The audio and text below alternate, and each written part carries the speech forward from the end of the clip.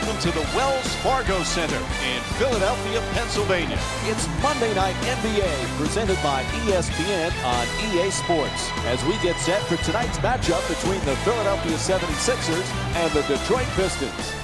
As this one gets underway, what's the game plan here for the 76ers? Listen, the way they're surrounding Andre Drummond right now with shooters, he should live off pick-and-roll lobs. And then what I like about Drummond is he's gotten better in the low post. Still not somebody you're going to call a play for, but as the ball swings, he can duck in, catch it deep, and make a play at the basket.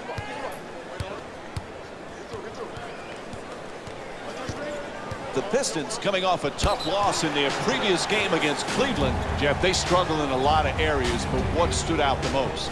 One effort defense will not stand up over time. And that's what they gave in their last loss. They gave one effort defensively. So they did some good things, but then they stopped. It had to be multiple effort. It's got to be one thing to the next. And that is so important when you're guarding the three. And because they made just that one effort, they gave up open three-pointer after open three-pointer, and it cost them. Good free throw shooting, knocks down a pair. Jeff, Reggie Jackson got a big contract this offseason. This kid has some special nights. Can he be consistent? Reggie Jackson got a big number, Mike, in his contract, and they're betting that he can produce at a consistent basis. Reggie Jackson hasn't started that many games. We don't know. It's a big bet, but Detroit thinks it's a wide bet as well. First free throw, perfect.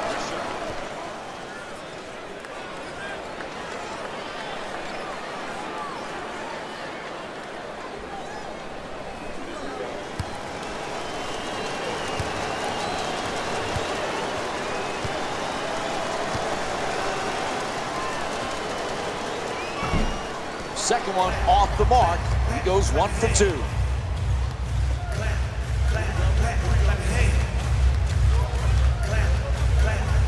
Pass intercepted by Harris.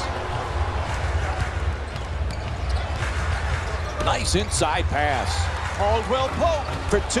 Lets it go. He gets it to go. Excellent teamwork. He's averaging 14 points per game this season. That's just beautiful offensive basketball, to shoot it and not even notice the guy who's contesting the shot. Terrific ball movement. Hey, Jeff, remember last year when the Sixers were struggling? Some sports fans thought that a top college team like Kentucky could defeat them. Isn't that insulting to the NBA squads? It is. I'm going to tell you this. Philadelphia could go to Rupp Arena every game for 82 games, and they would win like 82 times. And if one was close, I might fall over. Cannon's looking to operate from down low.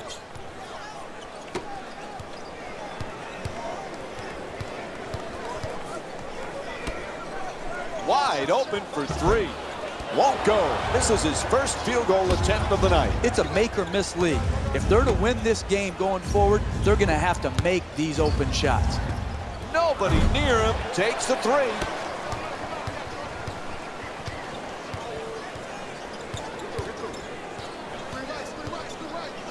Oh, there's that Euro step move. Pretty. 2 points. Detroit's leading Philadelphia by a score of 7-4.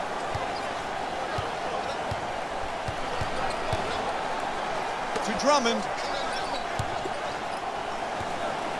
Shoots it for 2. Nice touch at the basket. He's averaging 14 points per game this season. When you play that good a defense, point Jay, you expect a good result there. The offense was just superior. The concentration and the follow-through, he stuck his shot. To the rim. There's the whistle. Good job to draw the foul.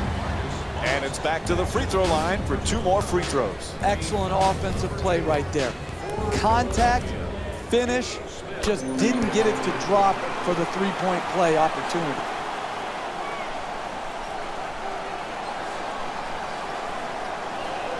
Jeff, so many talk about Okafor and what he can do offensively. Nerlens Noel in the second half of last season, what a defender he became. And because of his defensive progress, so too did the whole Philadelphia team. They became a very good defensive unit. They struggled to score, but they could really guard, and Noel was a big cause of that. Here's the screen to Drummond. He's got 2 assists in this contest. The assist from Detroit's leading Philadelphia by a score of 11-6.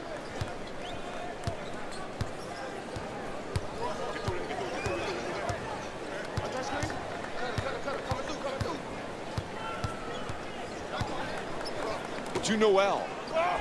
To the basket. And a foul is called.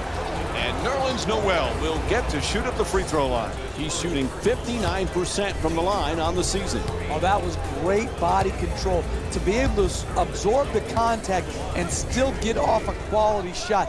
Just didn't get it to drop. And he hits the first free throw. substitutions, Detroit. Substitutions, Philadelphia.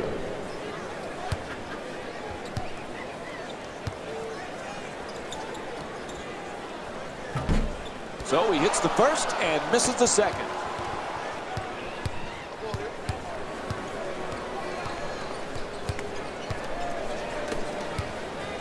Nice ball movement for the layup. That's good for 2. And it's a 6-point lead for Detroit.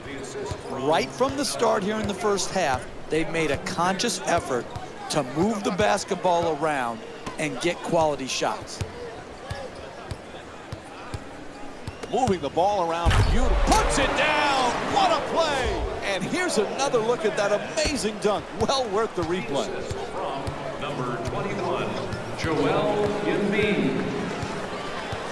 Screen set nicely. To the basket, flips it up. And Reggie Jackson with a nice look, sinks it. He scored 13 points in their previous game against the Cleveland Cavaliers. Stauskas for 3 off the catch and shoot. No good from downtown. Jackson moves into the front court. Curling in, gets to the rim. It's good. A 2-pointer. And Reggie Jackson with 6 points.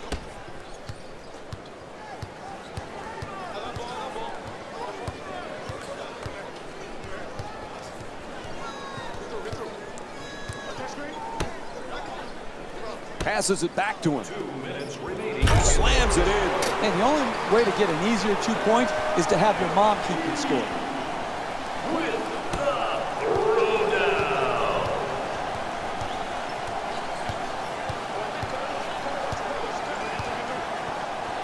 Johnson fires from downtown. Unable to convert the 3. Oh, rejected. And we have a foul called against Johnson. And it's off to the free throw line for a couple of attempts. Team foul number 4. First foul in the final. First free throw, good.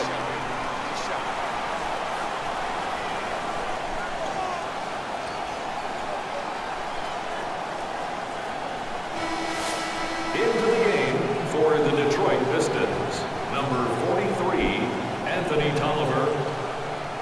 Entering the game for the Philadelphia 76ers, number 0. Able to convert on both free throws.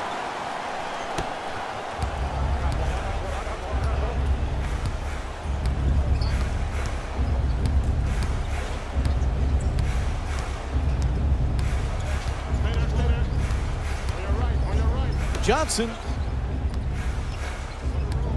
to Jackson. Jackson fires as the shot clock expires. Detroit's leading Philadelphia by a score of 19-13. 1 minute left in the first quarter.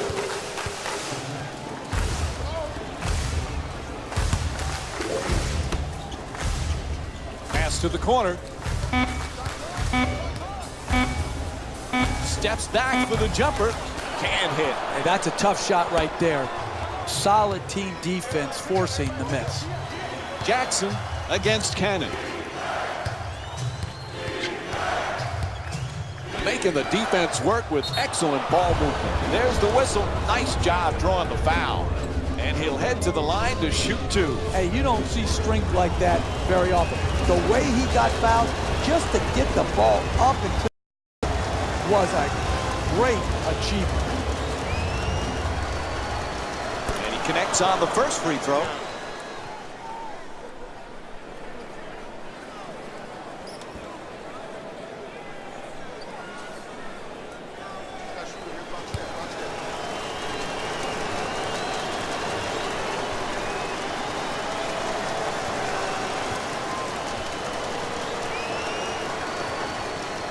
Gets both points from the line.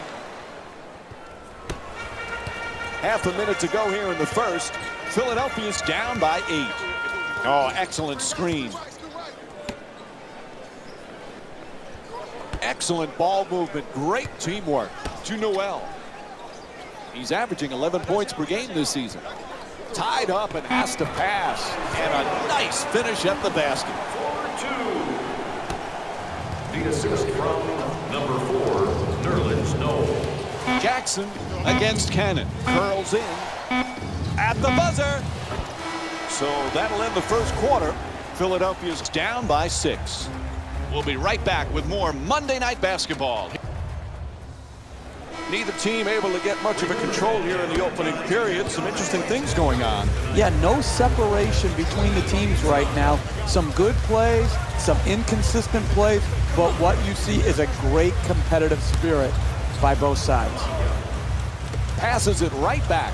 Knocks it down. That's a two-pointer. Philadelphia is shooting 55% from the field.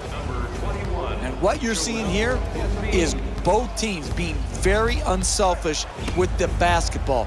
The assist total in this game is remarkable for both teams. The assist from number 1, Reggie Jackson. There's the pick. Moving the ball. Excellent teamwork.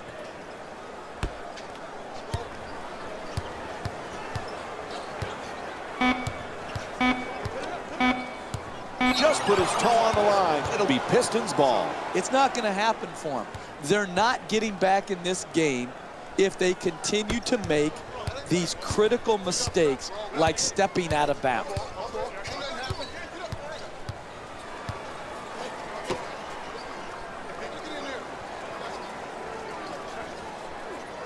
Sends it into the post. Puts it up. And he's fouled. And Andre Drummond will go to the line. He's 1 for 2 from the free throw line.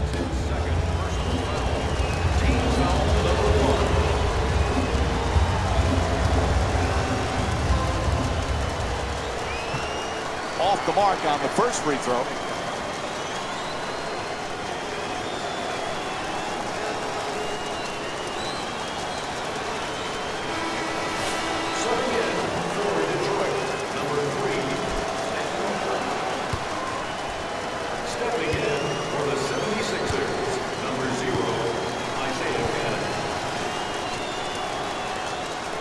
Knocks down the second after he misses the first. Detroit's leading Philadelphia by a score of 25-17.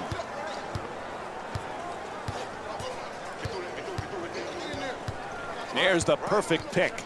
Three-point attempt. Cannon's long-range jumper won't go. Inside. Poise and precision will get you a better quality shot than that. That's a bailout shot. That's a, I'm going to try to get us back in and be a hero type of shot. Shoots for 3. Off the mark. Quite can't get that double-digit lead. Good work to draw the foul. And Reggie Jackson will go to the line for a couple of free throws. That's good, sound, solid basketball right there. You go strong to the basket, you get fouled, and now you have a great free throw shooter shooting free throws.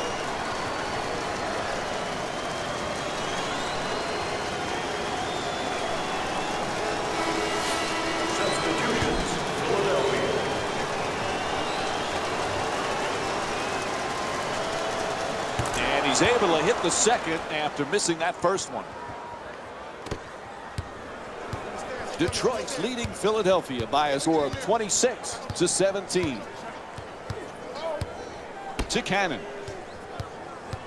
Moves around the defender, weaves his way to the basket. That's a 2.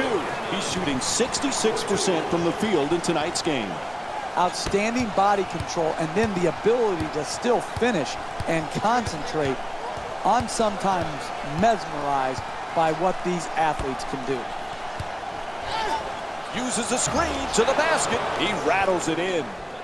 You need guys who can make shots under duress and pressure. That was a well-defended possession, but that man stuck it even against the best defense.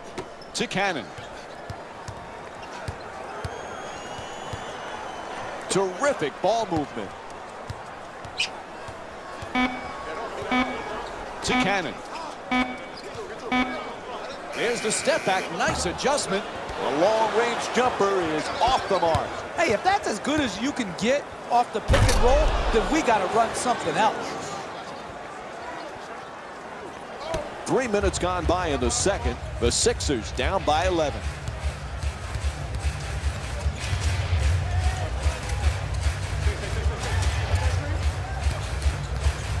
That pass picked off by Drummond.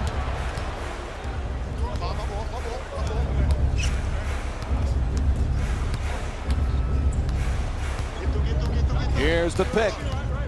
He curls at the rim, gets it to go, and Reggie Jackson with 11 points. That's a well-contested shot right there. Good defensive rotation, just better offense, finishing over the top.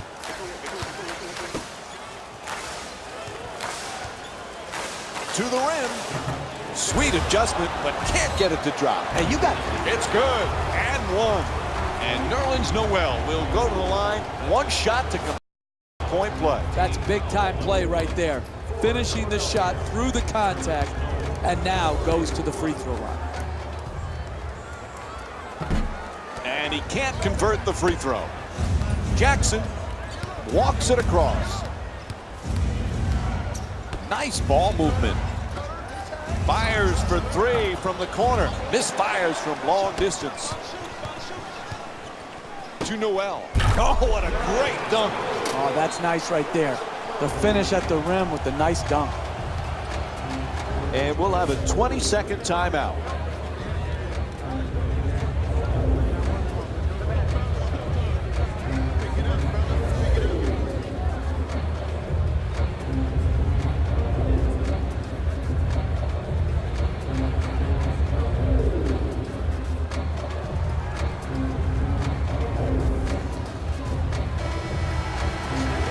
Detroit's leading Philadelphia by a score of 32-23. Into the game for the Philadelphia 76ers. Moving the ball around beautifully. Able to connect, and it's now a double-figure lead. Reggie Jackson with 13 points. When everybody is involved in touching the ball, like what's happening here in the first half, and you've got your assist total up, then you're going to create also a defensive intensity at the other end of the floor. And that's exactly what has happened here in the first half. To the rim, and Andre Drummond with his 6th rebound. Detroit's given a terrific all-around performance. Jeff, what do you like the most? Exquisite offensive basketball. Ball movement, player movement, and great shooting to top it off. You get those 3 things, you're going to be a dynamic offensive basketball team.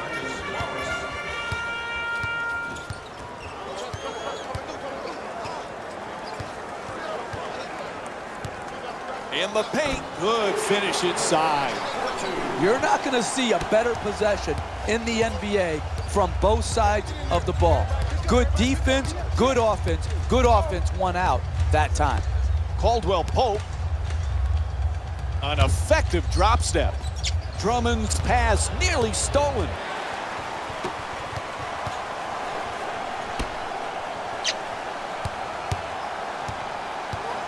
Pass into the post. Goes to the goal. 2 free throws coming up after he got hit just in front of the arc. no easy baskets, particularly for bad free throw shooters. That's a good foul, smart foul.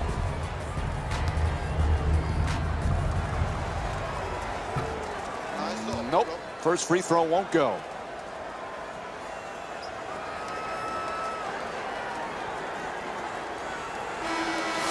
Into the game for the Philadelphia 76ers, number 31, Hollis Thompson. Subbing in for Detroit, number 3, Stanley Johnson. And misses the second as well. Pass to the corner. Making the defense work with excellent ball movement to Caldwell Pope. He's averaging 14 points per game this season. Can't connect from way downtown. The NBA game is a long game. You may be down now, but if you string together 3 or 4 good possessions at both ends of the floor, you can be right back in it. And he Euro steps his way to the basket, and the layup is good. Hey, you can only control what you can control. The defense there was great. It was just a better shot. Down into the lane, throws it back. To Cannon. He's averaging 10 points per game this season. 2 points. The assist from number 31, Hollis Thompson. There's a 5-second differential between the shot clock and game clock. To Drummond.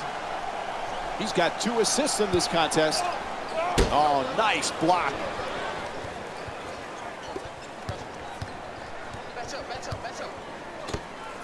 Okafor for 3. He's wide open. Drummond the rebound. It'll count if it goes. Buzzer sounds, and the first half comes to an end. The 76ers down by 7. Stay tuned for more Monday Night NBA presented by ESPN on EA Sports after this short break. Welcome to the EA Sports Halftime Report, brought to you by yours truly, Jalen Rose. The Pistons have a comfortable lead at the halfway mark. It was their playmaking, the way they gave each other scoring opportunities. That really impresses me. I love seeing unselfish basketball like that. Have a look at the leading scorers for the Detroit Pistons.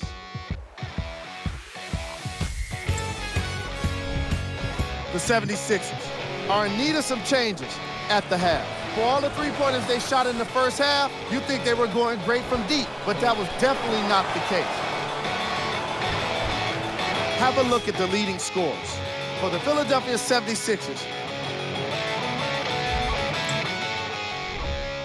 Game track. 3-point field goal percentage. The Philadelphia 76ers haven't had much luck with their three-point shooting today, unlike the opposition. I've got a feeling that if they continue to shoot from long range in the second half, they won't be happy with the result. The misses continue to get worse in the second quarter. Player of the half. Reggie Jackson is the leading scorer, an obvious pick for this award. He did most of his damage offensively in the opening quarter, really making his presence known. Here's the shot chart for you.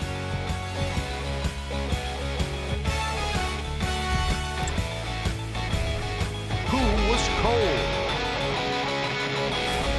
Jahlil Okafor hasn't been able to land a single shot thus far in this matchup. I'm sure he'd like to redeem himself in the second half. But the way things have been going thus far, it's hard to believe it's going to happen for him. Here we go with the top plays from the first half. Number 3. Number 2.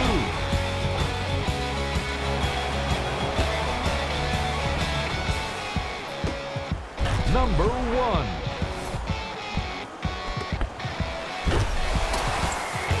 We're moments away from the third quarter.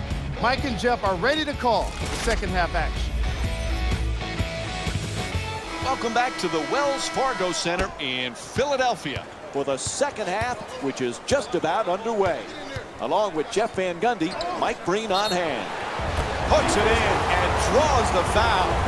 Now it's one free throw to finish off a three-point play. Terrific concentration to finish the shot and now shoot a free throw. And he misses that one free throw. Detroit's providing some real energy in this game, Jeff. From their perspective, what's been the key? It's the combination of passing and movement. You can always pass the ball, but to get the proper movement and maintain your spacing, that's what makes a team special on offense. Okafor.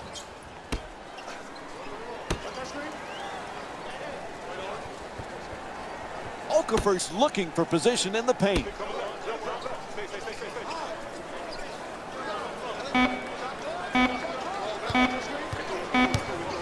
Has to put it up. Shot clock with one remaining. No good. The ball handler is open first. The screener is open most if it's set properly. Here, poor coordination between the screener and the ball handler, which led to the contested jump shot. To Jackson. For three. The Pistons with the offensive rebound for another possession. Ref blows his whistle. Foul call against the 76ers. Their first team foul. Detroit shooting 62% from the line in tonight's game. I really like what I saw there.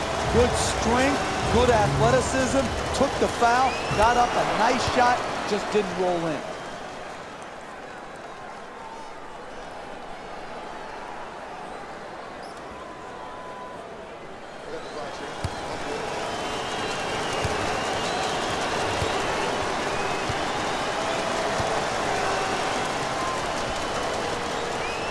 Andre Drummond with 6 points.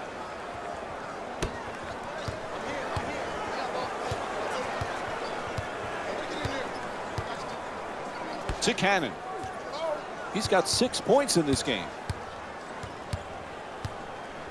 Excellent ball movement. Great teamwork. And he curls in. Cannon fires for three with one on the clock. Shot from downtown, no good. We're seeing some outstanding defensive work, forcing the offensive team into late shot clock shots, which are very low percentage. He's fouled, and the call will get him to the free throw line for the first time this evening. Man, I thought that was going to be an and one. Good strength, just lipped out. Knocks down the first one.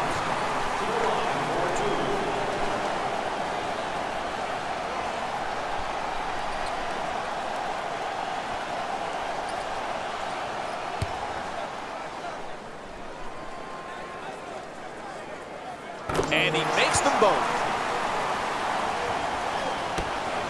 Detroit's leading Philadelphia by a score of 40-33. To Caldwell Pope. He's averaging 14 points per game this season.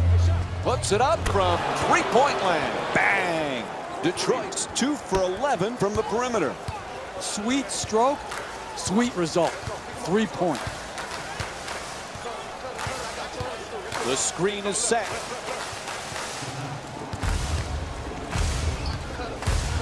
Tied up, has to make that pass. That won't go. Philadelphia is just not set the right tone defensively. They're getting absolutely obliterated on that end of the floor. Detroit's performance today, Jeff, it's obvious. They came ready to play. Ball movement. Repeat after me. You want to win in this league, you move the ball. That's exactly what they have done. That's why their assist totals are so high.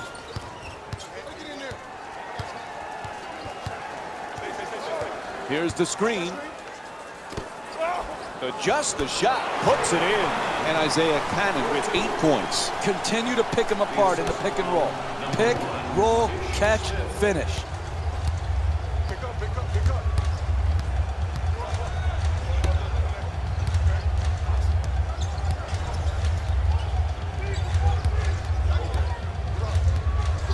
Getting to the basket, a pretty Euro step. There's the whistle, and finally he'll get a chance to go to the free throw line tonight. Personal foul. Team foul number 2. First free throw, perfect.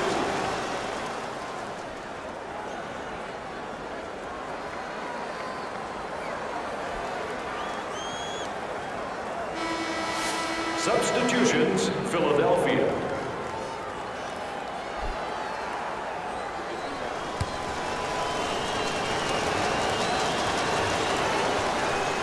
Goes 2 for 2 at the line. Everybody clap your hands. Detroit's leading Philadelphia by a score of 47-35. Stauskas gets it and quickly shoots that three. Caldwell Pope the rebound. Caldwell Pope coming across. Shut down, forced to make the pass. Caldwell Pope fires for three. Where's the defense? Throws it down. How do you create separation in this game? You do it by getting more shots than your opponent. Good offensive rebound, sticking it back in, second chance points. Critical in building up a quality margin. Moving the ball, excellent teamwork. Looking to dominate down low. Sends it to the corner. Shot clock down to 1. That's a three-pointer. Off the mark from downtown.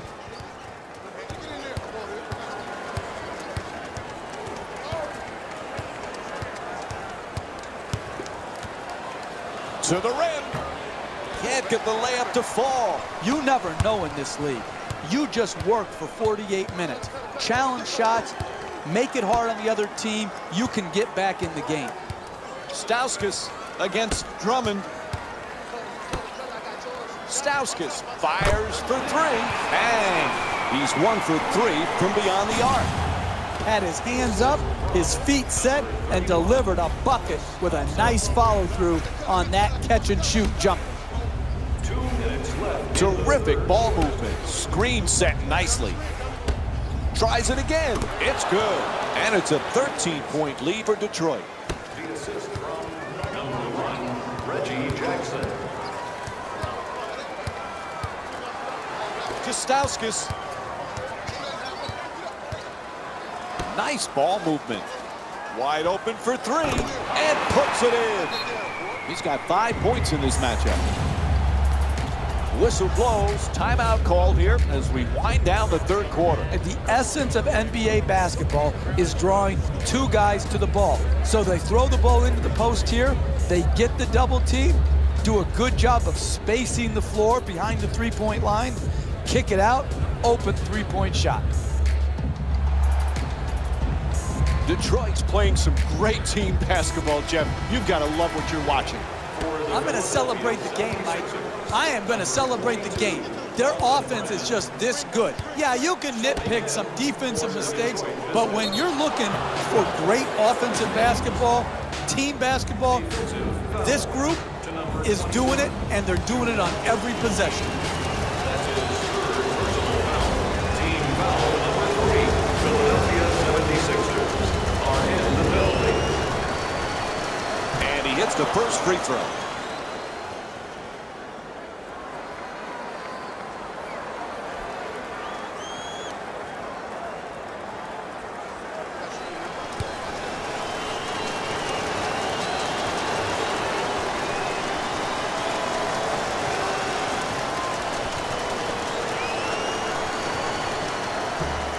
And fails to hit them both. Hits the first, misses the second. He puts it up. Detroit's leading Philadelphia by a score of 52-41.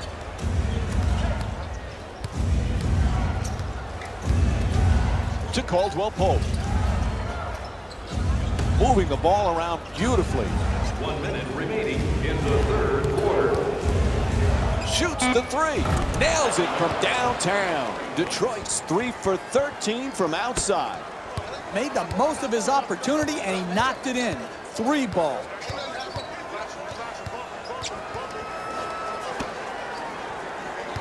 Beats his man. Tries to adjust the shot. Whistle blows. It's a foul. Philadelphia's 9 for 14 from the line here tonight. You want to win in this league? no easy baskets. Make them earn it at the free throw line, particularly the bad free throw shooters.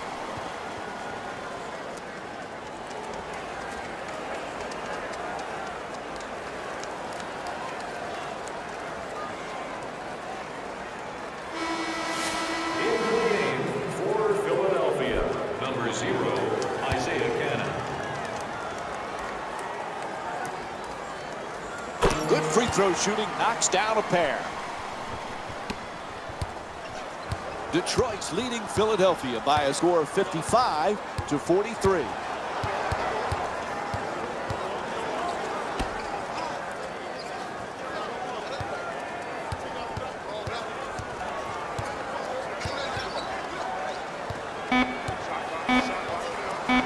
For two, the Pistons with the offensive rebound to keep it alive. Cannon set to bring it up. Oh, excellent screen. Cannon firing away, an off-balance three. And that'll do it. 3 quarters complete. The Sixers down by 12. We'll have more Monday Night NBA on as we head to the 4th quarter. Still plenty of time, but what an uphill climb they have. They do. Now, deficits of this nature have been overcome, but it doesn't happen often, and it usually starts in the first couple minutes of this 4th quarter. They've got to put a dent quickly into this lead. Gets it to go. He's 1 for 3 from the field. This is the difference between college and the NBA. The ability to take on the second defender, contort your body, and still finish. Into the paint.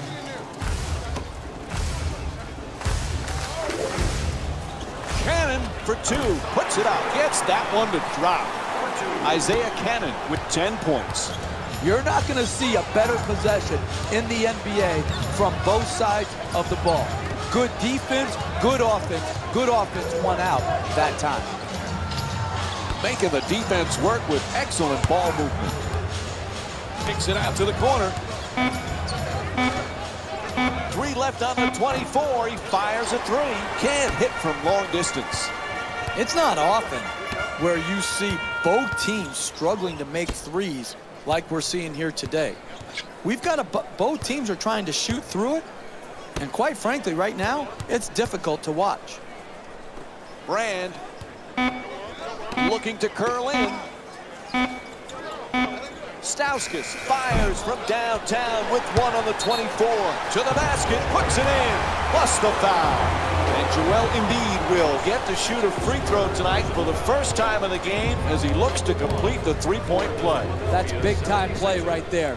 Finishing the shot through the contact, and now goes to the free throw line.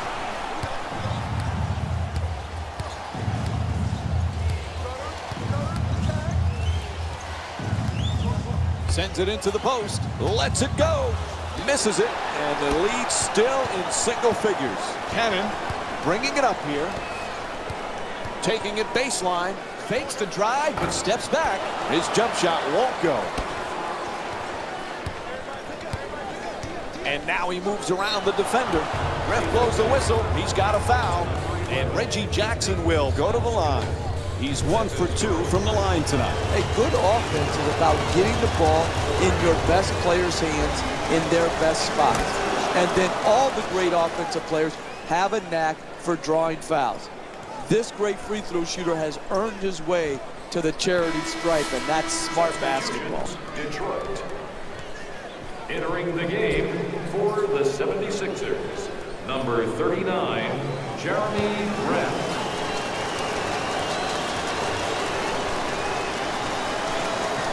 Able to convert on both free throws. 2 minutes gone by in the 4th. The 76ers down by 11. Excellent ball movement. Great teamwork. Oh, sinks the 2-pointer. 4-2. The assist from number 11, Nick Stauskas. To Drummond. Moving the ball, excellent teamwork. Knocks down the shot. He's shooting 75% from the field tonight.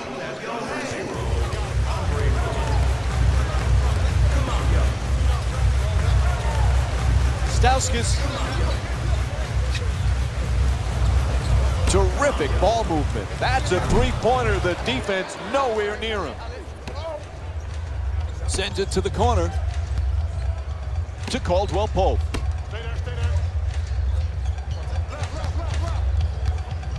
Curling in, Jackson jump shot. Embiid, the rebound. To Stauskas for the layup, unable to flip it in. Getting the ball to the rim is so important to winning basketball. Great offense, great look, just couldn't knock it in. Gets past the defender. Strong to the goal. Oh, he got hit, and they call it. Draws the foul, called against Caldwell Pope.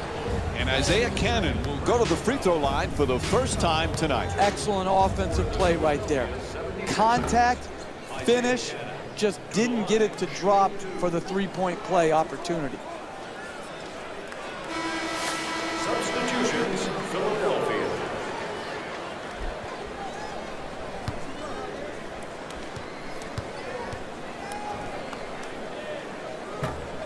Oh, he misses them both. 3.5 gone by in the fourth. Philadelphia is down by 11. Pass into the post. Power dribble with the drop step. To Jackson. Puts it up. Nails it. With 20 points. When you play that good at defense and you contest the two-point J, you expect a good result there. The offense was just superior. The concentration and the follow-through, he stuck his shot. Okafor's turned away. What a block. From deep in the corner. Won't go from downtown. Listen, when you're not making shots, it looks bad. There's no other way around it. It doesn't mean they're executing poorly. It's just when they're getting these threes and both teams are missing, you're not getting the results you'd like. Caldwell Pope against Cannon. Wow, is he open for the shot. Noel.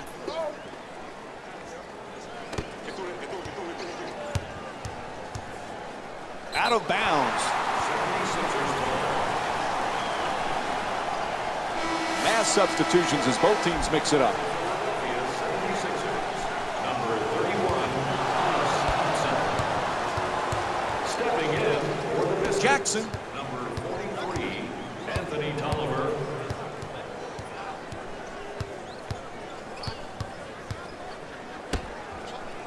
Lets it go for two. Shot no good. He's a great shooter, but he could have driven the ball into the paint and made a play for his teammates. Curls in.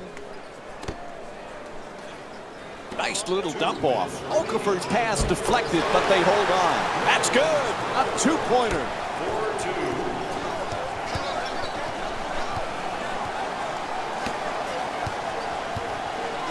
Attacks the basket. Flips it up. Shot won't go.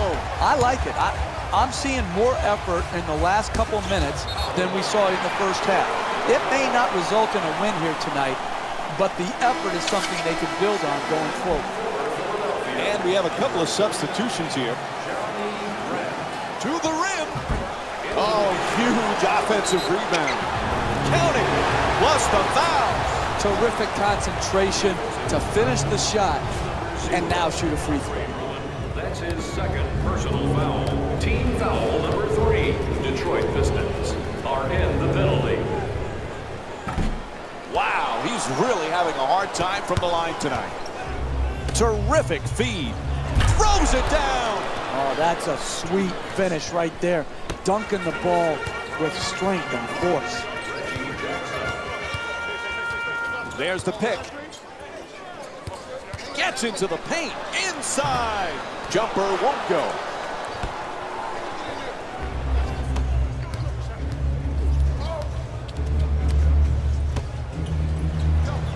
Gets a good look. Unable to flip it in. Couldn't have played that shot any better. Made it a much more difficult shot than if it was an open look. And he draws the foul. And Isaiah Cannon will go to the line and shoot free throws. He's 0 for 2 from the line. Detroit Pistons are in the penalty. First free throw, good.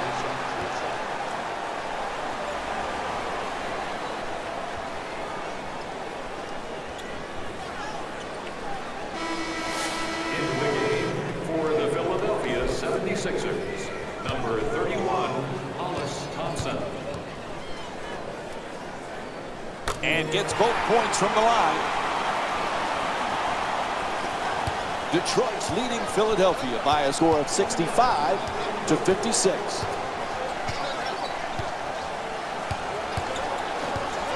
There's the perfect pick.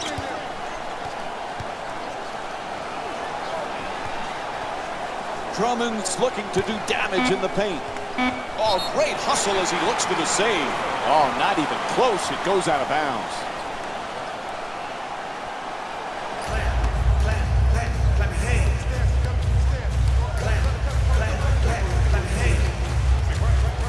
To Noel. Pass to the corner. Gets to the rim. Whistled for the foul in the act of shooting. So a couple of free throws coming up. Oh, that was great body control to be able to absorb the contact and still get off a quality shot. Just didn't get it to drop.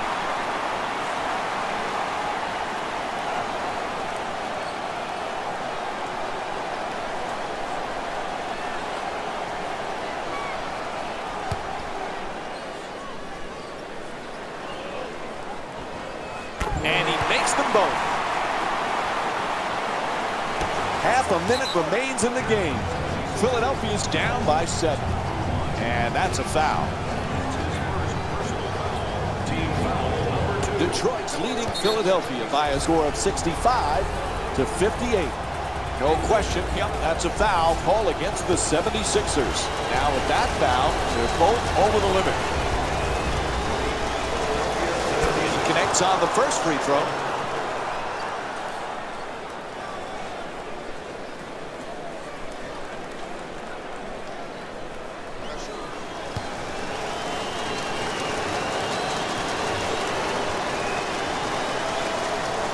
And Reggie Jackson with 22 points. There's a 1-second differential between the game clock and shot clock.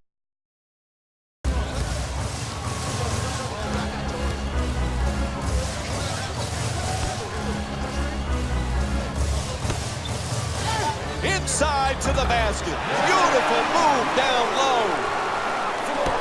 And there's the foul. They had to stop that clock. To number 1, Ish Smith. That's his second personal foul. Team foul number 4. Philadelphia 76ers are in the penalty. Knocks down the first one.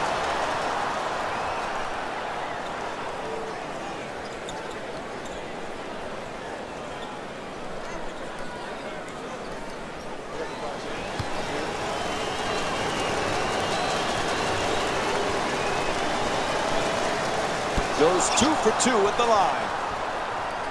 Everybody clap your hands. To Cannon. For 2.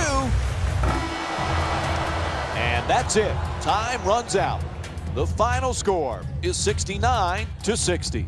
For Jeff Van Gundy and our entire EA Sports crew, this is Mike Breen saying thanks for joining us and good night.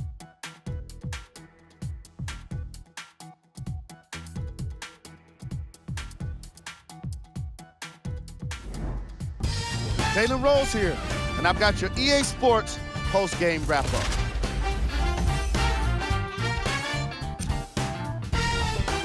The Pistons edged out a close victory in today's game. Looking back at this matchup, I think it was their consistent scoring that ultimately got them the win. They put together a solid field goal percentage.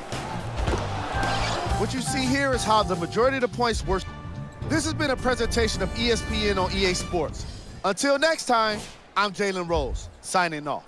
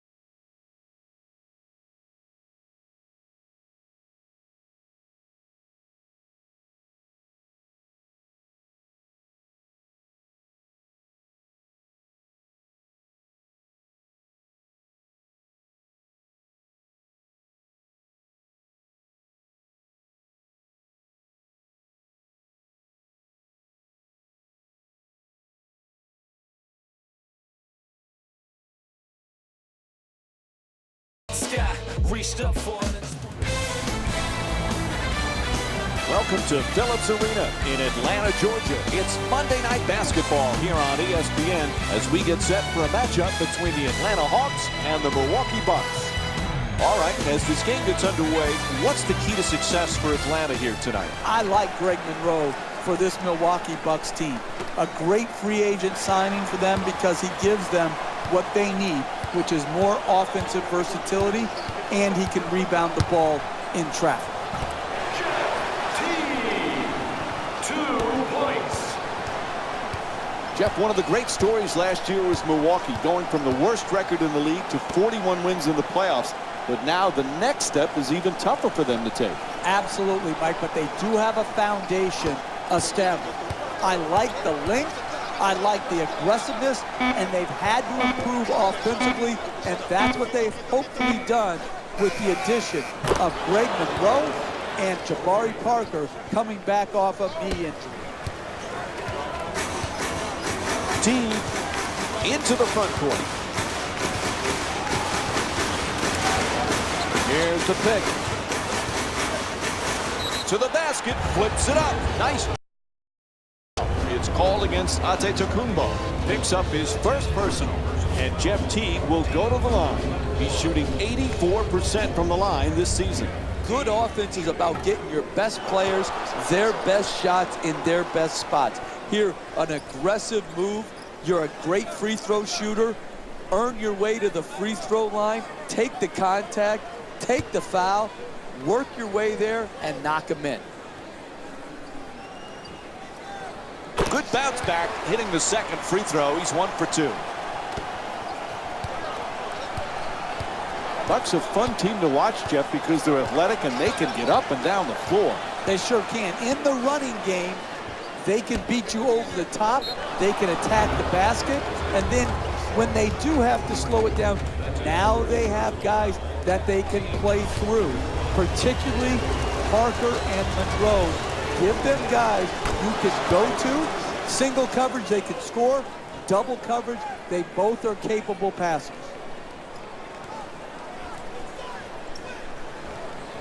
Jeff, the big offseason acquisition was Greg Monroe. How does he fit with this team? Oh, I think he's a great fit. Surprising.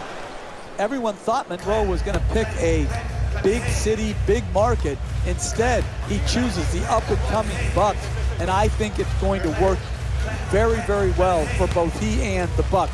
Because, Mike, he can go down on the block, he can punish you down there, he's an excellent passer, and he is capable of playing up in the elbow area as well. 2 points.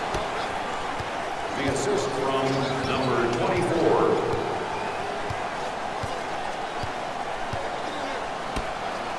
Antetokounmpo's looking to set up in the paint. There's a steal.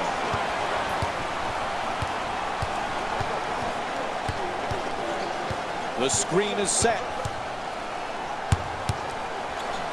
Throws it down hard. Oh, look at the athleticism exploding up to finish with the hammer.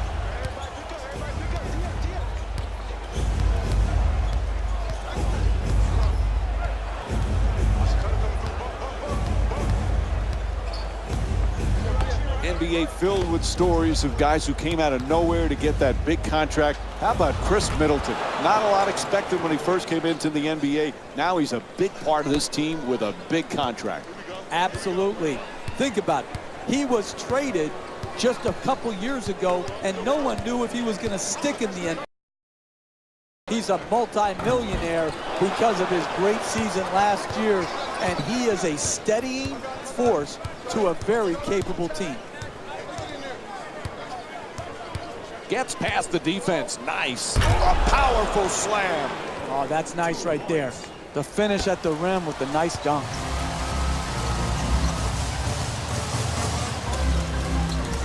Three minutes gone by in the first. Atlanta's down by 2.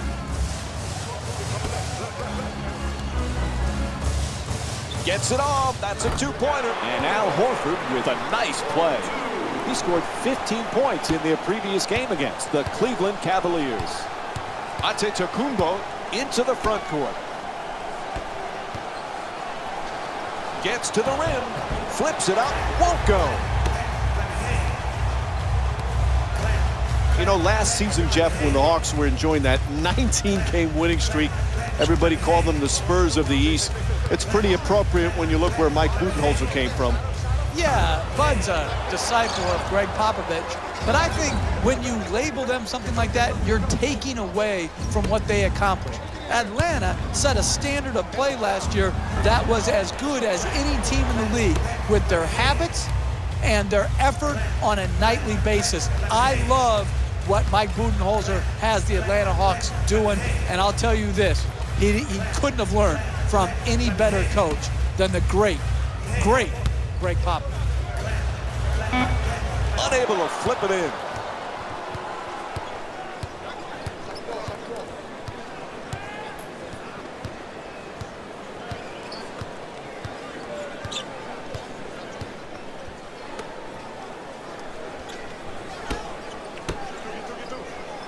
Here's the screen.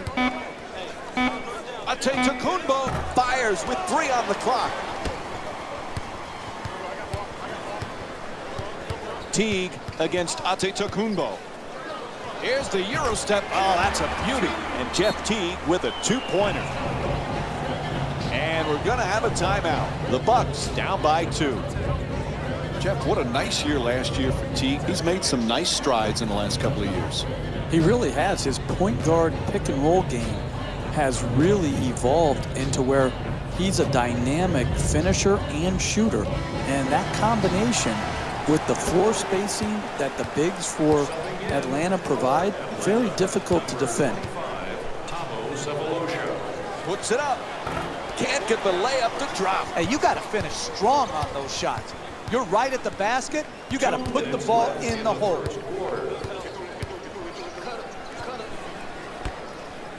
Horford against Antetokounmpo. Strong move to the rim. Inside. Unable to flip it home. The defensive timing in when to come to double is critical.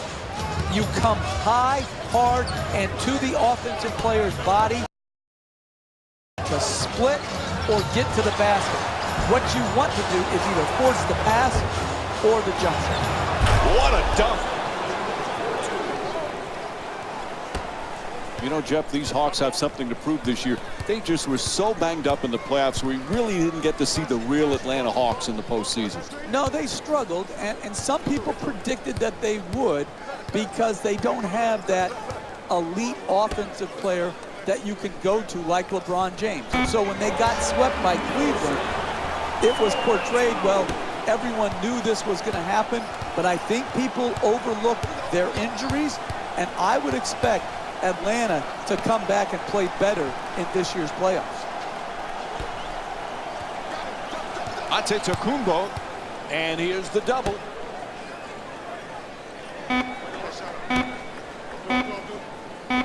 Antetokounmpo fires for 3 with 2 left on the 24.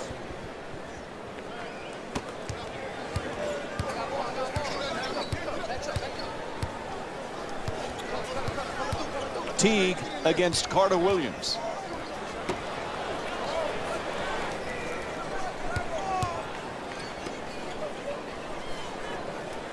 Horford fires.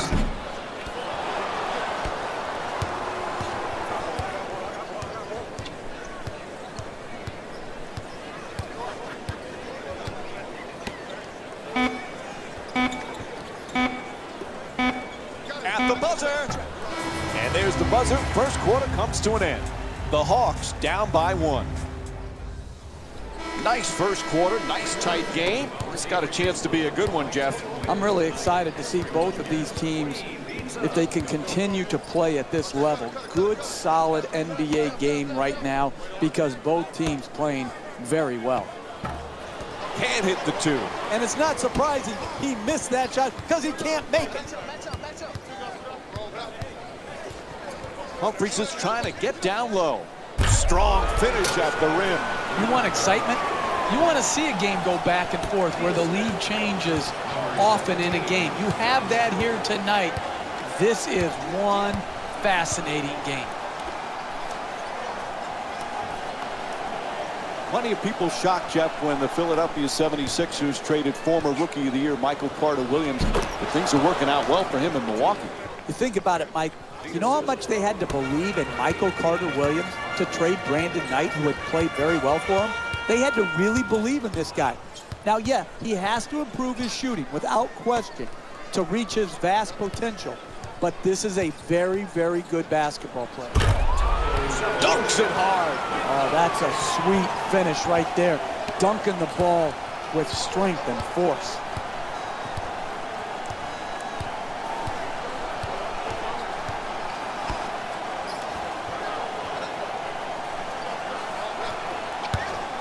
Parker fires away, puts it in, a two-pointer. 1 point lead for the Bucks. The assist from number 11, Tyler Ennis.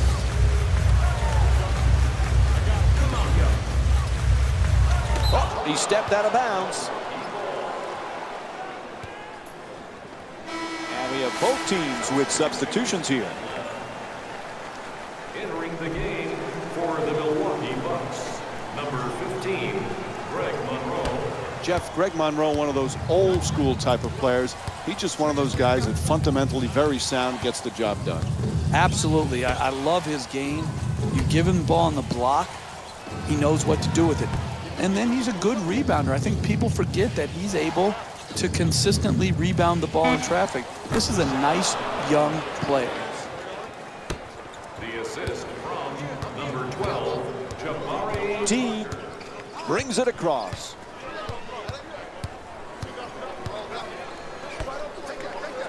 Horford on the drive at the rim, and Milwaukee's called for their first team foul. And Al Horford will go to the line and shoot two. Personal foul. Team foul number 1 for One of the teams really interested to see how they fare this year is the Atlanta Hawks, Jeff.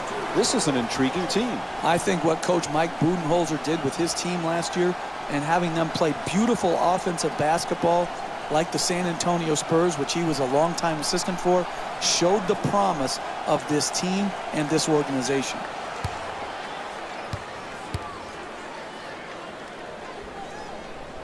Good free throw shooting, knocks down a pair.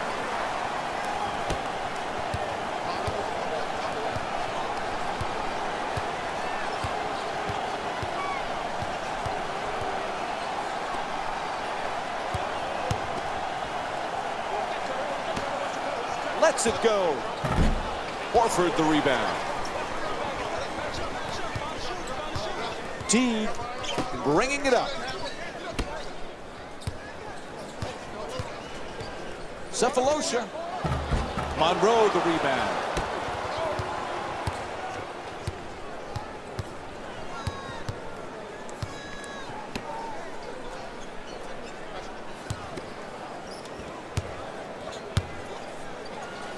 Using something he picked up from Rick Carlisle when he played for him in Dallas. Jason Kidd likes to give his players a written test on game days. They include questions about NBA history and team plays. That's a pretty interesting tactic, don't you think? Yeah, some guys really understand the history of the NBA, and others, I've been witness to this. The great Oscar Robertson walked through Madison Square Garden, and nary a person or player even recognized who he was. I'm like, are you kidding me? This guy is a human triple-double. Oscar Robertson did it for a season, and he could walk through Madison Square Garden, and no one even knows who he is? What a joke. Good for Jason Kidd. Good for the professor.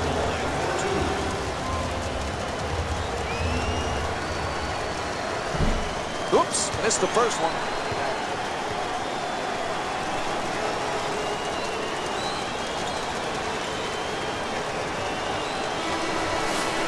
Jeff, there's a lot of his game that still needs polish, but Antetokounmpo's exuberance is really what sets him apart.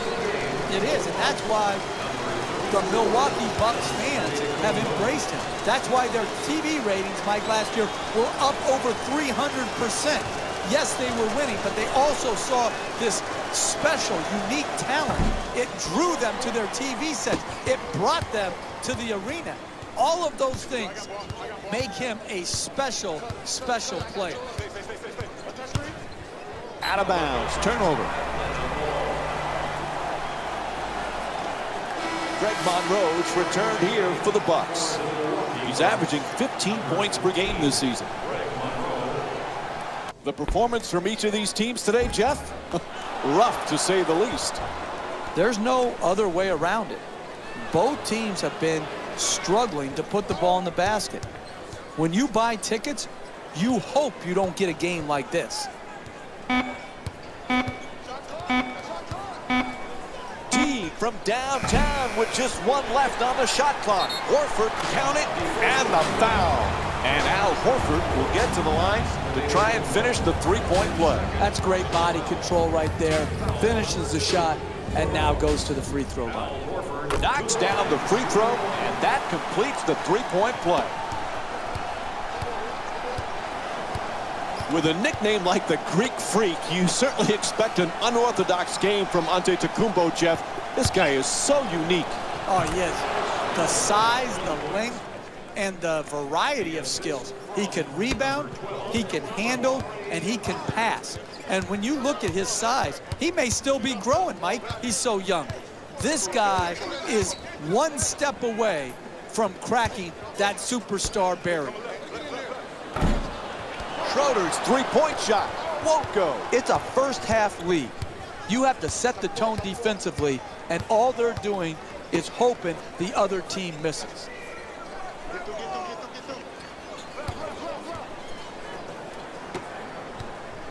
Gets inside. To the rim. And a foul.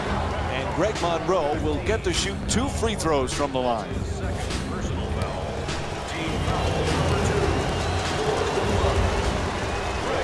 First free throw, perfect.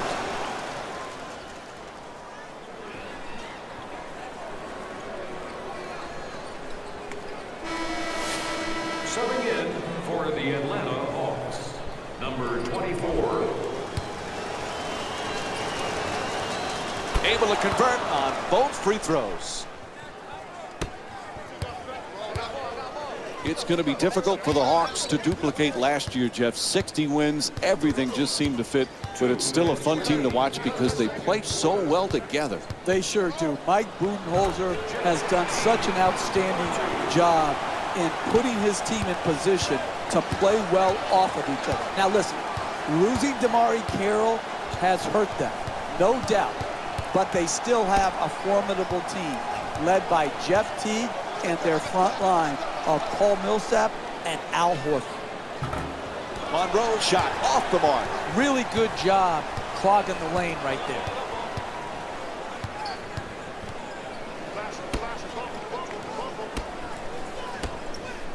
To the rim, knocks it down, a 2-pointer, and it's a 4-point lead for the Hawks. You need guys who can make shots under duress and pressure. That was a well-defended possession, but that man stuck it even against the best defense. Horford against Middleton. Millsap for 2. Al Horford with a perfect pass. Paul Millsap with 6 points and 3 rebounds. The assist from number 15, Al Horford.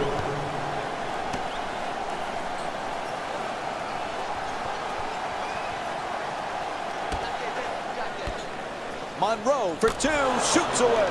Able to knock it down.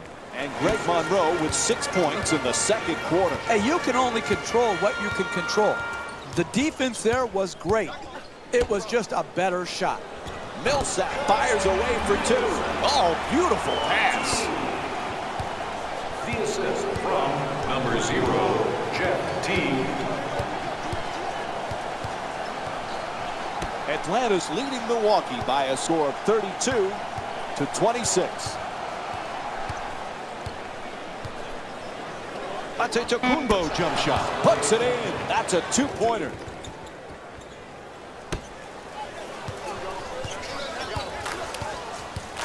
Moves around the defender in the paint.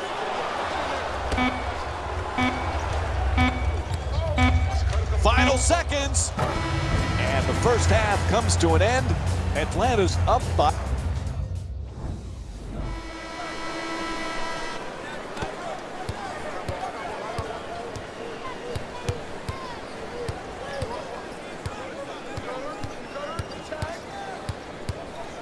Antetokounmpo for two. Not that time. Milwaukee's not having the kind of offensive consistency you need to win in this league. They just can't seem to get into a rhythm. Goes to the goal. The whistle and a foul called against Parker. And Paul Millsap and shoot for the first time tonight. And he hits the first free throw.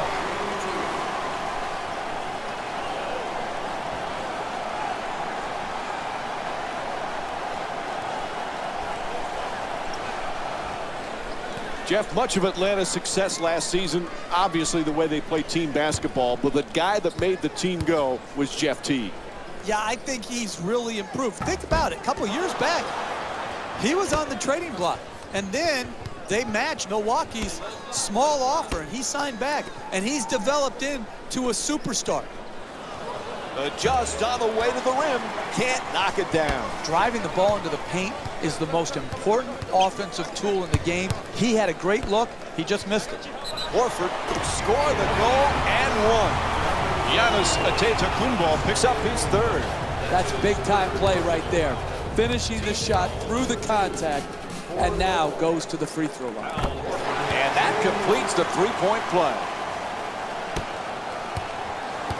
Atlanta's leading Milwaukee by a score of 36-28. Teague in possession. To the rim, puts it in, and they take this lead into double figures. Sometimes the simplest plays are the hardest ones to execute. Good layup.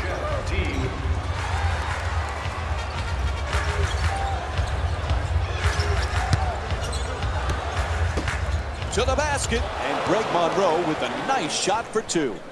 Look, you can't give up layups like that. You got to protect the basket and the paint at all costs. Oh, he beats the defender. Millsap for two, lets it go. That's good. And Paul Millsap with 11 points. The assist from number 26, Kyle Korver.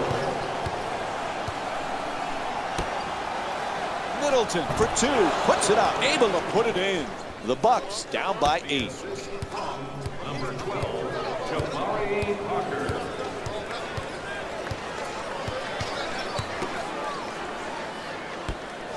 Smothering defense, and he gets the shot up. 2 points. The assist from number 26, Kyle Korver.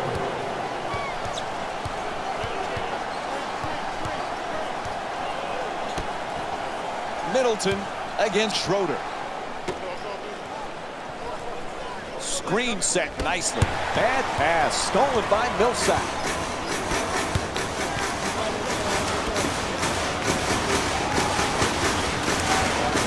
Blows past the defender. Schroeder's denied. There's the whistle. Good job to draw the foul. Jabari Parker picks up his third foul of the night. Team foul number 3. First free throw, good.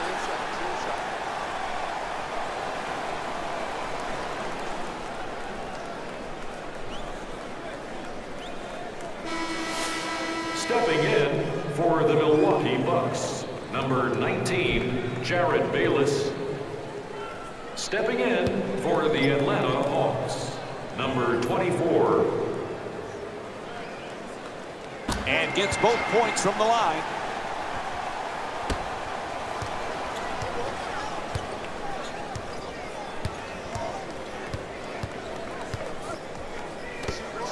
Middleton from downtown, nobody near him, knocks it down. Milwaukee's shooting 75% from downtown tonight. Straight on three, straight through the net.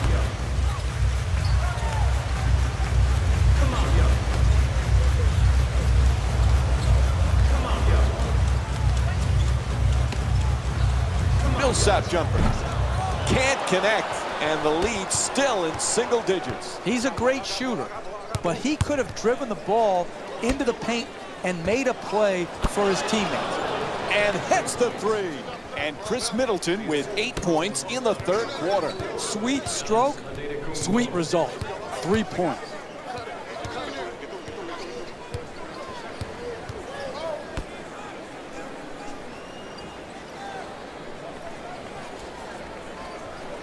Oh, excellent screen. Horford the jumper.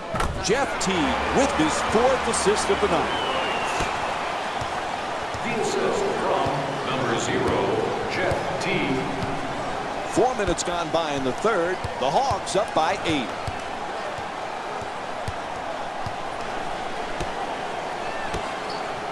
Middleton. It's good. A 2-pointer.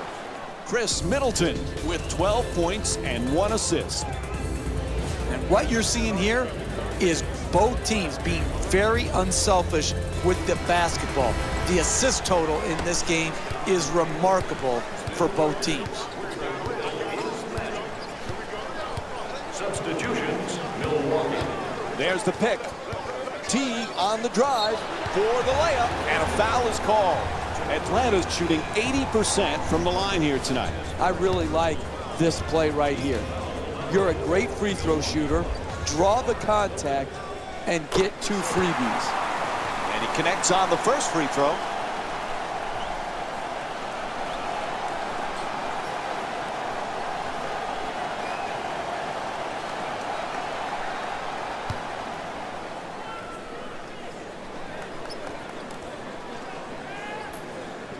And he makes them both.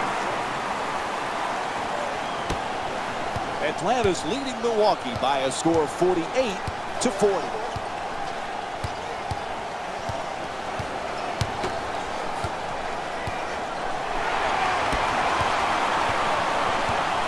Blows past his man. Teague. He says no, but the ref says foul. Called against Carter Williams. And Jeff Teague will go to the line with under 2.5 minutes to go here in the third. It's hard to score in this league, but you have a better chance if you're a great free throw shooter to do it at the free throw line. This is good basketball right here. Be aggressive, take the contact, and get to the free throw line.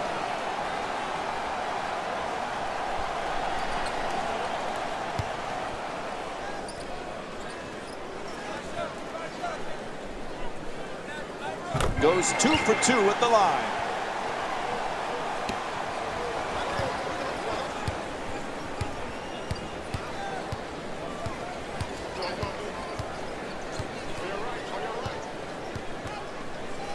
Carter Williams knocks it down for 2.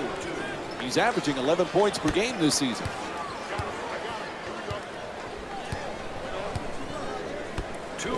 Left in the third quarter. Trying to work it down low. Millsap fires, knocks it down, and it's a 10-point lead for Atlanta.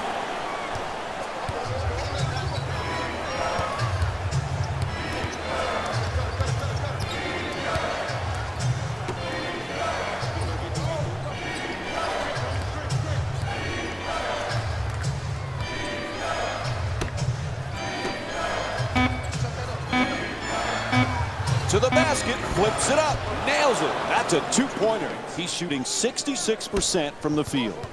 Once again, you can see why these are the best athletes in the world.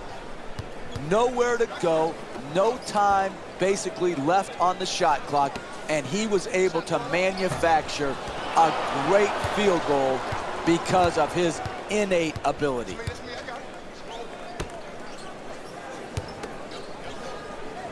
1 minute remaining in the third quarter. Denied by Millsap. Carter Williams fires away. Carter Williams' shot misses for 2.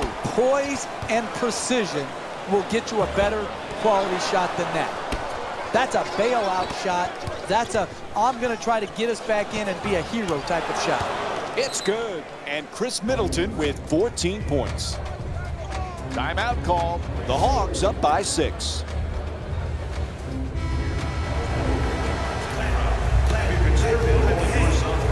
Teague moves into the front court. There's the perfect pick.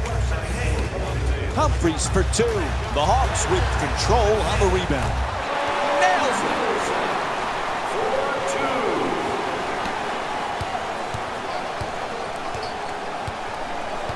Antetokounmpo against Hardaway.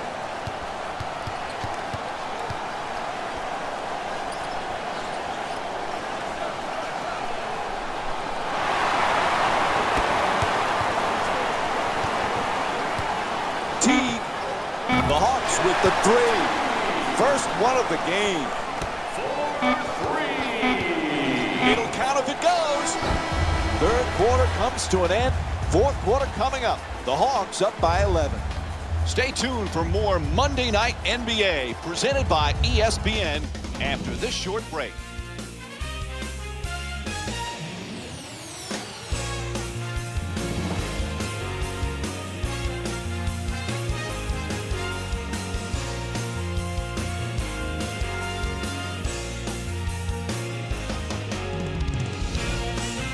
Three quarters complete. Still some work to be done, Jeff, but so far you've got to love the way they're playing. I do, but they can't waste any possessions early in this quarter that would allow their opponent to even think they can get back in the game.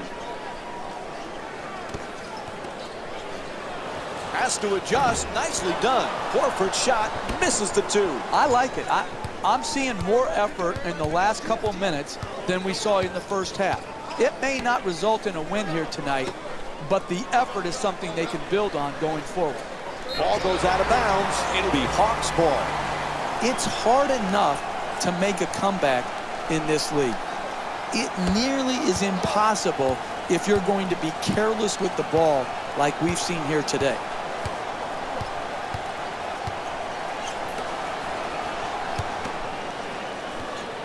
Horford hits for two.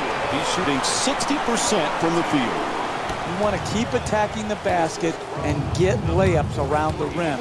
That's how you score consistently.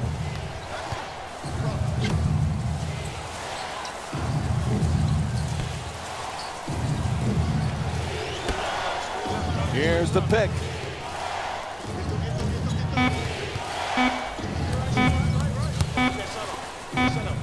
Gets to the rim. It's good. And a foul. And he'll get to shoot a free throw tonight for the first time in the game as he tries to complete the three-point play. Absorbs the contact, finishes the shot, and now works his way to the free throw line. Able to convert the free throw, and he completes the three-point play.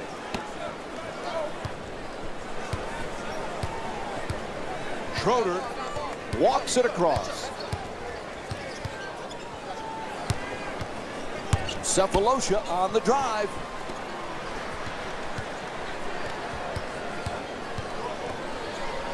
Puts it up. Hits the shot.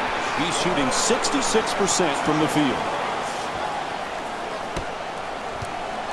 Atlanta's leading Milwaukee by a score of 61-49.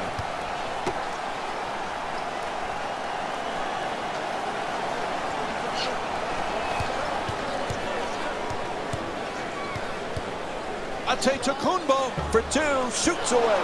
That shot won't go. Puts it up for two. Nice finish around the rim. He's got 9 points in this game. Hey, sometimes good offense beats good defense. There's nothing to be ashamed with on that possession. That was a well-defended, well-contested shot. Horford on the drive, swats that away.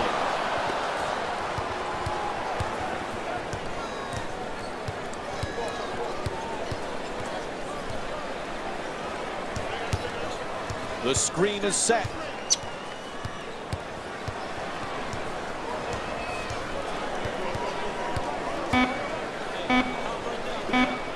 Inside. Can't finish. That's a good look right there. Just couldn't get it in.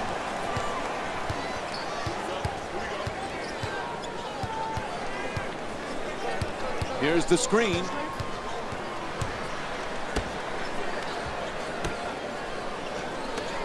Humphries, it's good. Gorgeous pass for the assist. They need to talk it over quick. A 20-second timeout. All right, what kind of strategy might be at play here? When you're using your 20-second timeout, it can be done for different reasons. Here, I think what they're using it for is a quick play to break this run and try to get a well-executed hoop coming out of the timeout. Excellent memorabilia.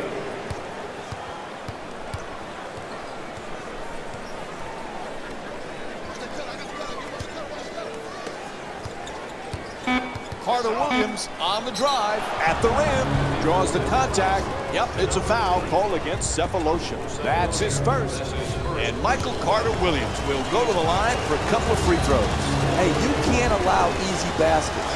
You've got to foul these bad free throw shooters, put them to the line, and see if they can earn their points at the charity stripe.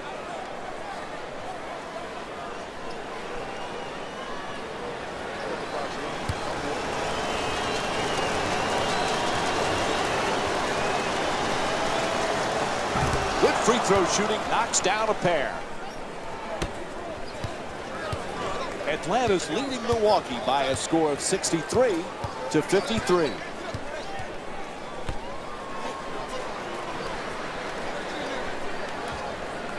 Though he telegraphed that pass, a bad decision.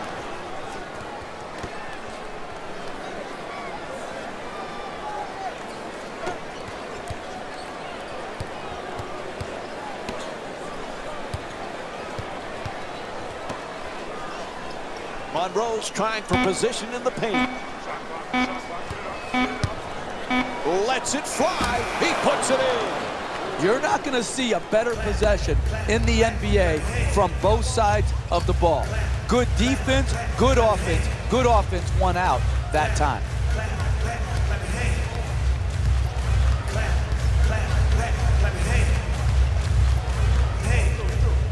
Screen set nicely.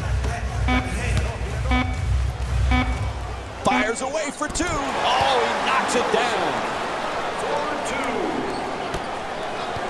Atlanta's leading Milwaukee by a score of 65-55. Oh, he turns it over. That's the last thing they needed right there, Mike. Critical mistake. Cephalosha against Carter Williams.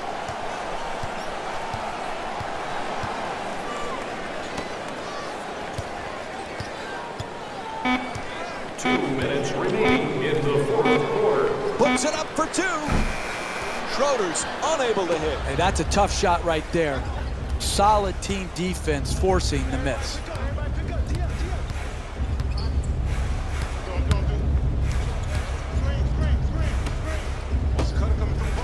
Oh, what a play.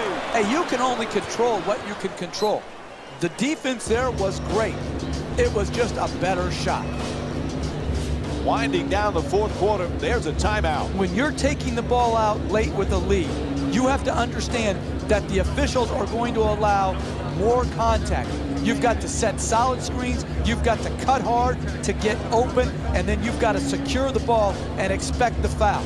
Then it's critical. Knock your foul shots down.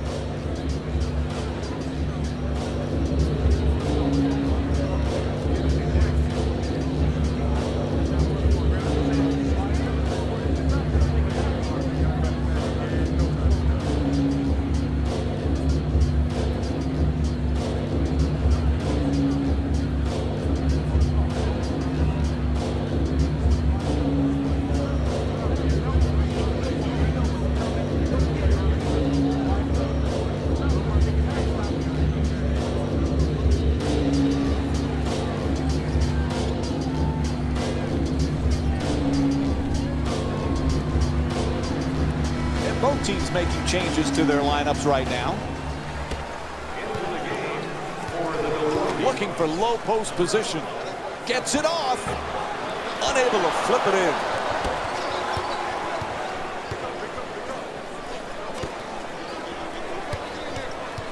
Puts it up. It's good. Atlanta's leading Milwaukee by a score of 65-59.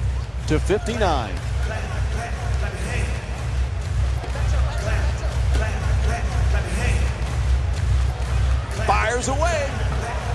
Jump shot for two, won't go. You got to figure out how you can get a better quality shot and use your greatness to attract the second defender and find the open man. To the basket, draws the foul. It's called against Cephalosha. Picks up his second foul, and he'll head to the line with under a minute to go here in the fourth quarter. Knocks down the first one.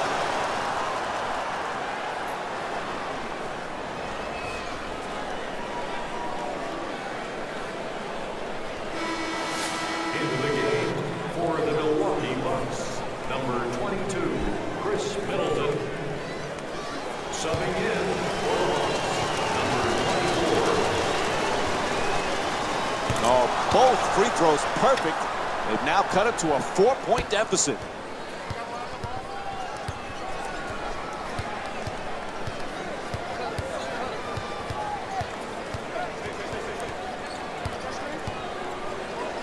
Gets inside, knocks it down. What a clutch play. And a timeout taken late here in the fourth. When you're in a two-possession game, you don't really need to do anything special to get back in it.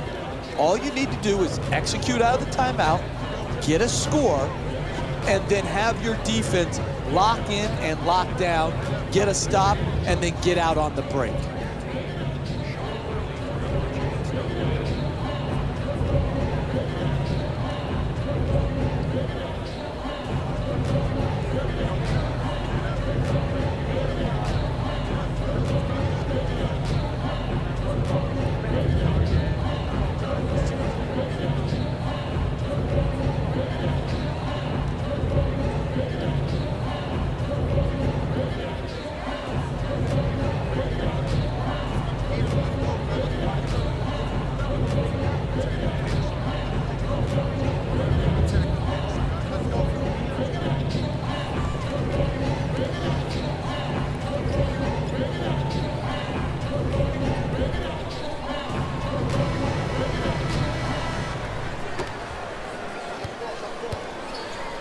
Monroe against Horford. Parker's looking to operate from down low.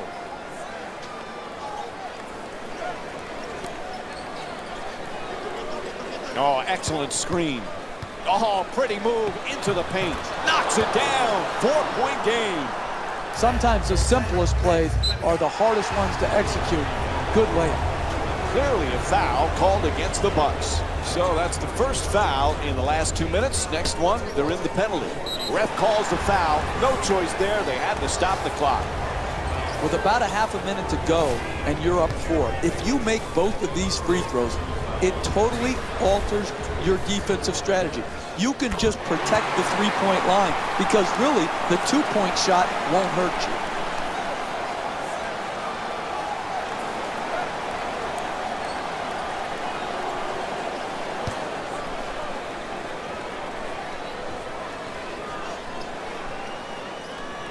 Nice job at the line. They're now up 6. Time running out here in the fourth. There's a timeout. You don't need a 3 right now. Get the quick 2 or get to the free throw line, which allows you to set your defense and try and force a turnover.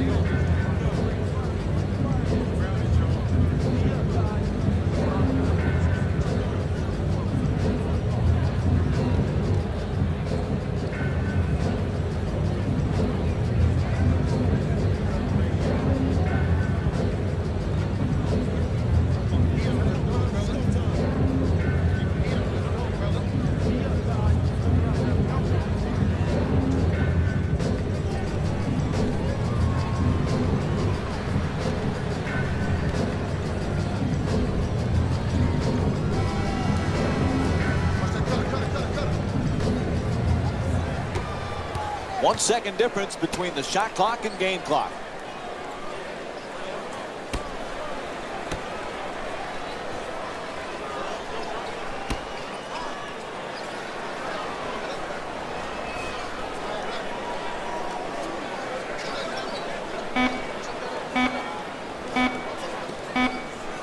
From beyond the arc. Put this one in the books. The final score is 69-63. For Jeff Van Gundy and our entire EA Sports crew, this is Mike Breen saying good night.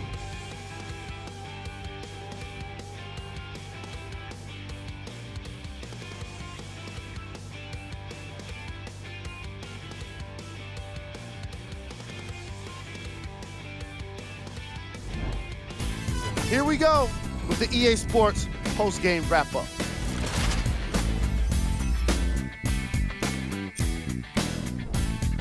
The Hawks won this game after a close finish. The most eye-opening part of this game was the excellent field goal percentage. The way they scored the ball was simply stunning and worthy of every compliment. The Bucks are probably frustrated with themselves after such a narrow loss. They play strong around the basket, getting a lot of points in the paint.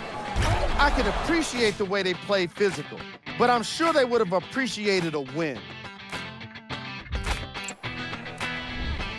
Game track. Points in the paint. And that does it for our post-game wrap-up. On behalf of ESPN on EA Sports, I'm Jalen Rose. Thanks for joining us.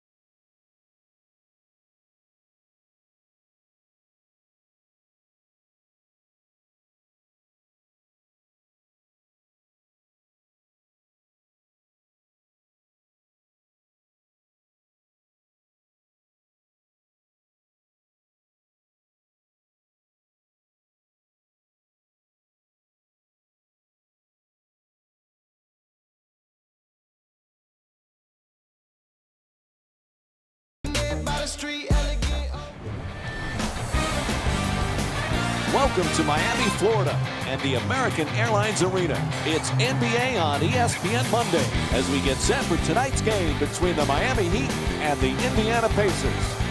As this one gets underway, who might they need to be careful with against Indiana tonight, Jeff? What a great comeback story Paul George is.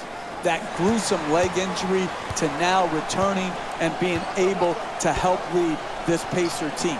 George is going to slide between the power forward and the small forward, depending on the matchup and depending on who's playing well for his team. This is an all-star when he's healthy.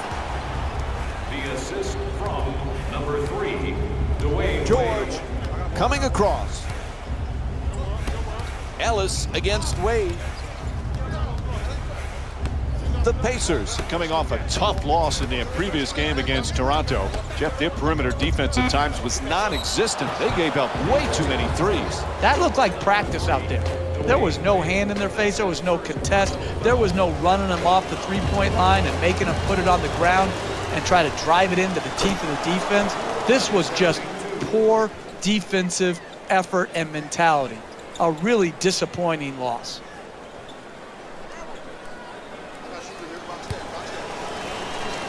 Jeff, 2 years ago, the Pacers were in the conference finals. The Pacers were in talk of a possible championship contender. Where are they now? Again, hard to decide, Mike. Larry Bird made a huge jump and leap of faith in the offseason to disband what had been good for the Pacers, playing slower, more methodical, defensive-oriented. This is a vastly different team with a vastly different style, and we'll see if they get the results they're hoping for. There's the pick. Wade on the drive. Wade from downtown. No one near him. Misses his first shot. It's a make-or-miss league. If they're to win this game going forward, they're going to have to make these open shots. Here's a technical foul. Defensive 3 seconds violation. Joe Johnson to the line for 1. Jeff, I know you like this kid Dragic. A couple of years ago with Phoenix, he was sensational. Now he's starting to find a nice comfort level in Miami. Yeah, I love him. I love the passion he plays with, the attacking style of getting to the basket. He could shoot the three. So I think he and Wade really complement each other exceptionally well. I think it's going to be a very good fit for Dragic in Miami. Georgia's attempt for three. No good.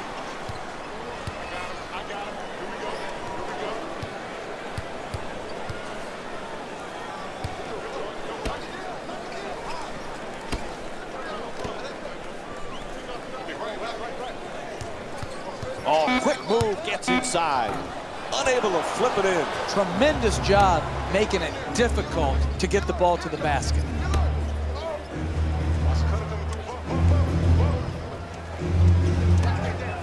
All by himself for three. Not able to hit from beyond the line. That's solid offense. Getting their best players their best shots in their best spots. It didn't go in, but that's how you win games. Here's a foul. It's called against the Pacers. Their first team foul. No easy baskets, particularly for bad free throw shooters. That's a good foul, smart foul. First free throw, perfect.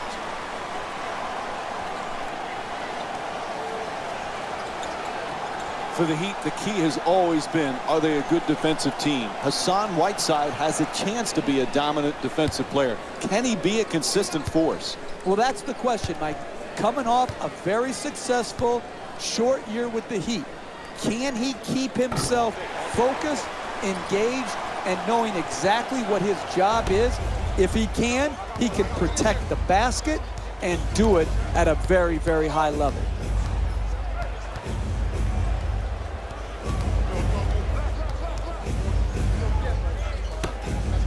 Plenty of time. That's a three-pointer. And the rebound grabbed by Wade. Dragic set to bring it up.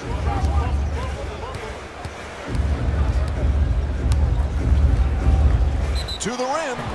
And Indiana's called for the foul. That's their second team foul. And he gets to go back to the free throw line. A couple of more free throws. You want to win in this league? No easy baskets. Make them earn it at the free throw line, particularly the bad free throw shooters. And he hits the first free throw.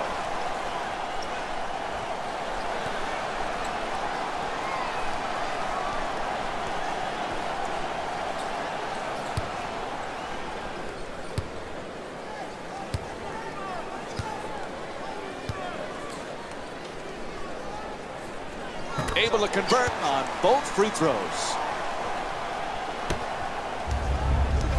You know, Ellis, Jeff, one of those guys that you like from a standpoint of, you know he's going to be out there and play every night. 2 times he's led the NBA in minutes per game.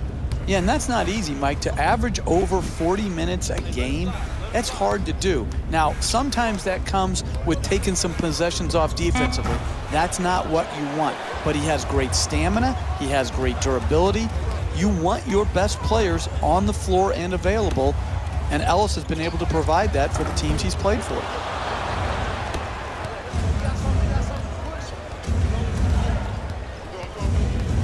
Hill on the drive to the rim, goes up and puts it in. That's nice body control right there on that layup. Good finish.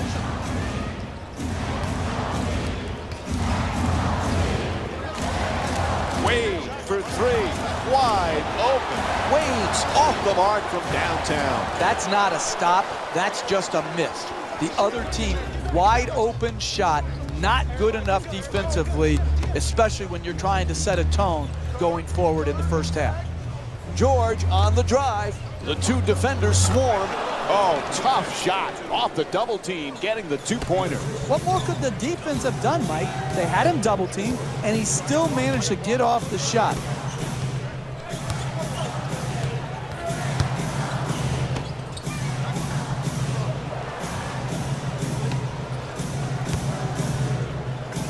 In the paint. Nice adjustment, but can't get it to go. Don't worry, just work. Keep doing what you're doing, get the ball at the basket, and then finish stronger. George from beyond the arc, and the rebound taken by Bosch. He's averaging 7 rebounds per game this season.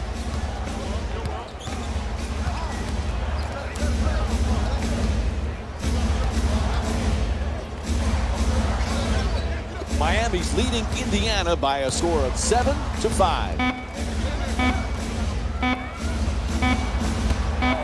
Dragic fires for three with 1 on the clock.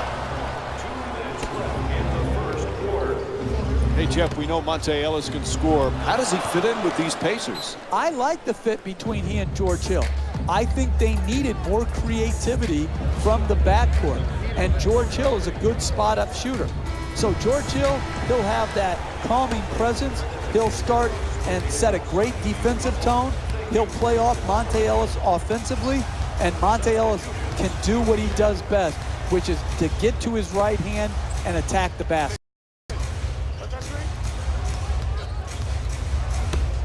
Dragic against Lawson. Dragic fires with 3 on the 24. Can't get it to fall. Lawson bringing it up here. Hill's looking for position in the paint. George against Richardson. Fires from 3-point range. And Paul George with a nice look from downtown. He scored 4 3-pointers in their previous game against the Toronto Raptors. Dragic against Lawson. 1 minute remaining in the first quarter.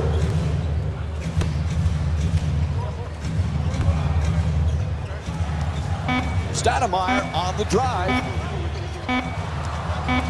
Dragic fires from downtown with 1 on the 24. To the rim. It's good, and the foul. Block called against Hill. And it's on to the free throw line. 1 shot to complete the 3-point play. That's big-time play right there. Finishing the shot through the contact, and now goes to the free throw line. Hits the free throw. 3-point play complete.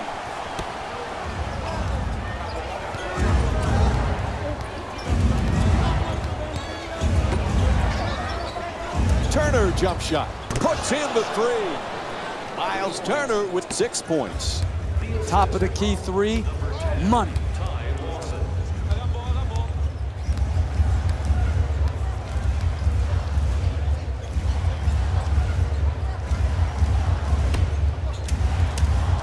Stoudemire fires away for 2. Converts on the inside. 2 points. The assist from Lawson number 21. into the front court.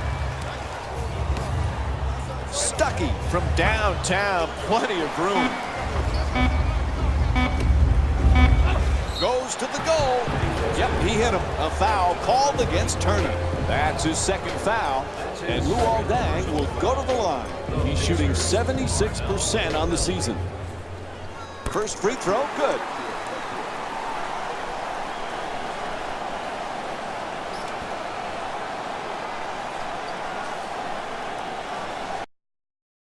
Entering the game for the Pacers, number 5, Lavoy Allen.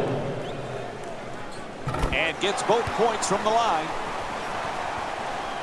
And he just flips it up as time winds down. First quarter comes to an end. The Heat up by 1. We'll be right back with more Monday Night. Jeff, was this a case of poor shooting, poor shot selection, or just good solid defense? How about all the above, Mike? All of the above. I like the defense, but that shot selection will always lead to low field goal percentages. You've got to create better quality shots. That's good for 2.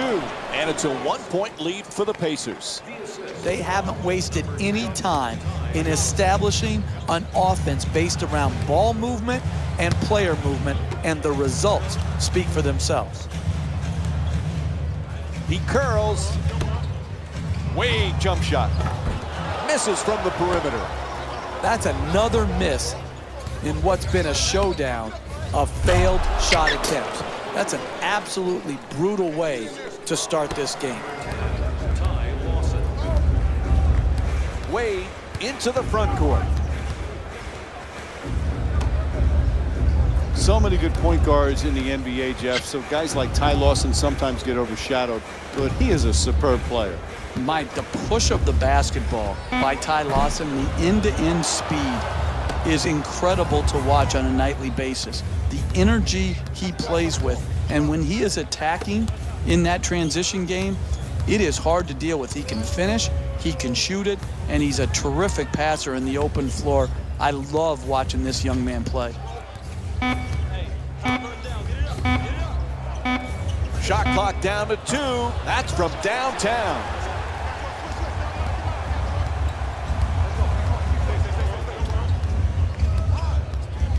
Wade has the double team converge to the rim, and Gerald Green with the bucket. You're not going to see a better possession in the NBA from both sides of the ball. Good defense, good offense. Good offense won out that time.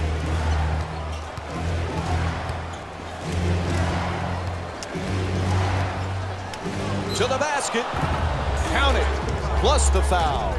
Luol Deng picks up his first foul of the night. Terrific concentration to finish the shot and now shoot a free throw.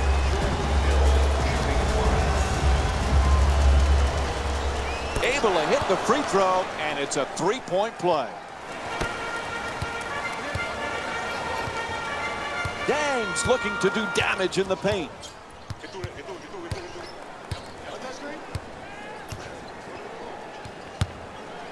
Wade right there, and it won't go.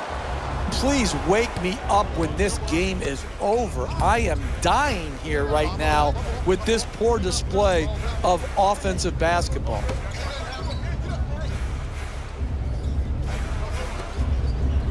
Hill not able to score. You got to finish with strength in the paint.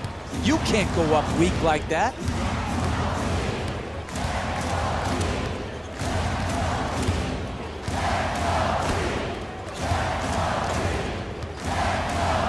Deng on the drive, throws down the dunk. Oh, look at the athleticism exploding up to finish with the hammer. And they get the 20-second timeout.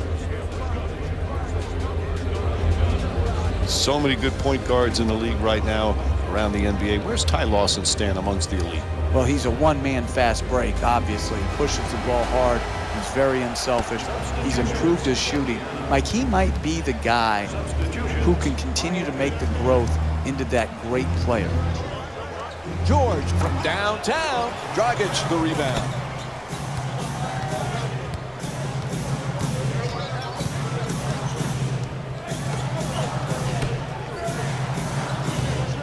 Dragic on the drive. Oh, rejected by Ellis. Oh, the wide open shot. Deng the rebound. He's averaging 5 rebounds per game this season. Whiteside's looking to set up in the paint.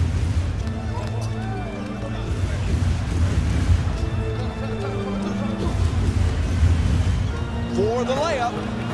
Hassan Whiteside with a perfect delivery. You want to keep attacking the basket and get layups around the rim. That's how you score consistently. Ellis for 2. The Pacers with the offensive rebound for a second chance opportunity.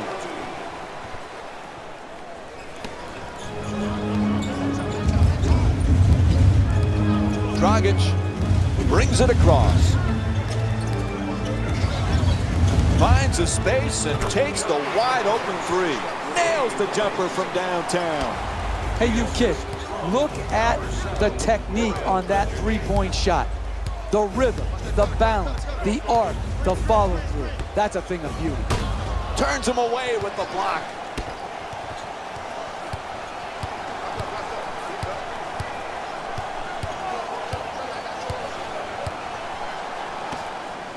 Deng against Hill.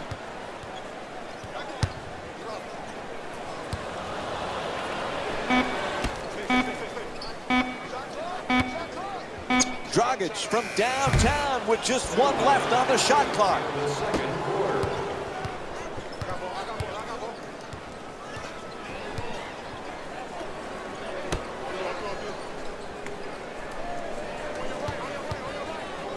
Goes for the three-pointer.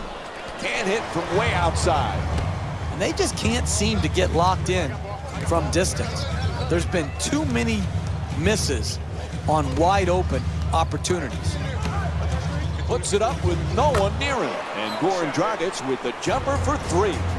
He's averaging 14 points per game this season. Late stages of the first half, we have a timeout. I think this is just misplaced confidence in their team to wait to call this timeout. They waited until they were now behind to call the timeout instead of trying to break this run, this momentum earlier by calling the timeout when they were ahead. Hits a 3. He's 1 for 2 from 3 tonight. Now that's perfect right there. You're watching a great shooter, like a great artist, go to work. Beautiful form, finish, and follow. The Heat with the offensive rebound for a new 24. Layup won't go. Don't worry about the miss. Just keep creating quality shots. Eventually, they will go in.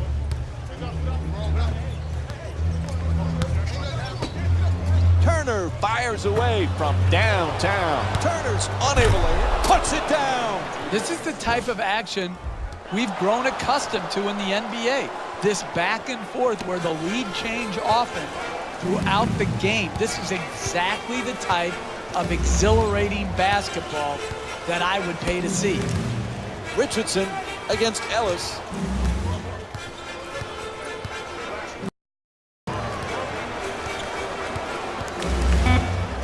Dragic on the drive from the corner, a three-pointer. It's good. Gorgeous pass for the assist.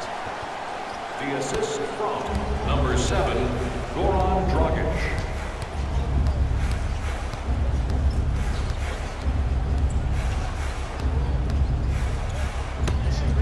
From beyond the arc.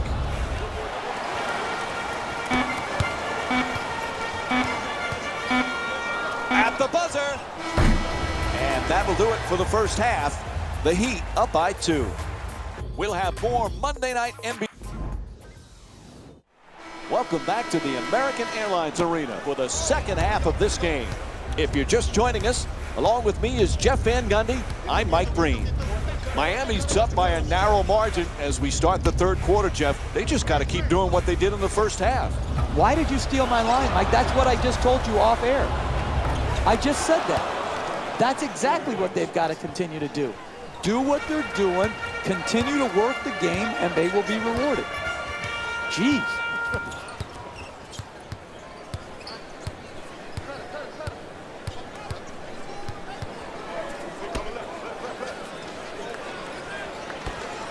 To the basket, flips it up, can't lay it home.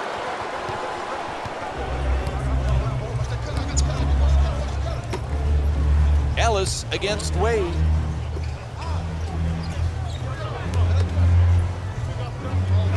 Gets to the rim, misses the layup. No doubt about it, whistle blows a foul called against the Heat. That's their first team foul.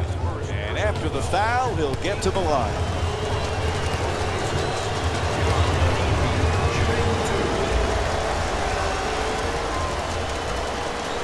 And he connects on the first free throw.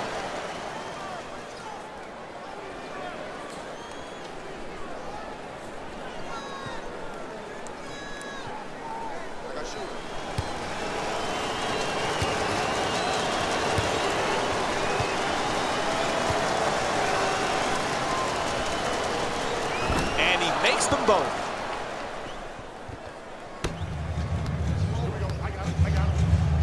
Dragic bringing it up. Bosch against Turner.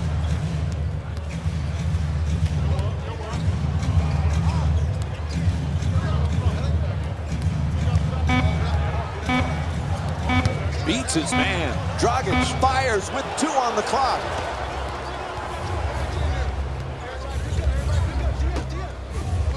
Goes to the reverse. It's good. A 2-pointer. You need guys who can make shots under duress and pressure. That was a well-defended possession, but that man stuck it even against the best defense. Wade for 2, lets it go, puts it in, and that's his first bucket. Hey, you can only control what you can control. The defense there was great. It was just a better shot. puts it up from downtown. And that's his 5th rebound of the game. Dragic in possession.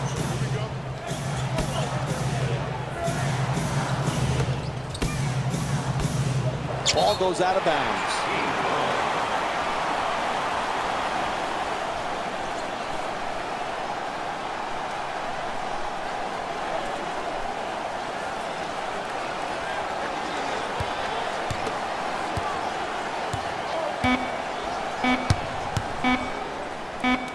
Whiteside fires with 2 on the 24. 2 points.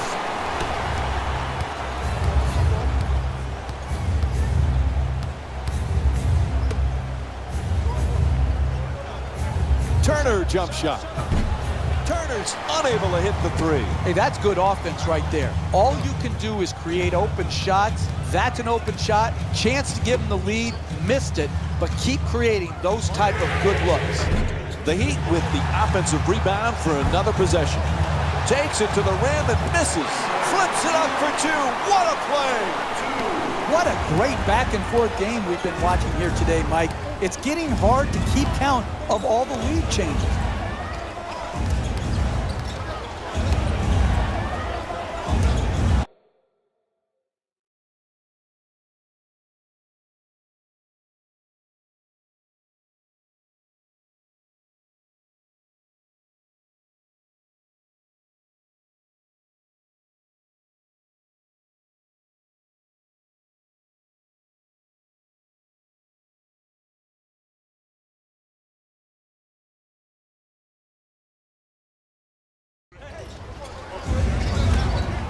From downtown, that's a 3. He's averaging 11 points per game this season. Nothing prettier than the spot-up three-point shot. That one was dead set right from the start. Strong to the goal. There's the whistle. Nice job drawing the foul. And Dwayne Wade will go to the line for the first time tonight. Team foul number 1 for Miami. Dwayne Wade to the line. Knocks down the first one.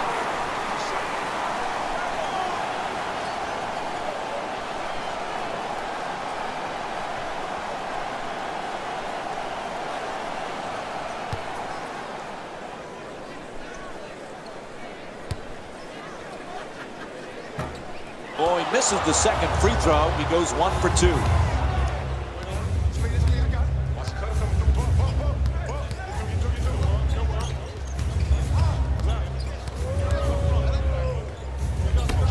George jump shot. The Pacers with the offensive rebound to keep it alive. Unable to flip it in.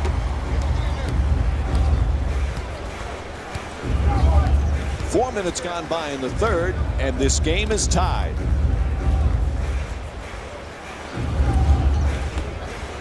Bosh jump shot. The Heat with control on the rebound. Oh, sinks the 2-pointer.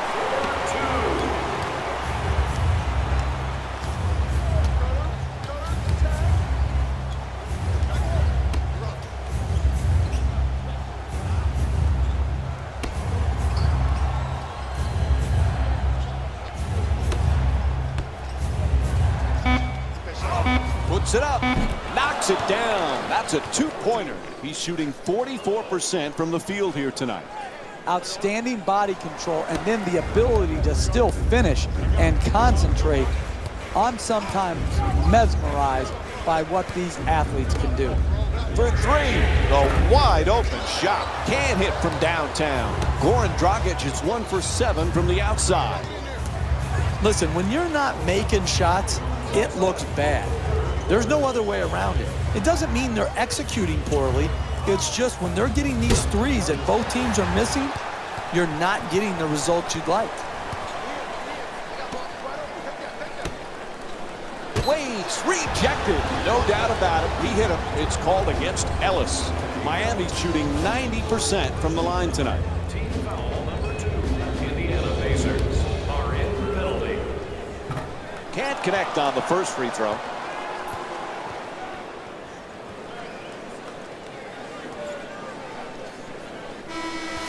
Substitutions, Indiana. Substitutions, Miami.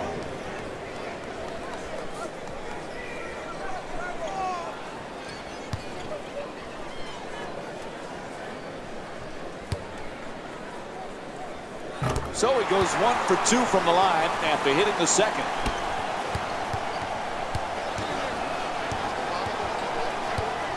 George against Dang. Adjusts, and he's fouled. Indiana's 4 for 5 from the free throw line. Personal foul. Team foul number 2. First foul in the last 2 minutes.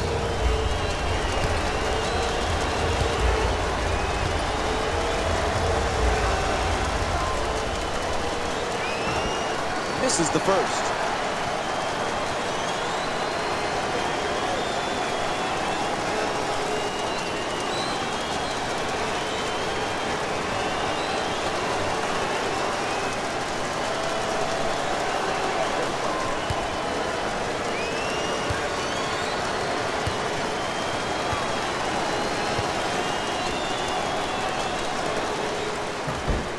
Oh, he misses a pair of free throws. Dragic against Lawson. Gets the wide open look for 3. Lawson the rebound.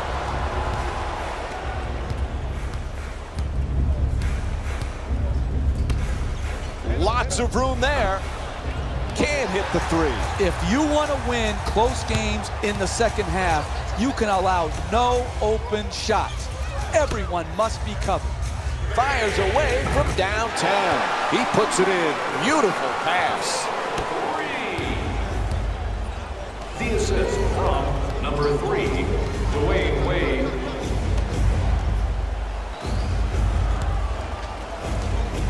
Hill draws the double team.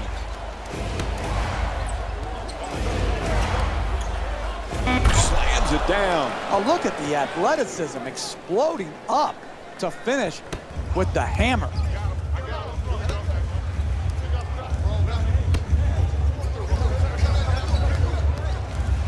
Dragic jumper. That's a 2. The Heat up by 4.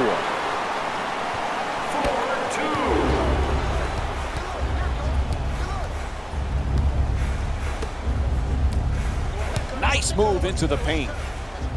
And he throws it down. Hey, sometimes good offense beats good defense. There's nothing to be ashamed with on that possession. That was a well-defended, well-contested shot.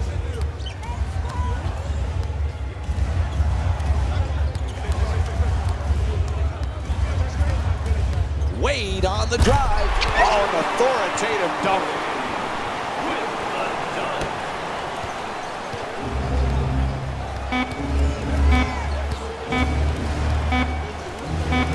It'll count if it goes. Third quarter in the books. Miami's up by 4. We'll have more Monday Night NBA on ESPN after this break.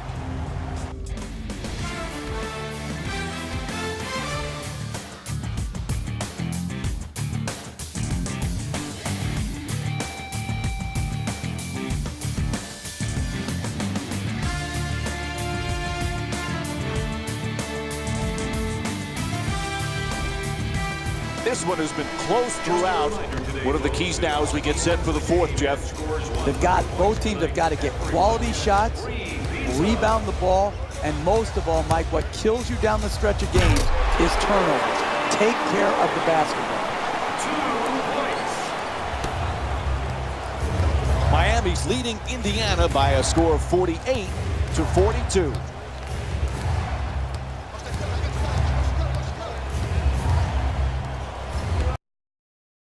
Shot. Stoudemire the rebound.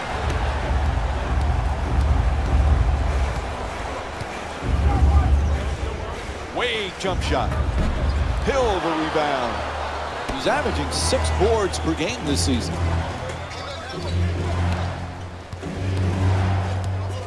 Good play. Gets the steal. Gets past the defender. Quick move to get inside. Goes to the fadeaway. The Heat with the offensive rebound for a second chance opportunity.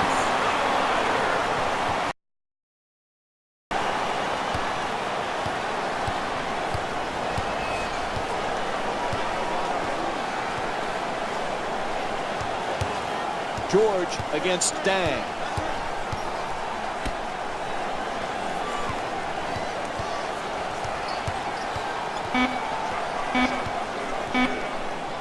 Attacks the basket. Lawson's shot, no good. Hey, that's a tough shot right there. Solid team defense forcing the miss. Nobody near him from long range. And Luol Deng with the pretty shot from 3. He's averaging 12 points per game this season. That's just big-time offensive basketball in the NBA. Searching the open man out, hitting him on time and on target, and then finally capitalizing by making the shot. There's the perfect pick. Gets it up for 2. And Paul George with the nice look sinks it. You're not going to see a better possession in the NBA from both sides of the ball. Good defense, good offense won out that time. Here's the pick. Richardson against Stuckey. Wade jump shot. The Heat with the offensive rebound for a new 24. And we have a foul called against Hill. And Amari Stoudemire will go to the line for the first time tonight. For the Miami Heat, Amari Stoudemire. First free throw, perfect.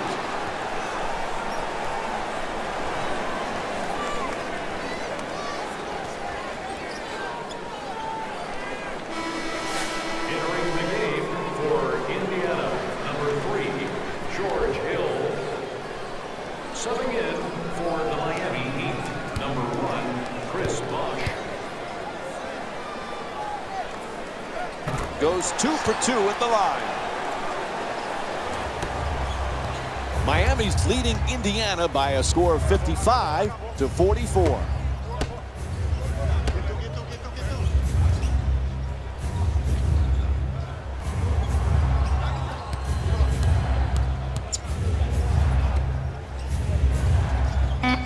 Backing his way down in the post. Oh, he shoots it. Shot won't go.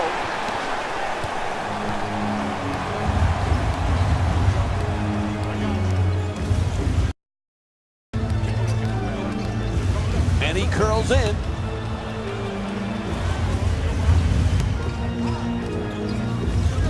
Stoudemire for another attempt. Gets it to go. 13-point lead for Miami.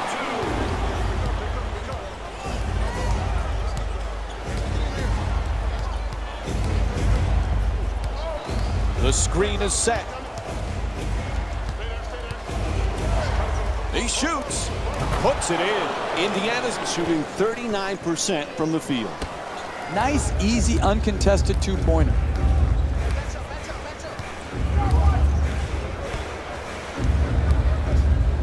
From three-point land. And Paul George with his 5th rebound. Miami's leading Indiana by a score of 57-46. Hill against Stoudemire.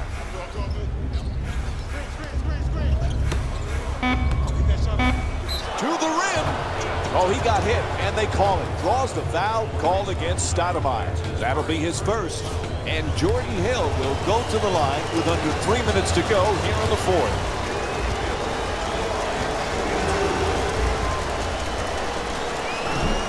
Off the mark on the first free throw.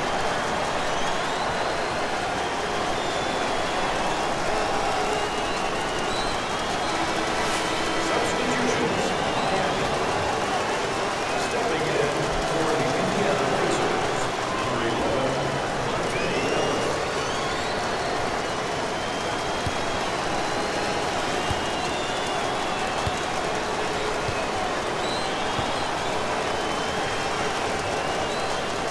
Good recovery, hits the second free throw. Miami's leading Indiana by a score of 57-47.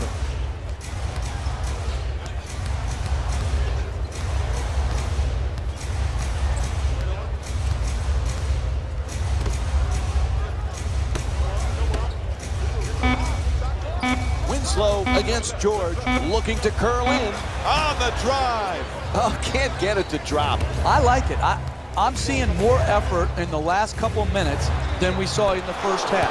It may not result in a win here tonight, but the effort is something they can build on going forward.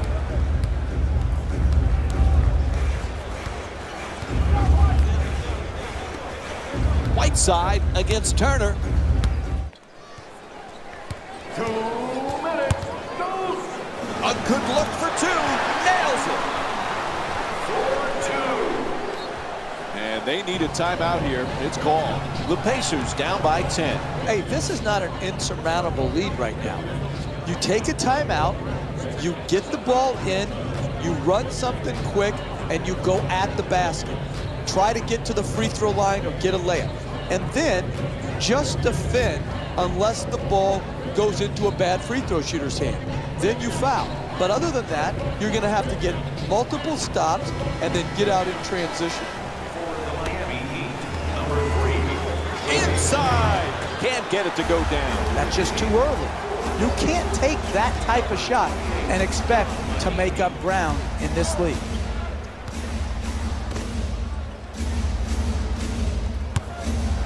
Johnson against Ellis.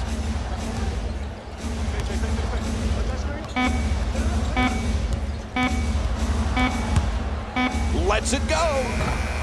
Wade shot off target. We're seeing some outstanding defensive work, forcing the offensive team into late shot clock shots, which are very low percentage.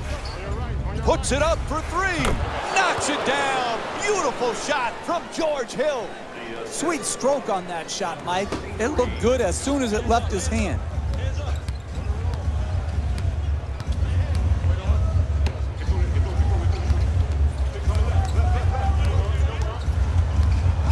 Here's the screen. Gets to the rim. And Indiana's called for the foul. Their second team foul. And he'll head to the line with under a minute to go here in the fourth. No easy baskets, particularly for bad free throw shooters. That's a good foul, smart foul. And he hits the first free throw.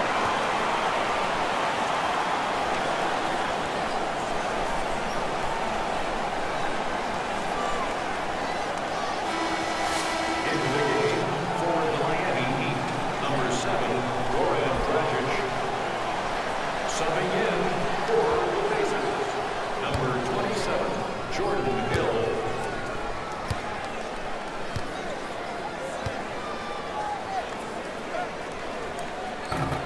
No back-to-back free throws here. He misses the second.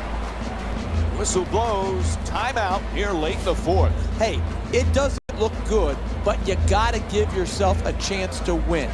Last minute of the game, come out of the timeout, get a quick score or get yourself to the free throw line, and then try to knock the ball loose with your pressure defense.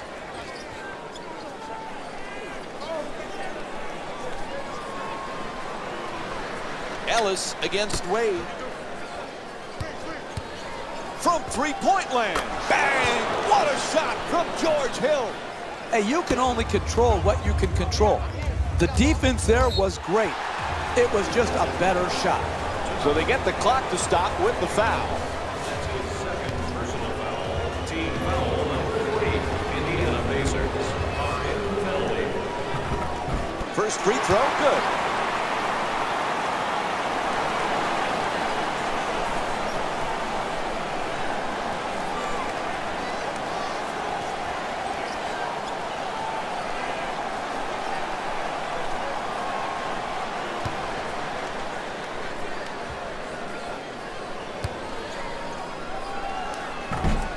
Paul George with a strong rebound.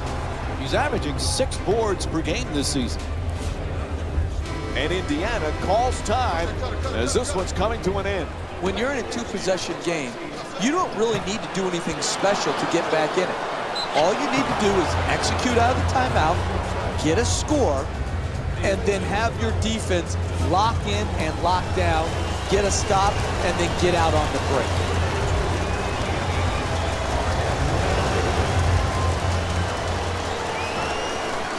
Nope, first free throw won't go.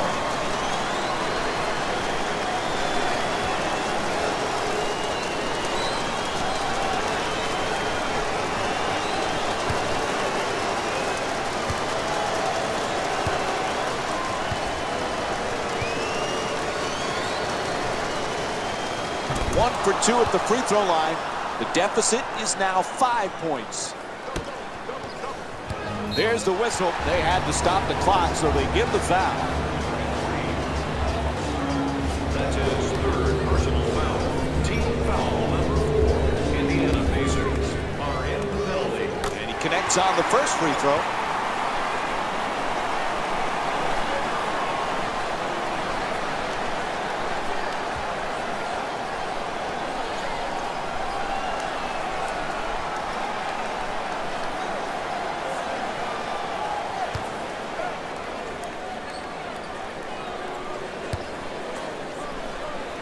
He hits them both. This game perhaps getting out of reach. It's up to 7.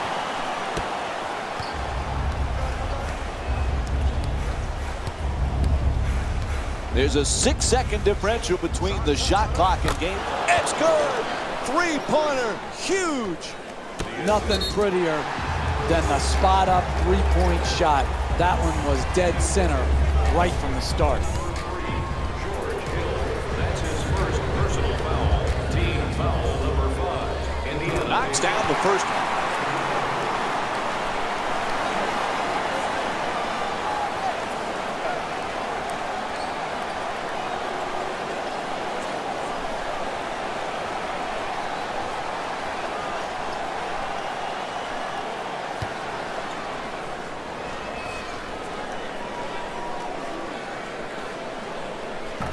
George the rebound. Second one off the mark. He goes 1 for 2. George against Johnson.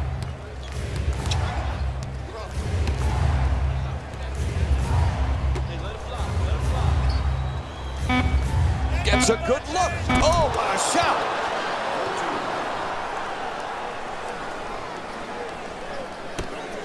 Get him for the foul. They had to do it and stop the clock. There's really no pressure here. When you're up 3 shooting 2 free throws with very little time remaining, all you have to do is make 1 to make it a 2-possession game. First free throw, perfect.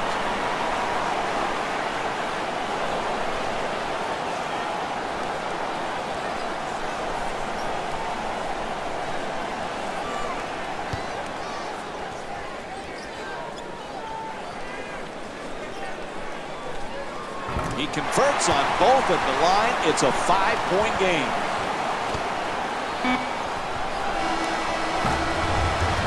The clock runs out and this game is over.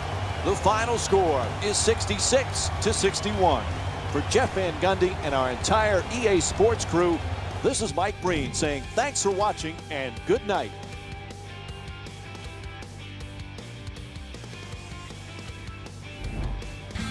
Hey everyone, it's Jalen Rose, and it's time for the EA Sports post-game wrap-up.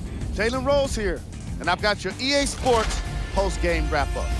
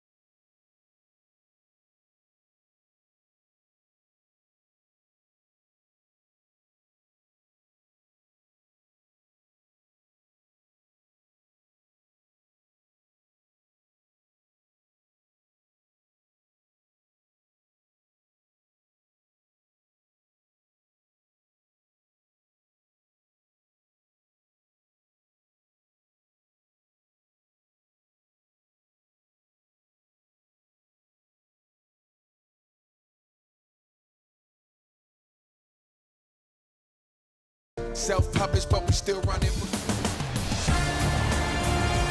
Welcome to Minneapolis, Minnesota, and the Target Center. It's an NBA Monday night on ESPN and EA Sports as we get set for Karl Anthony Towns and the Minnesota Timberwolves taking on Willie Cauley-Stein and the Sacramento Kings. Now, as this one gets underway, what's the game plan here for the Timberwolves? Game planning against Rondo has to be based strictly on the 2 S's, speed and shooting.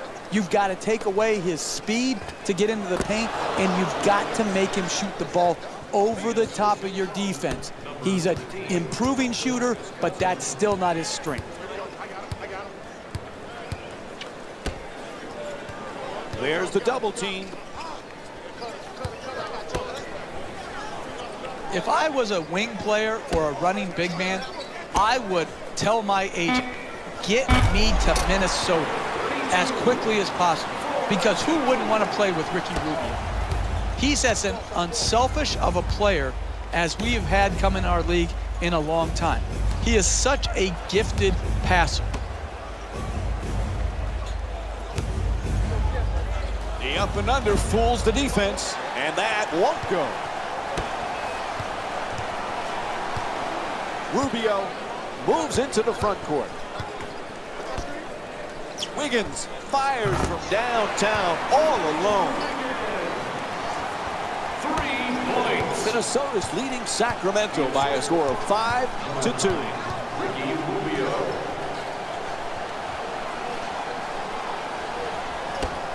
Tries the reverse layup, and Rudy Gay with a nice play. The assist. Number 00.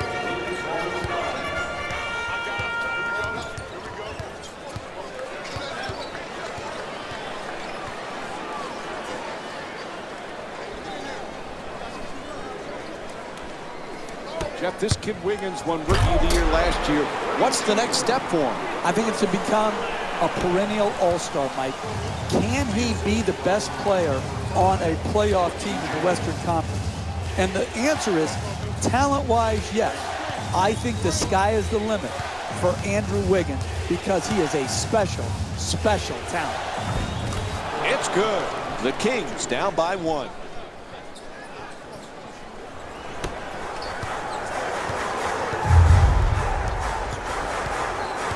Rubio against Rondo.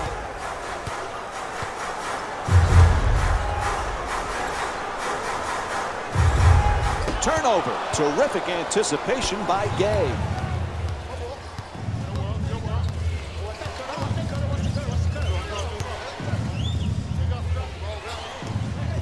Inside. Scores. Nice move. Look, you can't give up layups like that. You got to protect the basket and the paint at all costs.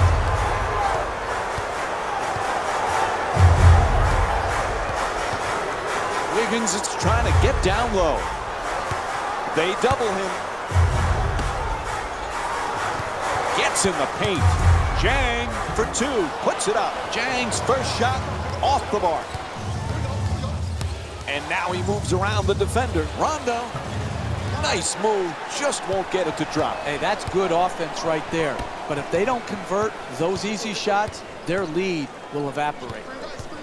Curling in at the rim. Off the mark.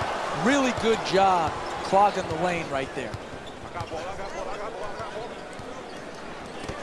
Key for the Kings' chemistry, Jeff. You've got a headstrong coach in George Karl, a headstrong starting center in DeMarcus Cousins, and we know Rajon Rondo is headstrong as well. How's this going to work? It remains to be seen. But they have to get past all of this indecision and change. You cannot constantly change in the NBA and ever become a truly special team. It's not simple, it's not easy, but there has to be a commitment to continuity. Oops, missed the first one.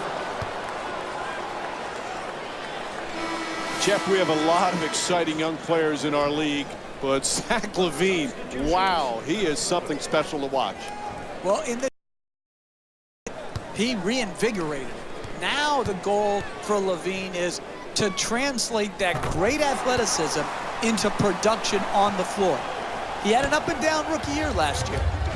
The growth period from first year to second year has to be great. We've got to see it every night. Fires away for 2. Nice job drawing the foul. It's called against Garnett, and he'll head to the line with under 3 to go in the first. Hey, you can't allow easy baskets. You've got to foul these bad free throw shooters, put them to the line, and see if they can earn their points at the charity stripe.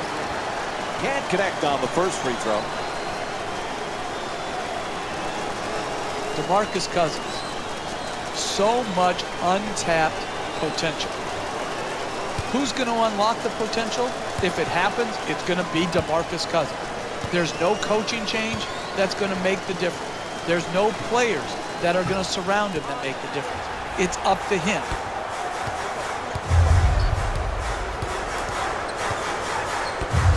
Garnett fires. He's wide open. And Kevin Garnett with a two-pointer. That's what you want. A nice two-point jumper, wide open, knocked it in.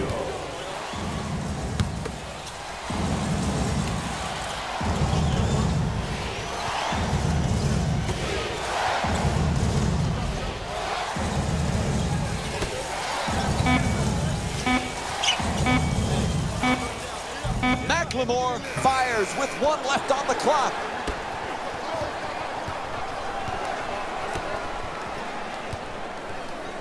Prince fires. And Tayshaun Prince with a nice shot for 2. That's solid basketball right there. Creating an open two-point shot and knocking it home. Rondo against Rubio. I remember Jeff Doc Rivers saying when he coached the Celtics and Rajon Rondo, he felt Rondo could be a great NBA coach. It's hard to tell, but he certainly has the mind to be a coach. Listen, you never know about who wants to go into coaching and who wants that lifestyle and that life of misery. But if Rondo loves to be miserable, then coaching is the occupation for him. Garnett's jump shot won't go.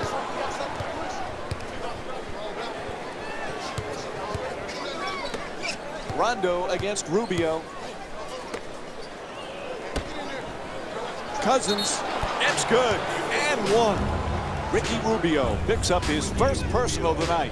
Absorbs the contact, finishes the shot, and now works his way to the free throw line. And he does it, a 3-point play. Sacramento's leading Minnesota by a score of 15-12.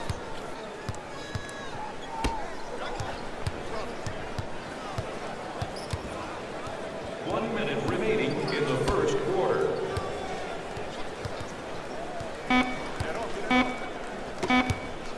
Fires the 3 with 2 left on the 24. Rubio fires away.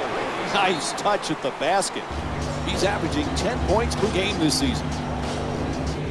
Late here in the opening quarter, we have a timeout.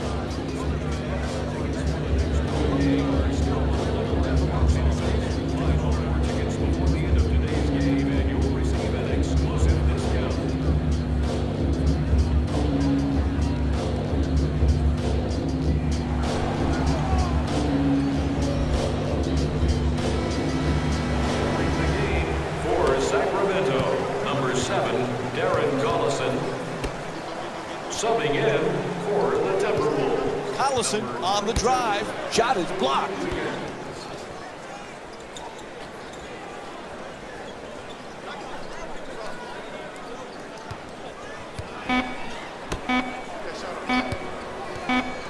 Fires for 2. The Kings with the offensive rebound for another possession. And a nice finish at the basket.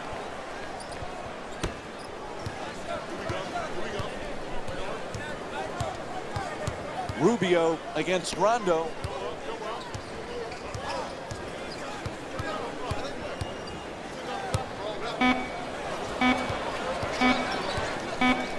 At the buzzer.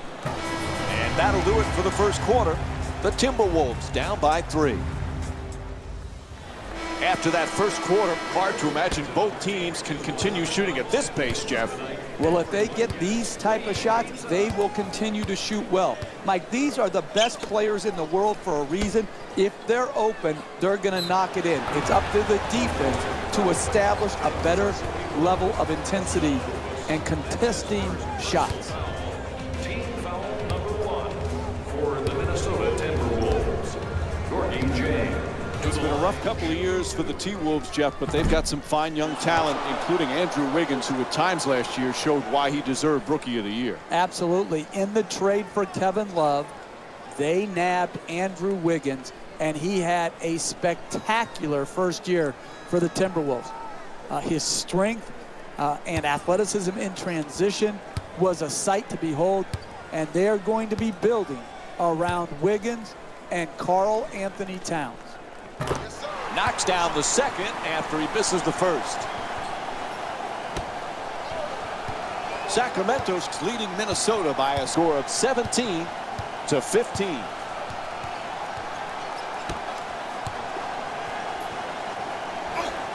Nice adjustment.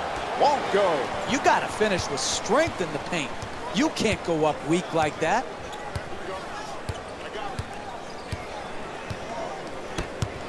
Oh, and he throws it down. Oh, that's a sweet finish right there. Dunking the ball with strength and force. Levine.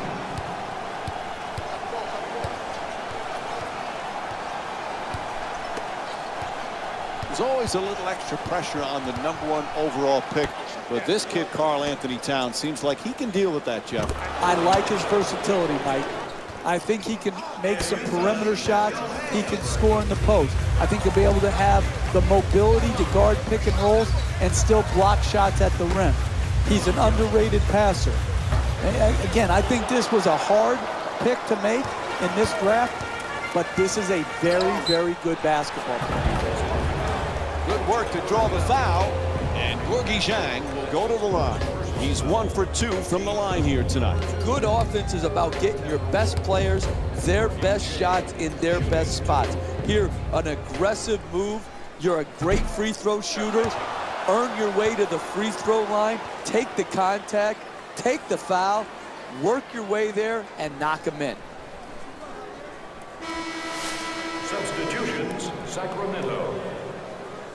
Certainly not the player he used to be, but having Kevin Garnett in the locker room, on the practice floor with all this young talent, that's going to be a big bonus for Minnesota, Jeff. Kevin Garnett has often and always been lauded by his coaches as one of the best, if not the best practice player they have ever seen. You are going to feel the Kevin Garnett impact on the Minnesota Timberwolves this season.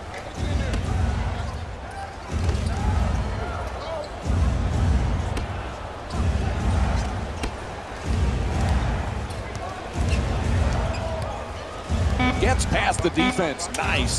To the reverse. Gets it to go. 3-point lead for the Kings. That's just a nice layup right there.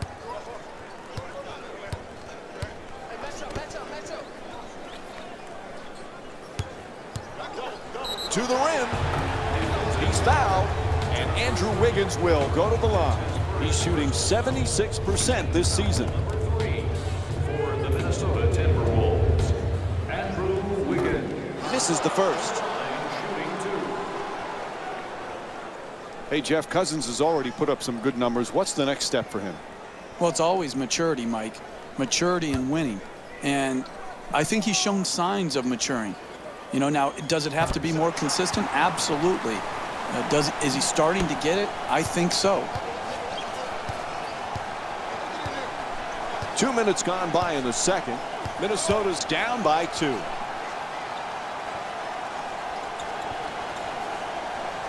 Wide open for 3.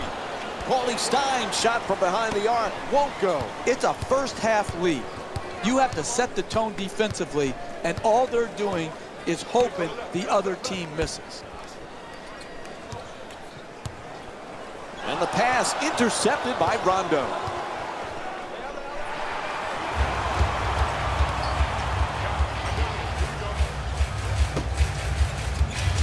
Dieng has the double team close in to the rim. Knocks down the shot.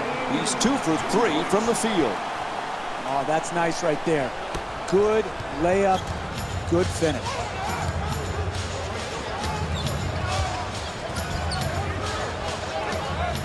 Lazy pass easily stolen by Wiggins. 3 minutes gone by in the second, and it's a tie ball game. Dieng fires yet again. Nails it. And Gorgui Dieng with 8 points here in the second. Number 8, Zach LaVine. So many young players for Sacramento. DeMarcus Cousins, the talent is off the charts. But can he mature both as a person and as a professional? Well, that's really a question for DeMarcus Cousins. How bad does he want to be a great player? What's he willing to change to get to where he wants to be?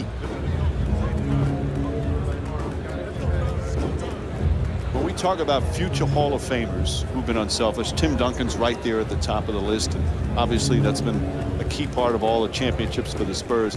Kevin Garnett's in that category, a guy who could have scored a lot more, but was always team-oriented, even when he was at his very best. He wasn't wired to be a hungry scorer. And Mike, what we don't give enough credit to is the sacrifice of screen setting. Garnett was one of the most willing screeners we've seen from the big men position. Misses that one.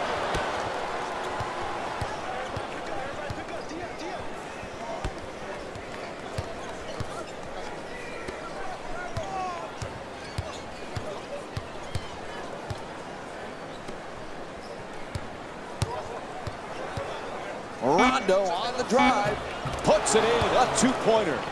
I love back and forth games, tight games, because what you see, Mike, is who has the poise and the precision to execute under the duress of the tight, hotly contested matchup. The whistle and a foul called against Cousins. Picks up his first personal. And Ricky Rubio will get to the free throw line to shoot. He's 1 for 2 from the line tonight. Hey, good offense is about getting the ball in your best players' hands in their best spots.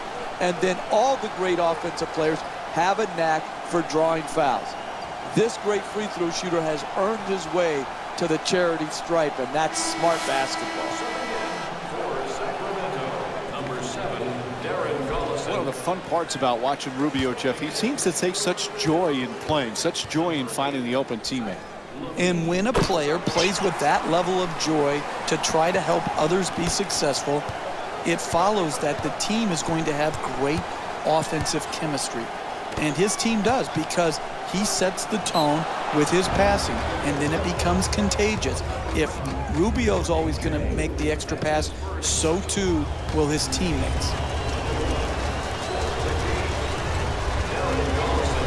Well, there's no question Sacramento, one of the more interesting teams this year, Jeff, because of all the different changes they've had.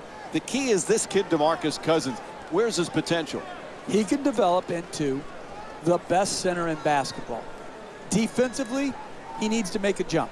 Cutting down his turnovers needs to improve. But DeMarcus Cousins and his talent is unquestioned. Good free throw shooting, knocks down a pair.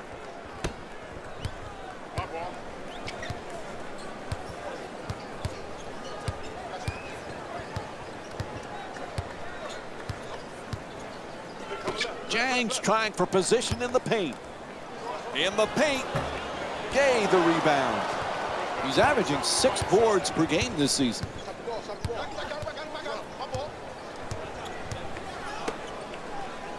Collison against Rubio.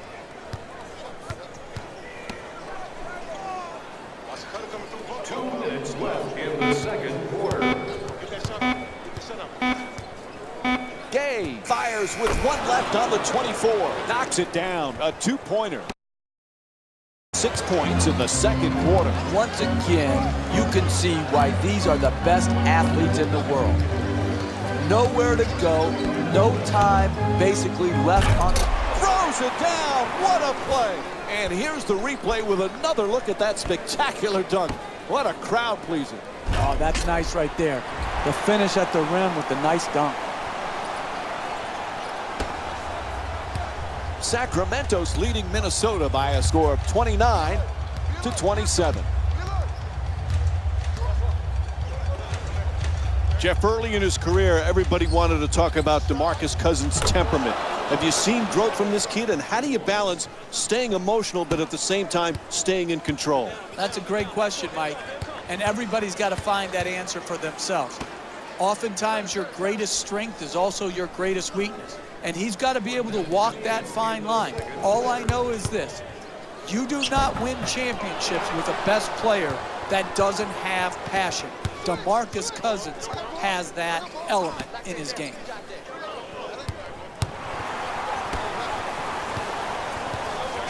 Jang's looking to operate from down low. Rubio on the drive, able to knock it down. 2 points. Sacramento's leading Minnesota by a score of 31-29. Rondo against Rubio.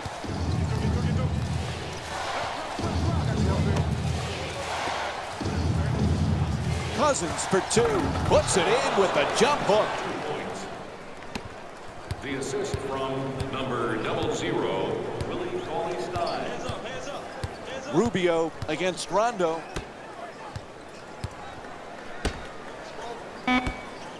Puts up another shot. Good finish inside. 4-2. The assist. Quarter coming to an end. He fires it up. That's it for the first half. The Timberwolves down by 2. We'll be right back. Welcome back to the Target Center for the second half. Along with Jeff Van Gundy, Mike Breen on hand. Minnesota's in the midst of another tight contest. They've been playing from behind the whole first half, but they're really right there. But you need somebody to step forward offensively to carry the load, carry the burden, particularly if it's close down the stretch in the fourth quarter. Who is it going to be? Fires away for 2. Gets that one to drop.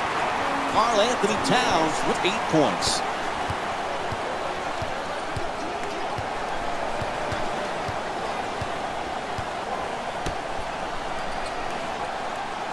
You know, Jeff, a lot of people feel the traditional center is a thing of the past in the NBA. DeMarcus Cousins has proven those people wrong. Well, DeMarcus Cousins could be arguably the most gifted center that we have in the game right now. He's got some issues defensively. He has some turnover problems at times. But as far as the combination of brute strength and great skill, he's got everything you need. This guy is an absolute handful on the offensive end of the floor.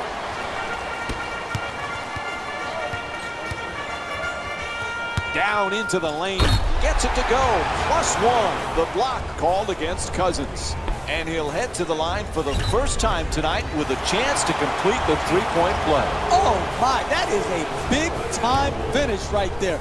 Finishing through contact for the possible three-point play with a hammer dunk. They'll stop it right here. Here's a timeout. The Kings down by 5. Rondo, Jeff, without question, one of the most unique players in the NBA. Well, think about it. When a guy has struggled to shoot the ball from range, you can count on one hand the number of perimeter players that have developed and has been as great as Rondo has been, even when they struggle with range shooting. Rondo walks it across.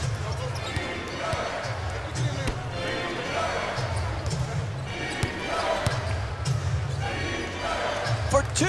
That's good. Sacramento's shooting 61% from the field. Number 8, Rudy Gay.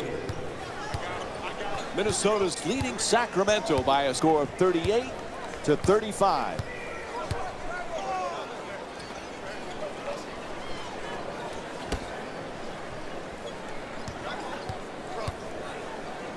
Anthony Towns against Cauley-Stein. Wiggins fires with 2 on the clock. Strong rebound by Cousins.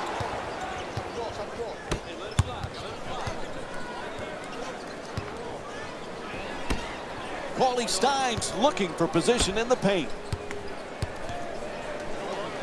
Cousins, he says no, but the ref says foul. Called against Wiggins. Sacramento's 3 for 5 from the line.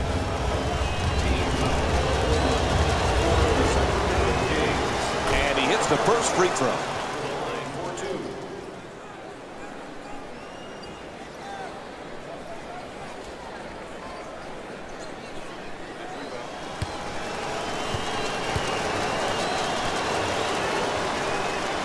Able to convert on both free throws.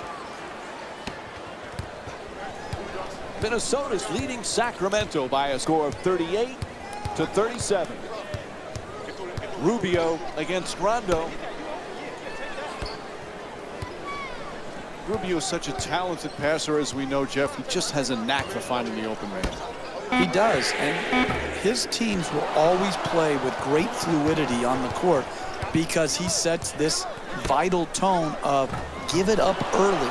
Like, it doesn't even have to be an assist pass. Sometimes he's just throwing the ball ahead to the first open man, and that leads to someone else getting an assist. So don't just quantify Rubio with his assist numbers. Appreciate his entire unselfish attitude.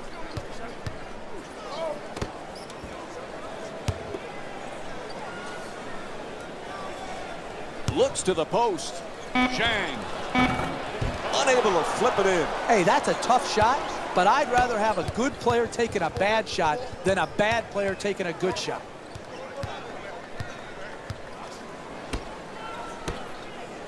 Cousins.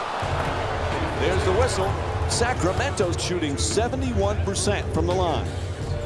That's his second personal foul. Team foul number 2. Off the mark on the first free throw.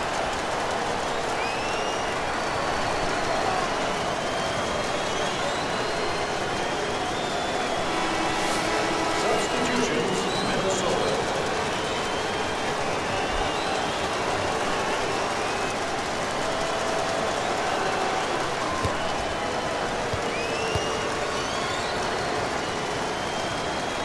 And he's able to hit the second after missing that first one. Everybody clap your hands. Wiggins is looking to do damage in the paint. Rubio's such a terrific passer, great hands defensively. If he could ever get a consistent score, the goal and the foul. And Andrew Wiggins will go to the line looking to complete the three-point play. That's great athleticism right there. Absorb the contact to the line. Rondo coming across. Throws it down. What a play. And basketball's a game of runs. This game has been no exception. It's been back and forth, and it's giving the fans the kind of up and down, back and forth action that keeps them interested. Goes to the goal. Gets it to go. And the foul. And Andrew Wiggins will go to the line with under 3 minutes to go in the third. Absorbs the contact, finishes the shot, and now works his way to the free throw line.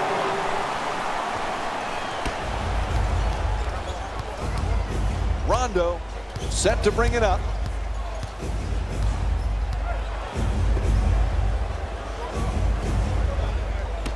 Minnesota's leading Sacramento by a score of 44-42. The assist from number 00, Tony Cauley-Stein.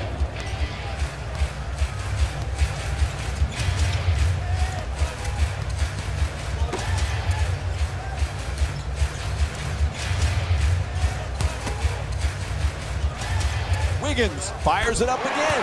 That's good. A two-pointer. You need guys who can make shots under duress and pressure. That was a well-defended possession, but that man stuck it even against the best defense. Rondo from downtown. Misfires on the three. Some might question that shot right there. I like that shot. You have a great player who's a great shooter. I like the creativity. He just missed it. Screen set nicely. Shoots it for two. He puts it in. Timeout. They need a full timeout right here. What's the thinking here?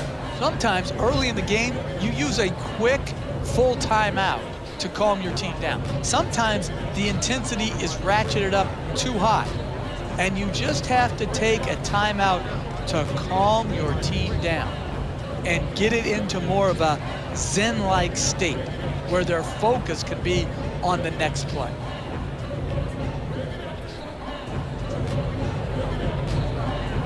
Jeff Rajon Rondo, one of those guys who hates to lose, competitive no matter what he tries, but that's part of his excellence as a player because he's such an intelligent player. Well, his makeup, people talk about stubbornness. You have to have a certain amount of stubbornness to succeed in this league when it's so competitive and so many people are saying you can't accomplish your dream of being an NBA player. Jeff Rondo, one of those guys, Kawhi Leonard, another, has enormous hands, and it's really, both of them use it to their advantage, especially on the defensive end. Yeah, that extra length that the large hands present and the ability to deflect and steal and ignite transition opportunities, those guys use their God-given abilities exceptionally well. Wiggins jumper. Cousins the rebound.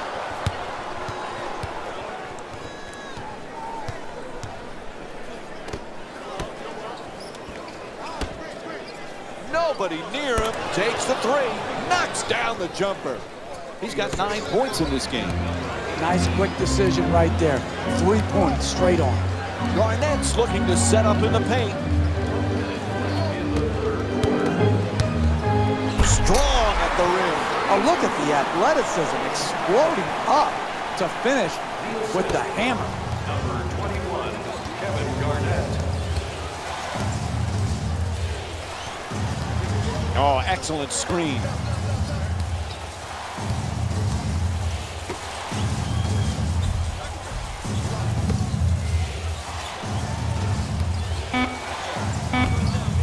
Shot clock down to 3. That's a three-pointer. Not able to hit from downtown. Unable to flip it in. Hey, that's a tough shot right there. Solid team defense forcing the miss.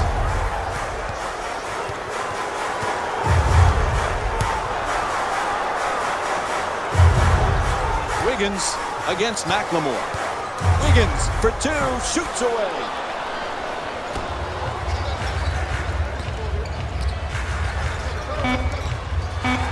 To the paint. Final seconds. 3/4 complete.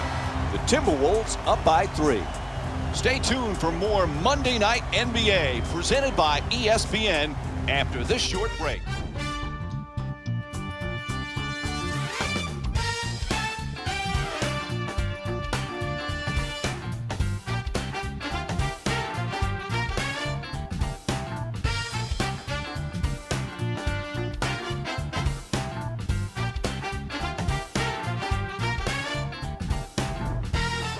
Fourth quarter set to begin. Can they possibly keep this pace up? What an offensive display. Both teams have been offensive juggernauts so far in this game. And yes, if they continue to get these type of shots, they will have a great opportunity to keep scoring the ball the way they have been. Stops are critical, though, to try to win this game down the stretch.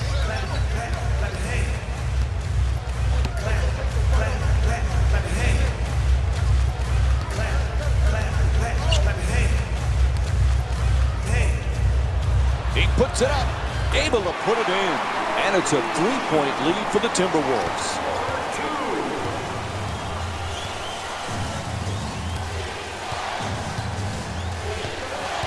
Collison against Rubio. To the rim.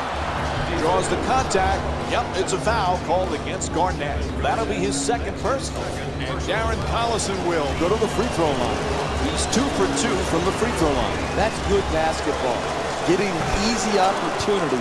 They fouled you, but now you have one of your strongest free throw shooters going to the line.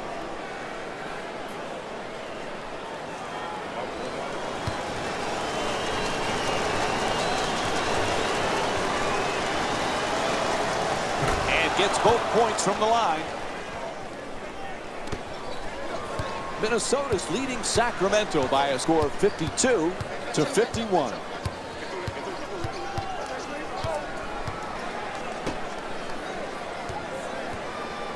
Anthony Towns jump shot. Oh, he knocks it down. 2 points. Collison bringing it up here.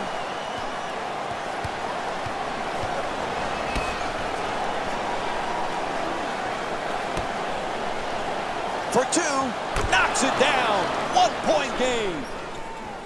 The assist from number 23.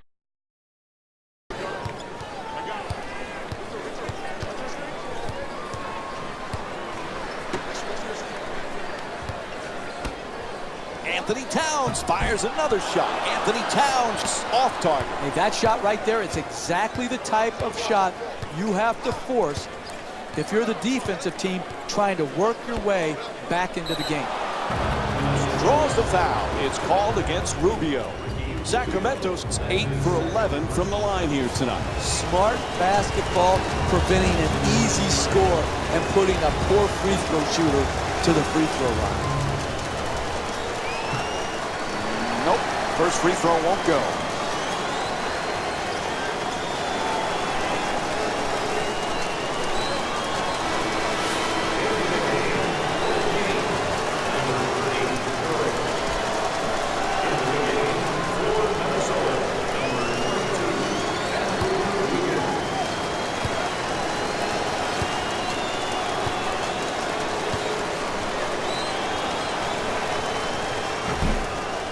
Another missed shot from the free throw line. Boy, is he struggling.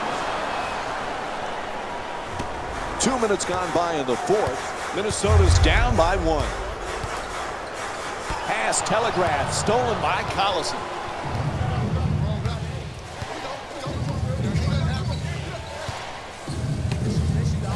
Fires from downtown. That's good. Sacramento's 2 for 8 from long range. Oh, that's a look at that balance, arc, and follow through. Wiggins jumper. That three-pointer off the mark. Don't tell me you want to win. Do the work that's required to win. Close out and prevent these open shots late in the second half of a close game. To the basket. Whistle blows. It's a foul. And he'll head to the line for the second time tonight. No easy baskets, particularly for bad free throw shooters. That's a good foul, smart foul. Oops, missed the first one.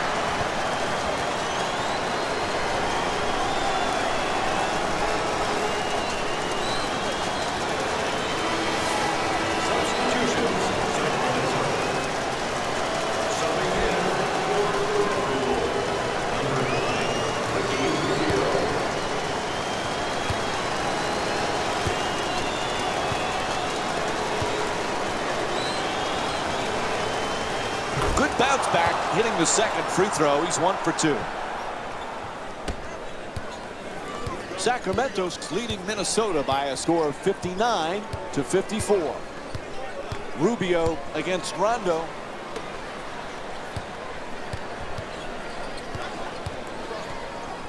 For 2, nails it. 3-point game.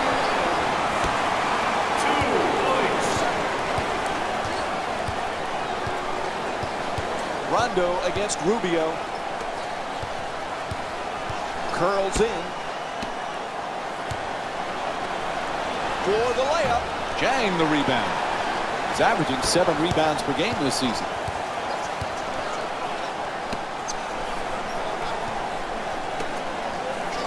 A ferocious slam. Oh, that's a sweet finish right there. Dunking the ball with strength and force.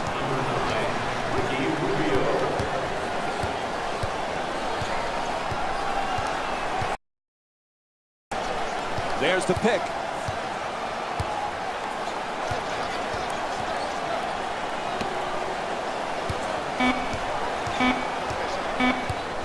Gay fires with 2 on the 24. Puts it in. That's a 2-pointer. 3-point lead for the Kings. That's pure talent right there. To be able to make something out of nothing. Good defense, better offense. Oh, that's nice right there. The finish at the rim with the nice dunk. The assist from number 22, Andrew Wiggins. To the basket. Ref blows the whistle. He's got a foul. Gorgui Dieng picks up his second. And Rajon Rondo will get to shoot free throws for the first time in the game. That's smart, sound, solid basketball. Putting a bad free throw shooter to the free throw line instead of allowing him an easy attempt. Entering the game for the Sacramento Kings, number 15, DeMarcus Cousins. Subbing in for the Timberwolves, number 8, Zach LaVine. And Rajon Rondo with 6 points. Sacramento's leading Minnesota by a score of 63-60.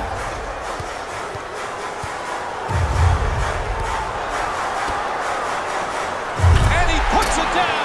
In close games, you cannot allow the dribble to break you down and get right to the basket. The individual defender has to do a good job, but the help defense is late as well. Great defense for the steal. What was he thinking on that play?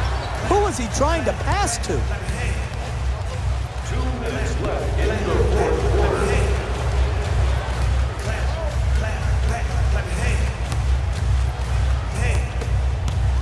Strong to the goal, and he draws the foul. And he'll head to the line with under 2 to go here in the fourth quarter. It's hard to score in this league, but you have a better chance if you're a great free throw shooter to do it at the free throw line. This is good basketball right here. Be aggressive, take the contact, and get to the free throw line. For Sacramento, number 00, Willie Cauley-Stein.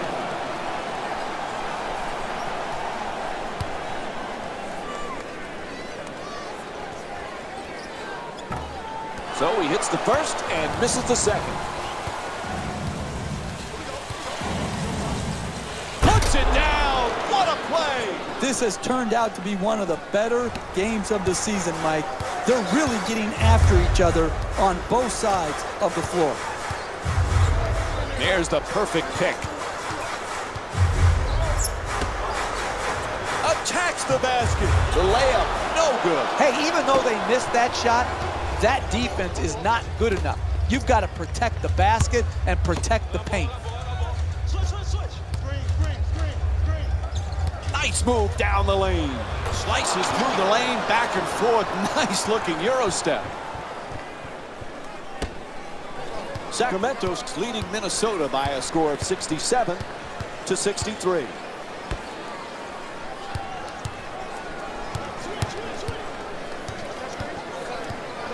To the rim, knocks it down. It's a 2-point game. That's just a nice layup right there. 4-2.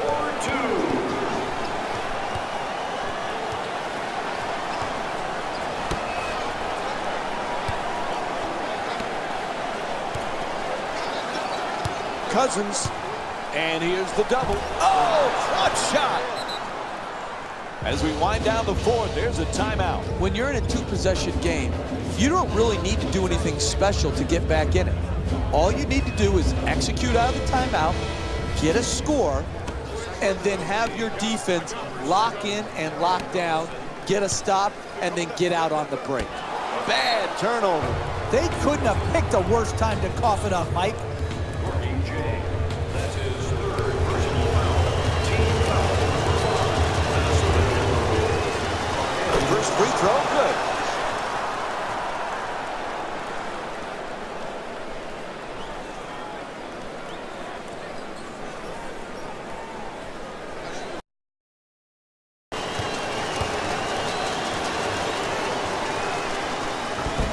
One for 2 at the free throw line.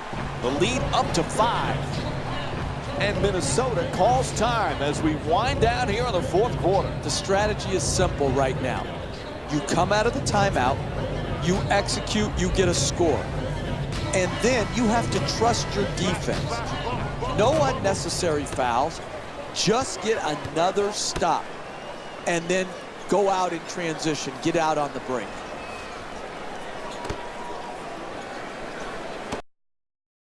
Trying to get down low. Defense nowhere around. A three-pointer. Had to do it there. They stopped the clock with the foul. To number 32, Karl Anthony Towns. For the Sacramento Kings, Rajon Rondo to the line, shooting 2. Can't connect on the first free throw.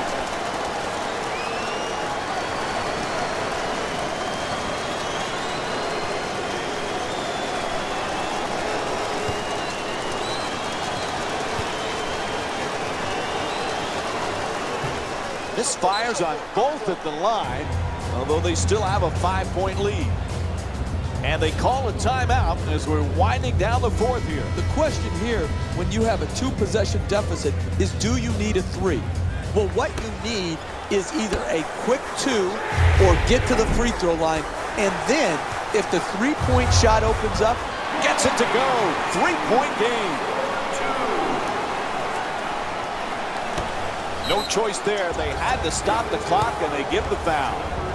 Up 3, you need at least one of these 2 free throws to make it a 2-possession game and basically in any chance of a comeback. And he connects on the first free throw.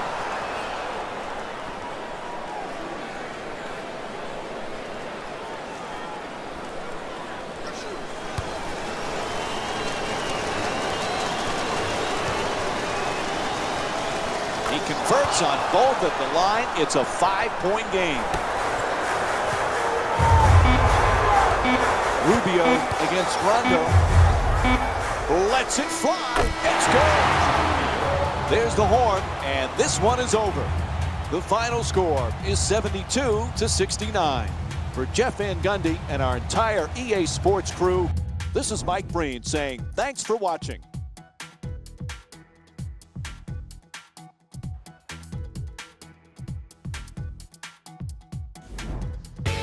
Here we go with the EA Sports post-game wrap-up.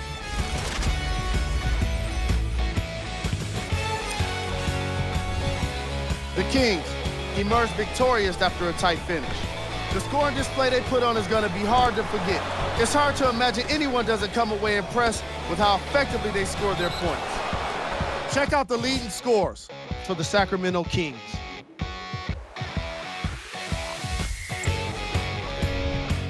The Timberwolves must be devastated after such a close loss. The way they shot the ball was outstanding. But even still, it wasn't enough to get the result they wanted. More often than not, you're going to win games when you shoot the ball as well as they did here today. On behalf of ESPN on EA Sports, I'm Jalen Rose.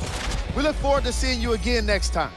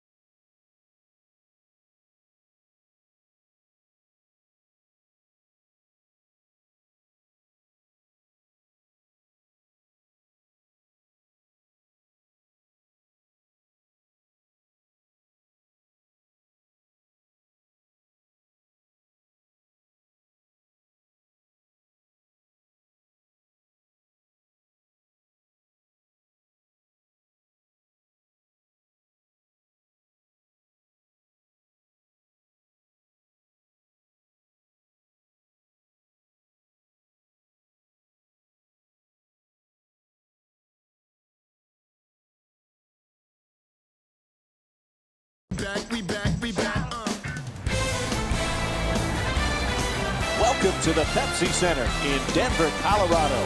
It's an NBA Monday night brought to you by ESPN on EA Sports as we get set for a Northwest Division matchup between the Denver Nuggets and the Portland Trail Blazers. All right, as this game gets underway, what is the key to success for Denver here tonight? Damian Lillard, to me, for the Portland Trail Blazers, was one of the great draft picks in recent memory. Remember, the Brooklyn Nets traded that pick for Gerald Wallace, and Lillard, to me, looked like he belonged from game one. His first field goal off the mark. Pass intercepted by Lillard. The Trailblazers coming off a tough loss in their previous game against Golden State. Jeff, they struggle in a lot of areas, but what stood out the most? Seriously, Mike, what's up with these guys? They didn't close hard to the three-point line. What is up? That's how they lost. Guard the three every night. Moutier's trying for position in the paint. Nice finish around the rim. He scored 12 points in their previous game against the Portland Trailblazers. The Blazer fans still waiting for another championship. It's been a long time since that 77 team coached by the great late Jack Ramsey. But this team has the young pieces in place that gives fans hope for a possible title. I agree. They play Jack Ramsey type basketball, passing, moving, sharing the ball.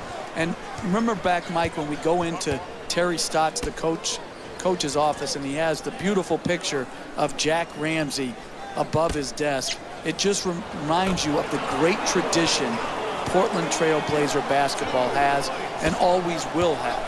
The assist from number 15, Nikola Jokic.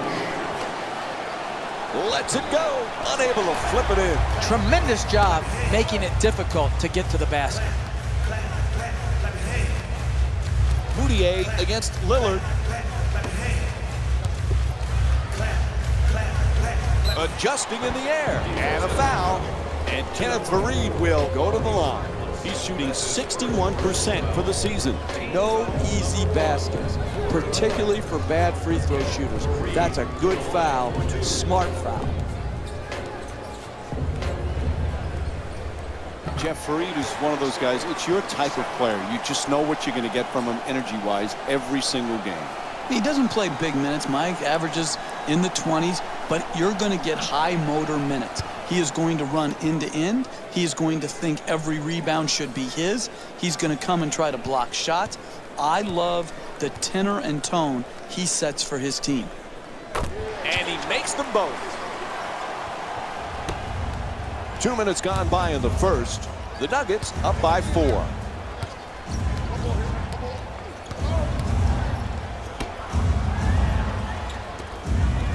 Puts it down. Oh, look at the athleticism exploding up to finish with the hammer.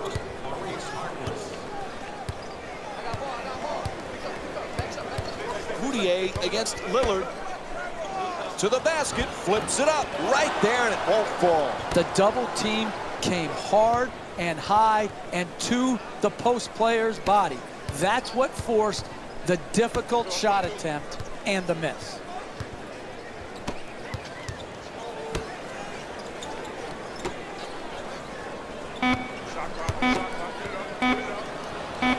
Portland with Lillard has been a playoff team, Jeff, but you lose Lopez, Aldridge, Batum, and Matthews. How does this team stay in contention to get a playoff berth? The short answer, Mike, they don't. They don't. They're not good enough. Terry Stotts, a terrific coach. Damian Lillard, an all-star point guard. But you go down that starting lineup, and they just don't have enough punch to compete in the Western Conference. It's going to be a growing year in Portland, and hopefully a good one.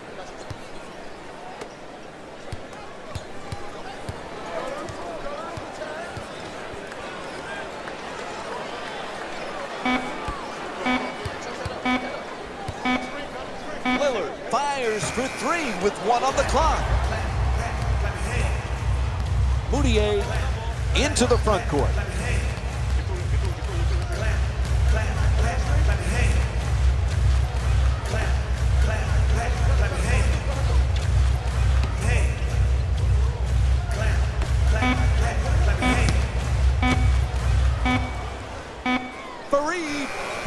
Hits on the inside. Kenneth Faried with 6 points.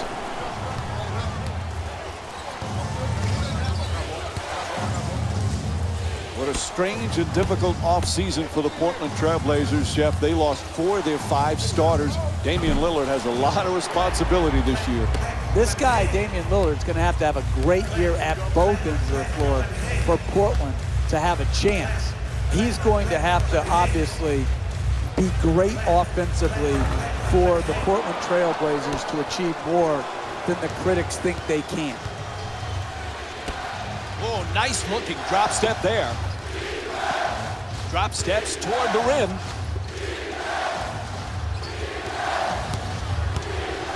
Gets to the rim, and Mason Plumlee with the bucket. Timeout call. They need a 20. That's nice body control right there on that layup. Good finish.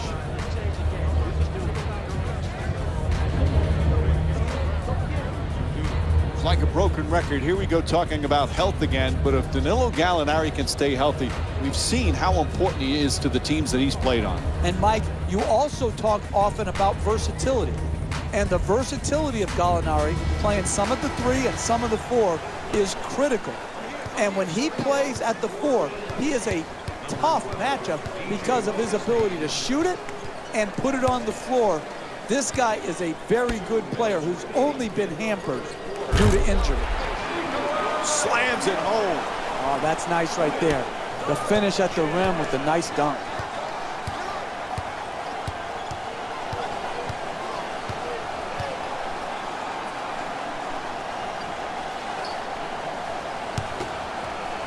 Puts it up.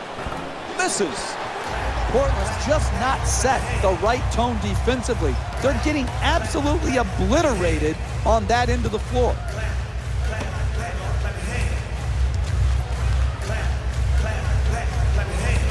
Gallinari's looking to operate from down low. Gallinari fires away for 2. And Danilo Gallinari with a nice look. Sinks it. He's averaging 19 points per game this season. From number 35, Kenneth Faried.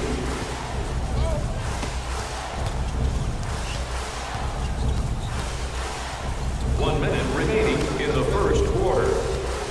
Lillard on the drive. Inside. The Trailblazers with the offensive rebound to keep it alive. Denver's leading Portland by a score of 12-8.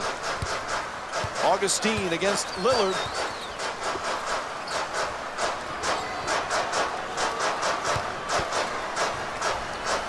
Puts it up. He gets it to go. Beautiful pass. 4-2. The assist from number 35, Kenneth Faried. Wide open for 3. The Trailblazers with control on the rebound. Nice touch at the basket.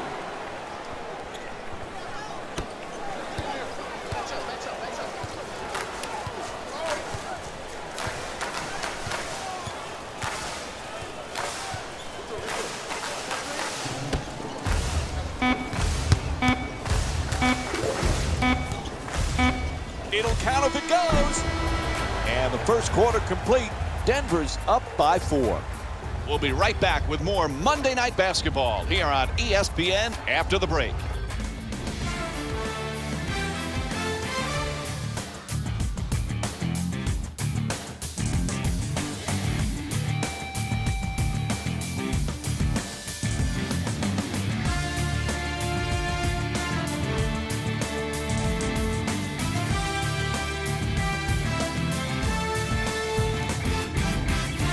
Pretty solid basketball here in the first quarter. It's been kind of a feeling out process for both sides. Both sides have done a great job, Mike. Individual games, good start for both squads. At the rim, and Wilson Chandler with a nice play.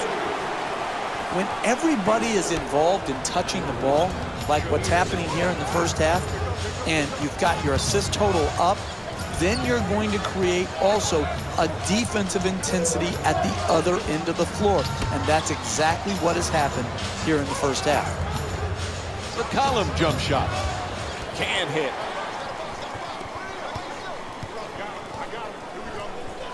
Adjusting on the shot. Nelson's first shot won't go. The NBA game is a long game. You may be down now, but if you string together 3 or 4 good possessions at both ends of the floor, you can be right back in it. Henderson's off the mark from three-point land. Nelson against McCollum.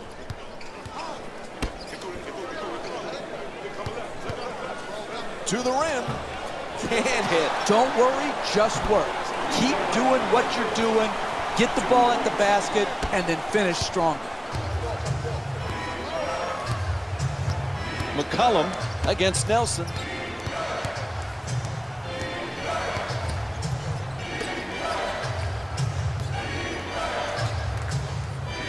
Lets it go for 2. And C.J. McCollum with the bucket. He's averaging 20 points per game this season. Hey, you can only control what you can control. The defense there was great. It was just a better shot.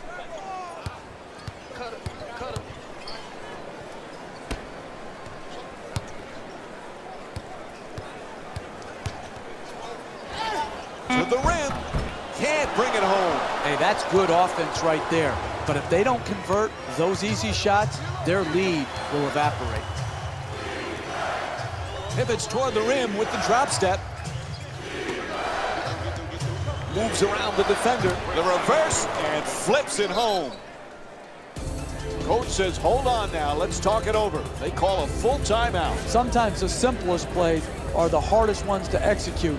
Good layup.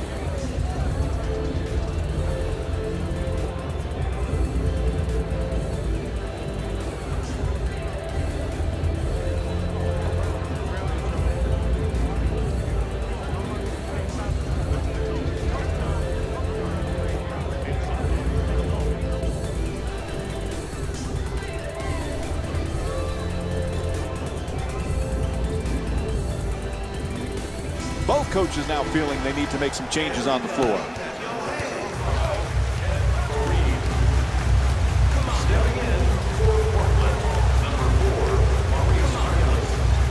Freed's looking for position in the paint.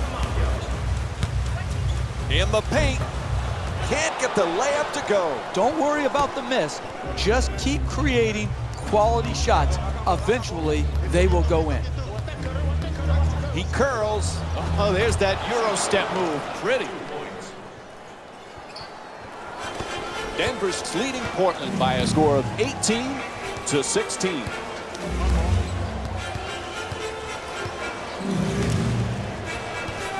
Gets inside. Telegraphed that pass for the turnover. McCollum against Chandler.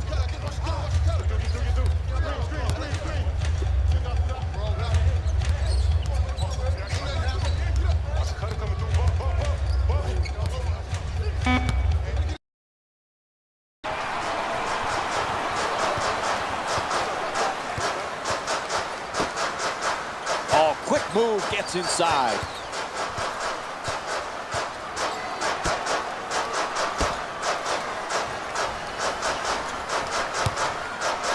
It's out of bounds. Changes on the court right now from both teams. Into the game for Denver, number 0. Nuggets fans excited about this kid Mudiay, Jeff. This young talent is going to be something special. With Ty Lawson traded, Mudiay has the ability to get big minutes and play through his mistakes. And for any young player, that is critical. He has the right type of game and attitude to improve at a rapid rate. And I think Denver may in drafting the young Emmanuel Mudiay. Goes to the goal. An easy layup, but it won't go. Another good quality attempt at the basket. Unfortunately, they missed it. It's good. Three-pointer. Portland's 1 for 4 from three-point territory. 3-ball, corner pocket.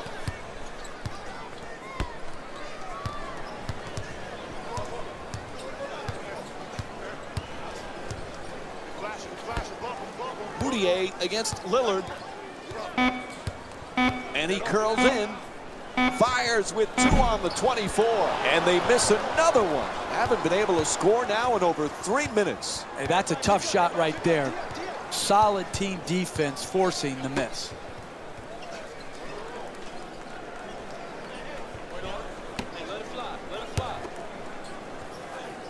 Plumlee for 2. Knocks it down. And Mason Plumlee with 6 points. Number 0, Damian Lillard. Nice move into the paint.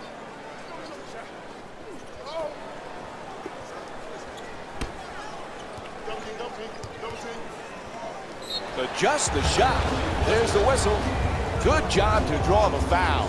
And Kenneth Faried will get to shoot up the free throw line. He's 2 for 2 from the line tonight. Smart basketball, preventing an easy score and putting a poor free throw shooter to the free throw line. Knocks down the first one.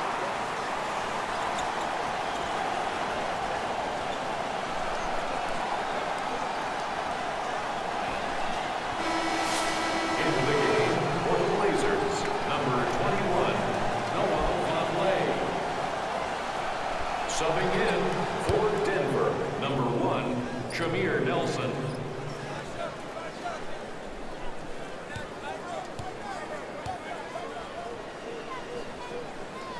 Goes 2 for 2 at the line. Portland's leading Denver by a score of 21-20.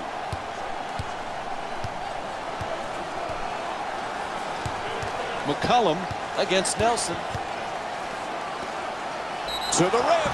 Yep, he hit him. A foul called against Mudiay. That's his first. And Noah Vonleh will go to the line with under a minute and a half to go in the second. First free throw, perfect.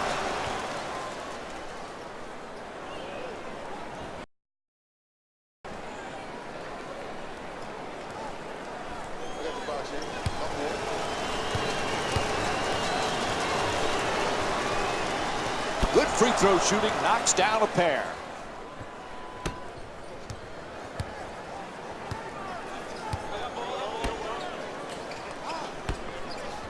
Mudiay against Lillard. Faried's looking to do damage in the paint.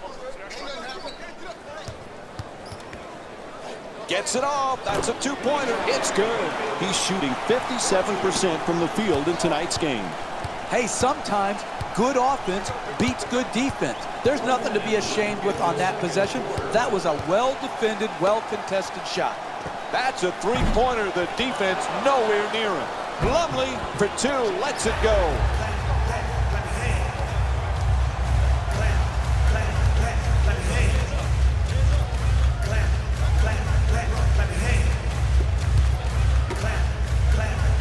Tries to adjust the shot, no doubt about it. He hit him. It's called against Plumlee, and he'll head to the line to shoot 2. Hey, you can't allow easy baskets. You've got to foul these bad free throw shooters, put them to the line, and see if they can earn their points at the charity stripe.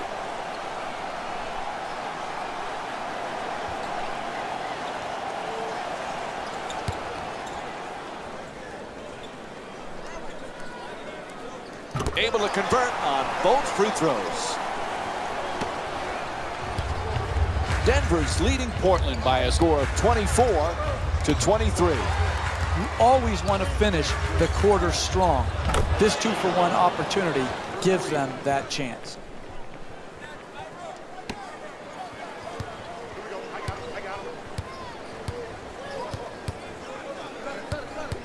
Mudiay against Lillard.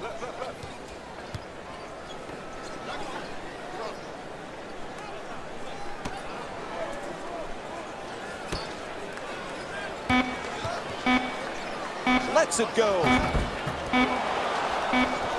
Time winding down, he just flips it up. And that'll do it. First half comes to an end. The Nuggets down by 2. Stay with us for more NBA on ESPN Monday after halftime. It's time for the Rose Report at halftime, and it's brought to you by EA Sports.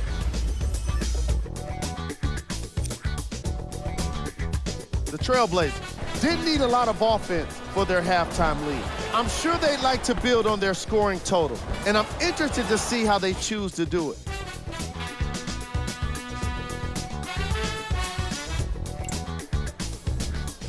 The Nuggets are within striking distance at the half. They've been getting most of their scoring from around the rim, and that's what they must continue to do in the second half. I believe that's how they can win this game. These are the guys getting buckets for the Denver Nuggets.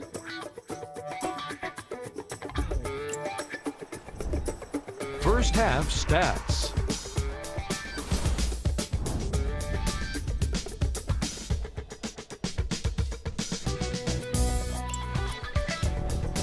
Player of the half. McCollum leads all players in points and makes for an obvious choice. Of course, what stands out the most was his ability to nail 3 after 3. He didn't miss a single one, and in the process, really put on the show.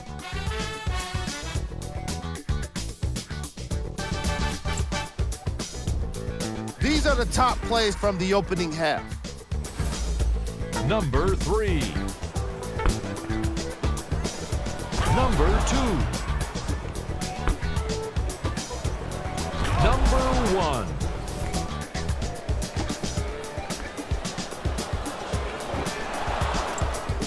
Thanks for joining us for the halftime report. The second half is about to get started. Welcome back to the Pepsi Center. For Jeff Van Gundy alongside me here tonight. Mike Breen on hand. Denver's in another close ball game as we get set to start for the second half, but they did some nice things in that first half. They're down, but they're in good position. I like what they did defensively in establishing a tone going into the second half. Unable to bring it home. Denver is not having the kind of offensive consistency you need to win in this league. They just can't seem to get into a rhythm.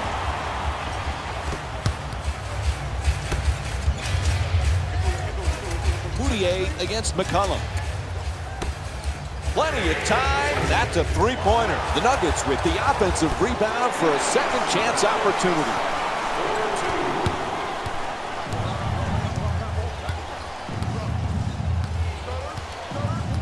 Here's the pick.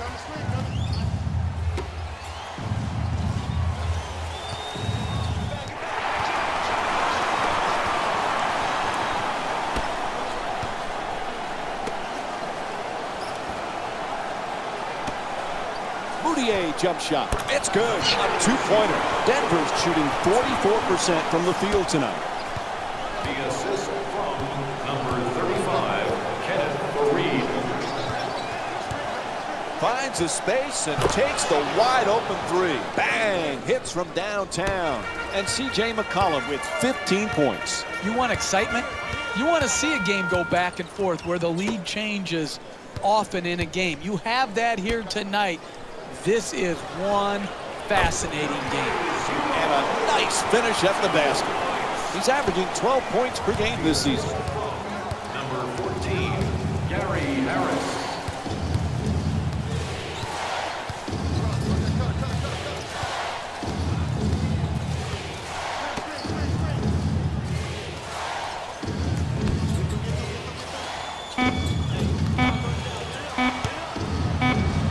Just on the way to the rim, off the mark from point-blank range.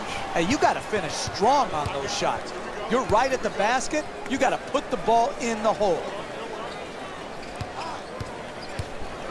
Denver's leading Portland by a score of 30-29.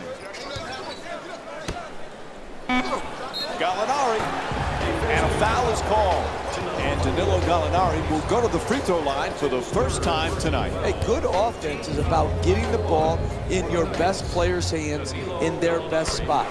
And then all the great offensive players have a knack for drawing fouls. This great free throw shooter has earned his way to the charity stripe, and that's smart basketball.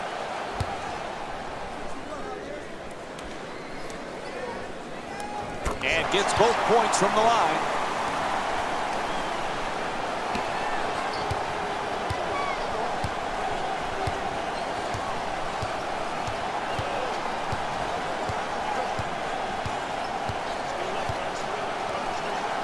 Sloppy play.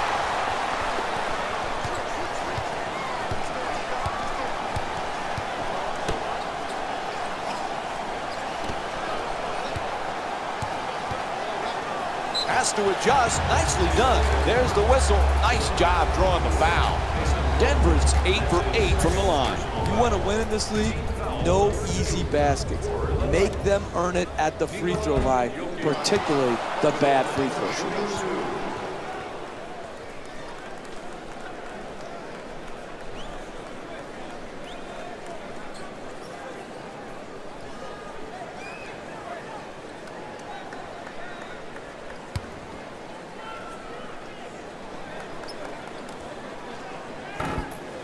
Misses the second as well.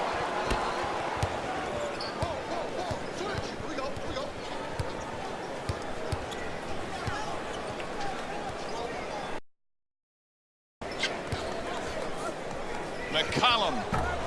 Jumper off the mark that time. Some might question that shot right there.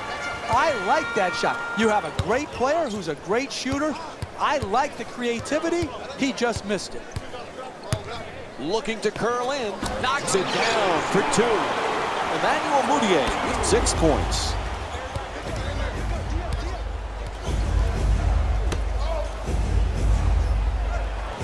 The screen is set. McCollum for 2 again here. Fareed, the rebound. Jeff Fareed was born to rebound. NCAA Division I record holder for most career rebounds. He broke Tim Duncan's record. The guy's done it in the NBA. He just knows how to grab boards. Yeah, and it's one skill, Mike, that usually translates from college to the NBA. If you have a nose and knack for the ball from a rebounding perspective, it usually carries from one level to the next. It has here with Fareed, still an outstanding rebounder, even though he's a bit undersized for a power forward.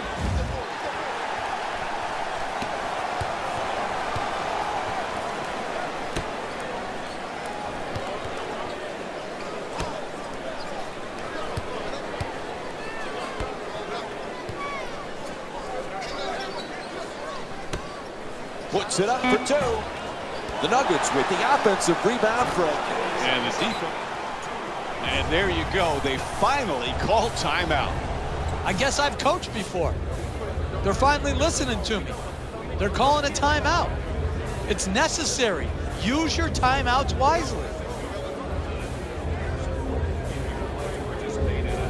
Being a point guard, Jeff, in the NBA these days is tough. Night after night, there's such a difficult matchup.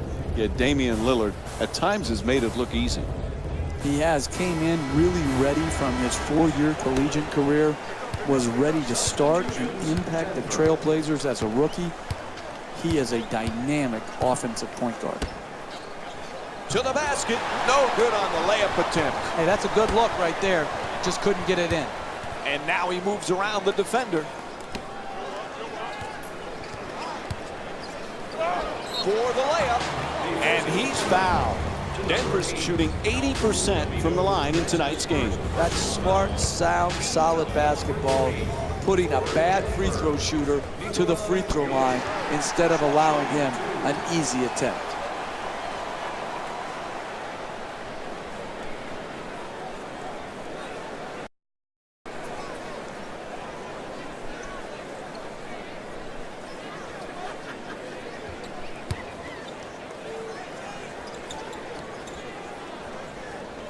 And he makes them both. 2 minutes left. Denver's leading Portland by a score of 40-29.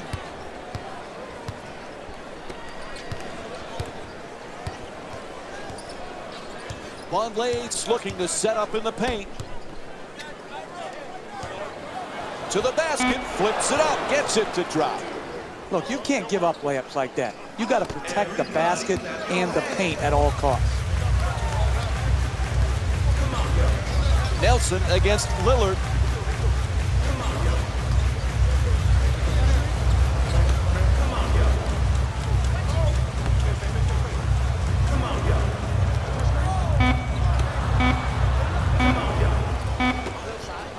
To the rim, nice adjustment, nails it. That's a two-pointer. He's 6 for 10 from the field. Once again, you can see why these are the best athletes in the world. Nowhere to go, no time basically left on the shot clock, and he was able to manufacture a great field goal because of his innate ability.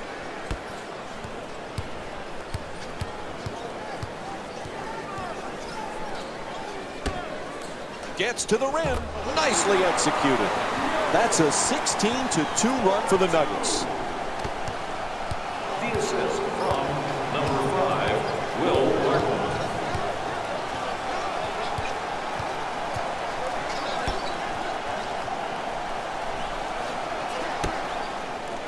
For three, the Trailblazers with the offensive rebound for another possession.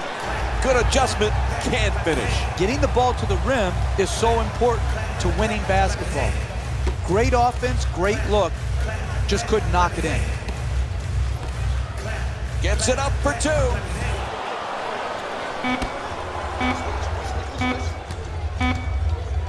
At the buzzer. And that will end the third quarter. The Nuggets up by 13. We'll have more Monday Night NBA on ESPN after this break.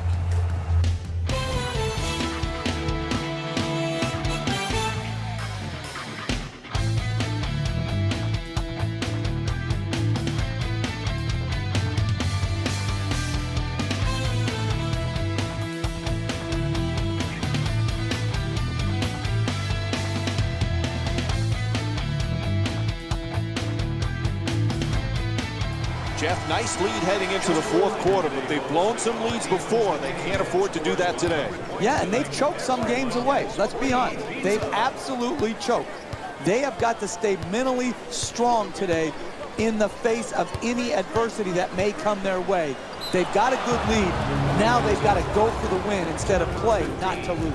And Damian Lillard will go to the line and shoot for the first time tonight.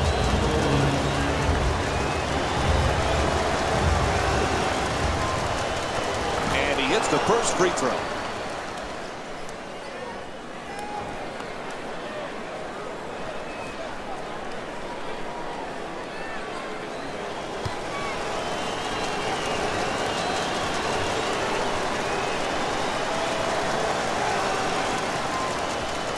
Goes 2 for 2 at the line. Denver's leading Portland by a score of 44-33. Nelson against Lillard. Oh, he shoots it.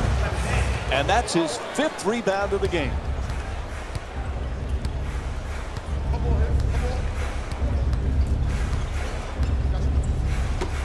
Vonleh for three. He's wide open. Vonleh's unable to hit from downtown. A wide open miss. But those are the type of shots keep creating and start making to work their way back into this game. Chandler looking to dupe the defense, draws the double team. 2 points. The assist from number 1, Jameer Nelson.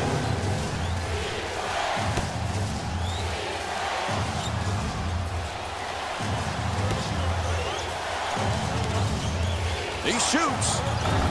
The Trailblazers with the offensive rebound to keep it alive. Unable to flip it in.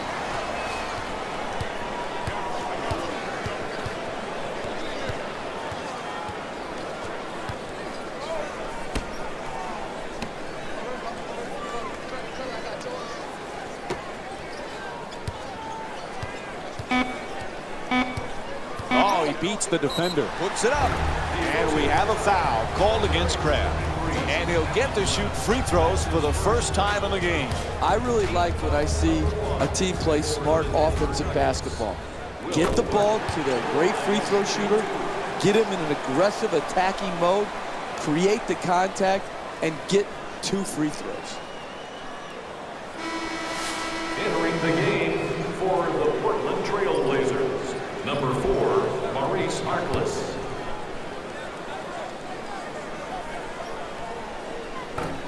And fails to hit them both. Hits the first, misses the second. Inside, and Noah Vonleh with a 2-pointer. Hey, sometimes good offense beats good defense. There's nothing to be ashamed with on that possession. That was a well-defended, well-contested shot. Nelson against Lillard.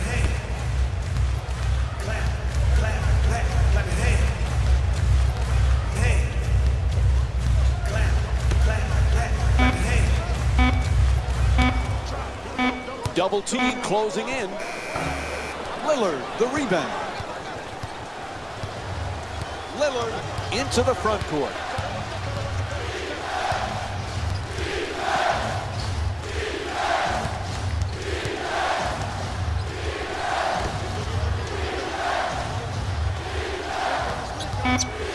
Shoots for 3. Bang! Portland's 4 for 12 from beyond the arc. And there's a timeout call. The Nuggets up by 9. Hey, you can only control what you can control. The defense there was great. It was just a better shot.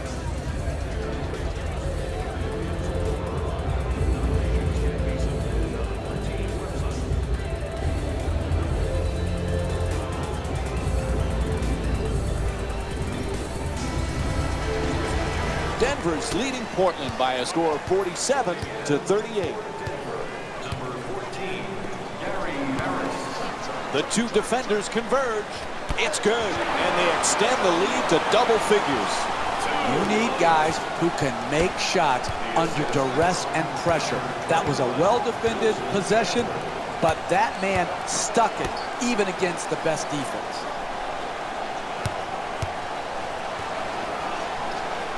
McCollum for 2, puts it up, hits the shot. Portland shooting 37% from the field. You're not going to see a better possession in the NBA from both sides of the ball. Good defense, good offense won out that time. Off the mark, quite can't get that double-digit lead. I like it. I'm seeing more effort in the last than we saw in the first half. It may not result in a win here tonight, but the effort is something they can build on going forward. The assist, number 0, Damian Lillard.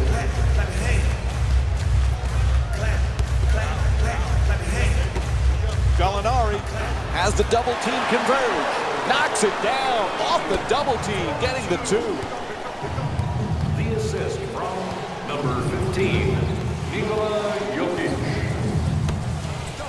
Fires away for 2, puts it in with 2 defenders in his face. The assist from number 0, Damian Lillard.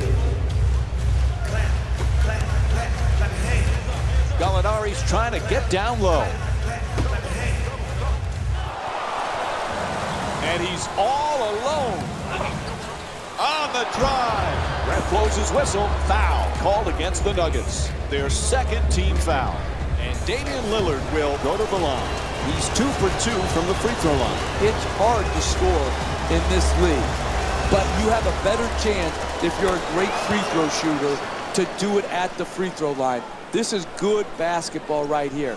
Be aggressive, take the contact, and get to the free throw line. For the Nuggets, number 35, Kenneth Faried. Entering the game for Portland, number 21,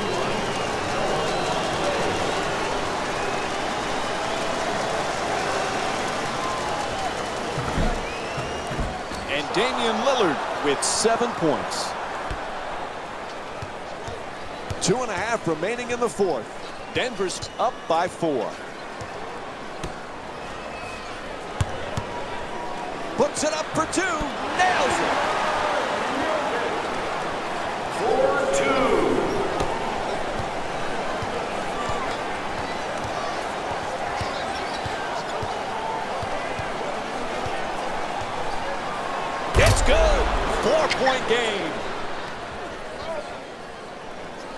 2 minutes remaining in the fourth quarter.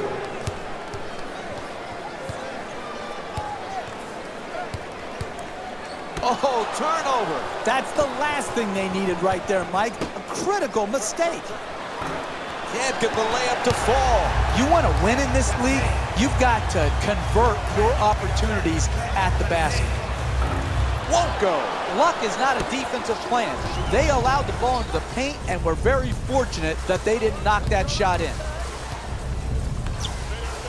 From way downtown. Great offensive rebound. Gets it off. Unable to flip it in. I really like that. That's cool. Oh, terrific defense. Picks off the pass.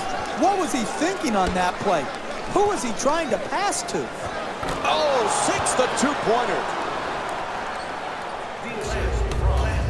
Denver's leading Portland by a score of 53-51. Coughs it up. They couldn't have picked a worse time to cough it up, Mike. Puts it in to tie the game. 2 points. Clap your hands. Clap your hands. Clap your hands. Clap your hands.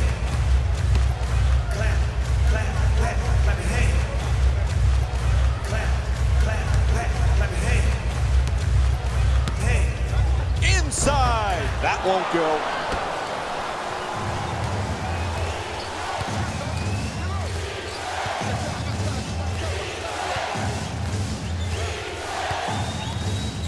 Nice move inside. McCollum against Gallinari. Plumlee's trying for position in the paint. McCollum shot for 3. Off the mark.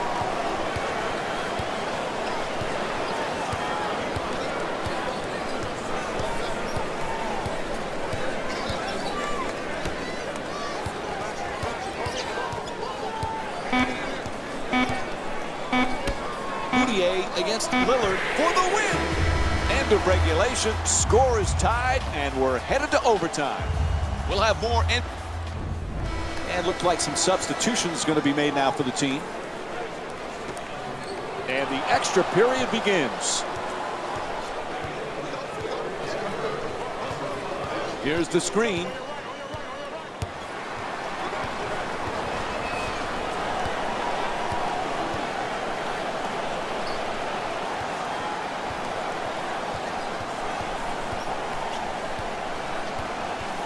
Blows past the defender. Gets to the rim. What a finish from Emmanuel Mudiay.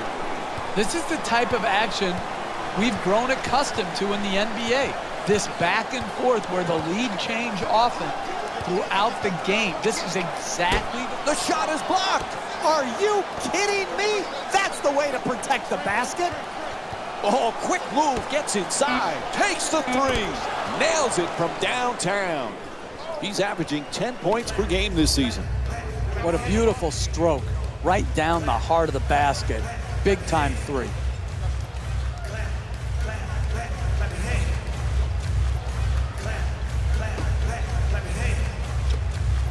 Gallinari fires. That's good. A 2-pointer. Denver's leading Portland by a score of 57-56. Puts it up. Can't get it to go. Hey, that's a tough shot, but I'd rather have a good player taking a bad shot than a bad player taking a good shot. Fires away. Gallinari shot misses the mark. Another good offensive possession. Unfortunately, missed the shot.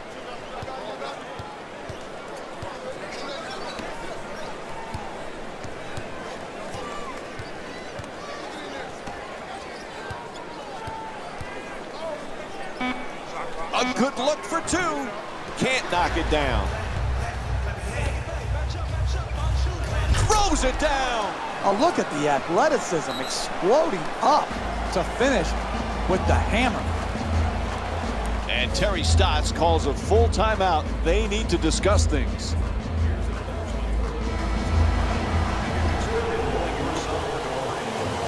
Plumlee's looking to operate from down low. Lets it go. Puts it in. 1-point game. Denver's leading Portland by a score of 59-58.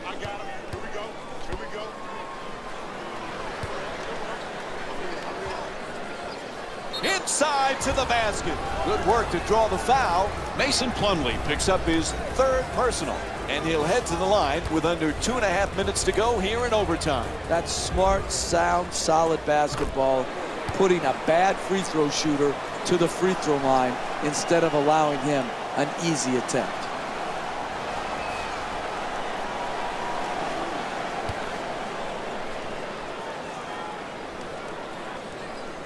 Good free throw shooting, knocks down a pair.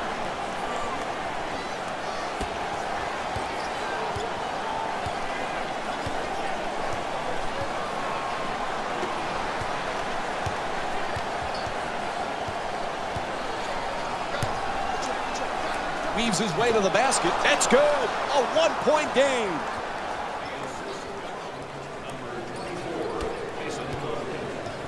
Denver's leading Portland by a score of 61-60.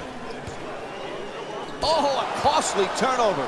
That's the last thing they needed right there, Mike. A critical mistake.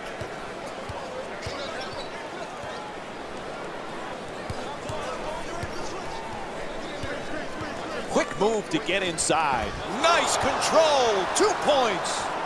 You want to keep attacking the basket and get layups around the rim. That's how you score consistently. Fareed's looking for position in the paint.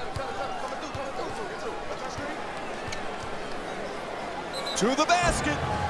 Oh, he got hit, and they call it. Draws the foul, called against McCollum. That'll be his first.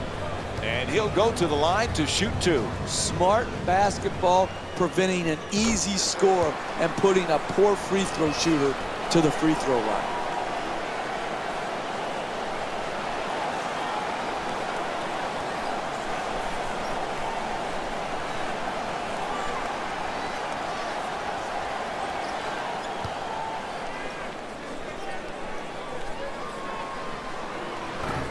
Oh, he misses the second free throw. He goes 1 for 2. Gets into the paint. Strong to the goal. Nice job drawing the foul. It's called against Faried. And Damian Lillard will go to the line with under 1.5 minutes to go in overtime.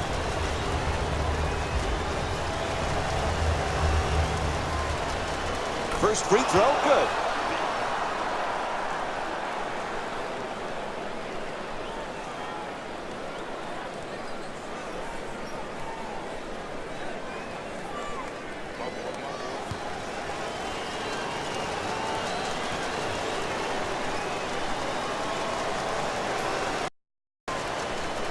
Able to convert on both free throws. Portland's leading Denver by a score of 64-62.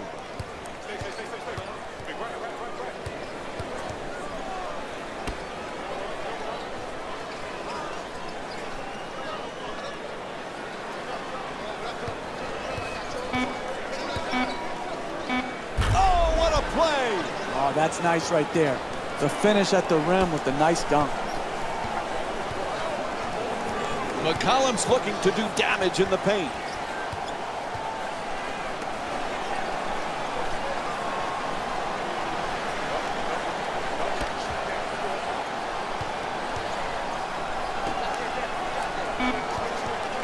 Curling in. Foul, and C.J. McCollum will go to the line for the first time tonight. These are the moments players live for. Well under 1 minute left, tie game, 2 free throws. You need to block out all the extraneous thoughts in your mind and just step up and knock in your 2 free throws.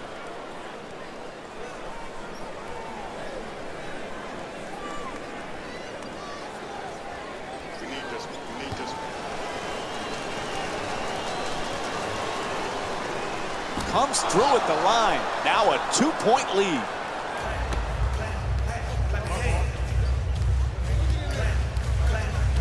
Moutier against Lillard.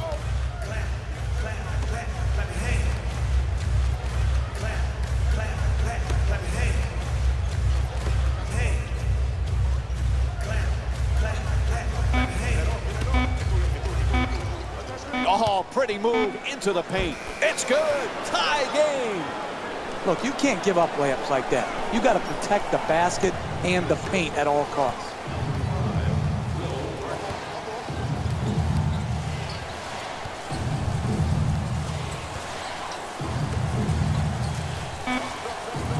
McCollum draws the double team.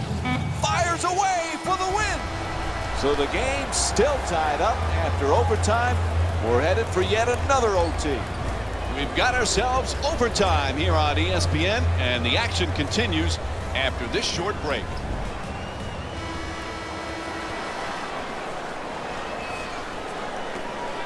How much do these two teams have left as we start overtime?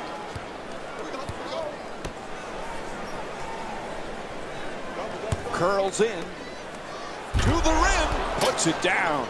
What a great back and forth game we've been watching here today, Mike. It's getting hard to keep count of all the lead changes.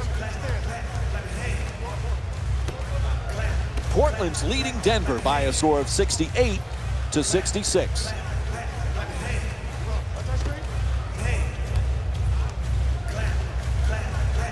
Blows past his man at the rim. There's the whistle. Denver's 14 for 18 from the line here tonight. I really like this play right here. You're a great free throw shooter.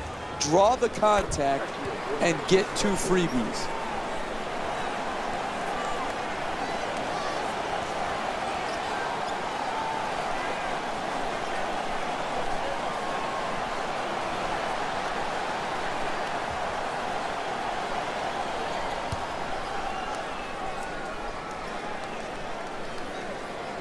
And gets both points from the line.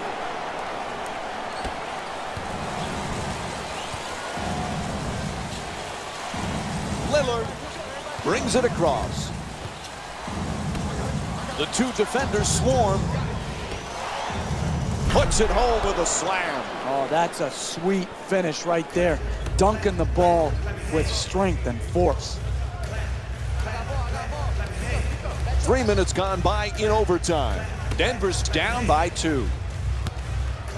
Gallinari, tie game.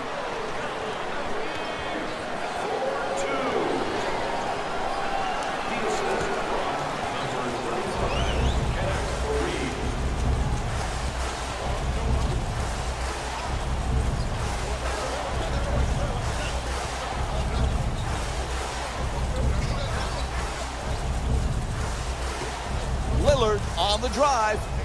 Plumlee unable to flip it in. The double team came hard and high and to the post player's body. That's what forced the difficult shot attempt and the miss. Lillard bringing it up. There's the double team.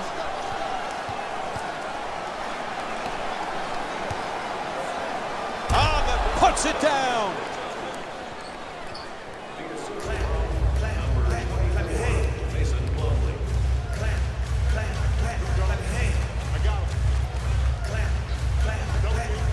They double him. Inside. Beautiful move down low. That's just a nice layup right there.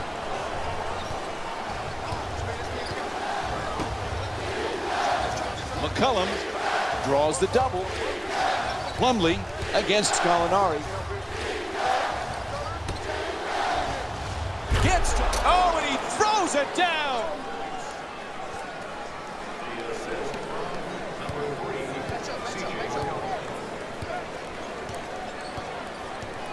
Moutier against Lillard.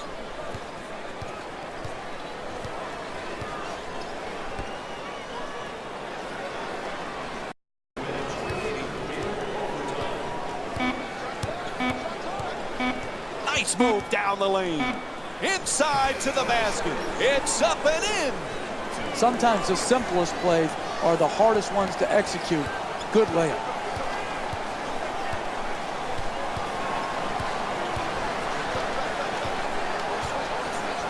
Oh, he's wide open. It's good. Great play from Damian Lillard. The hardest thing to do in the NBA in the last 2 minutes of a game is get an open shot. They did it, and they knocked the ball right down the middle of the hole.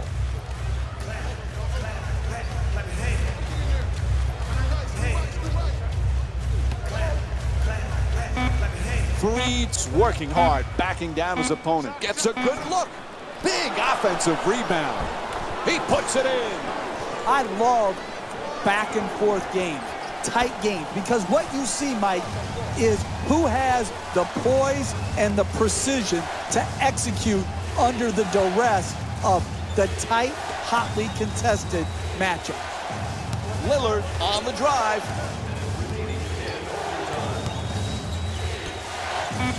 To the basket, knocks it down. 1-point game.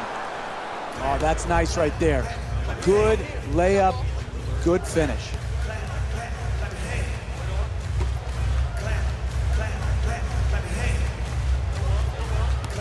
Strong to the goal. Flips it up, shot won't go. Knocks it down. What a clutch play.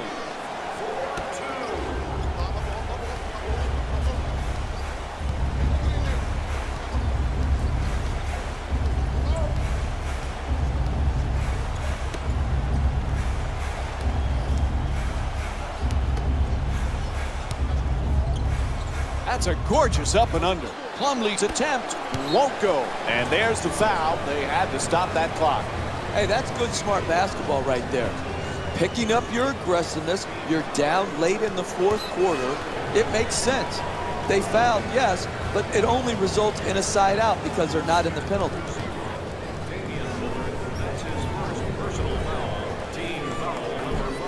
Misses the first.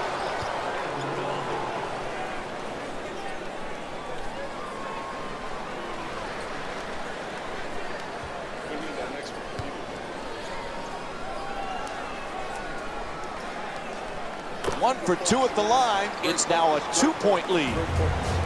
They want to discuss things. Time for a full timeout. You're down late in the game, one possession game. What you need to do is not waste time. You've got to catch it and attack the basket, and then take the first quality shot you get.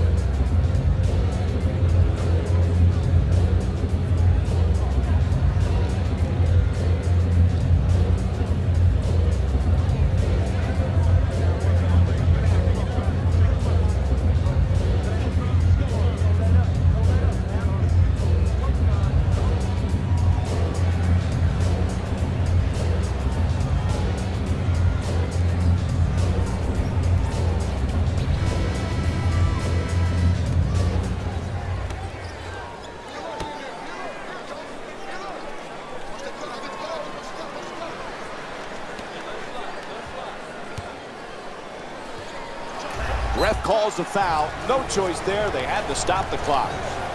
Is it easy to make both in this situation? No. But is it critical? Yes. It's his job up to a few seconds to go make both of these free throws to make it a two-possession game. And he connects on the first free throw.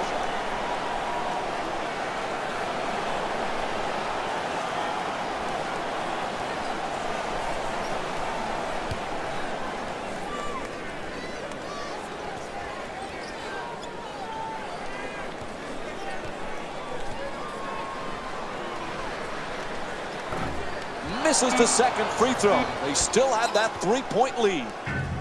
And Portland calls a full timeout here.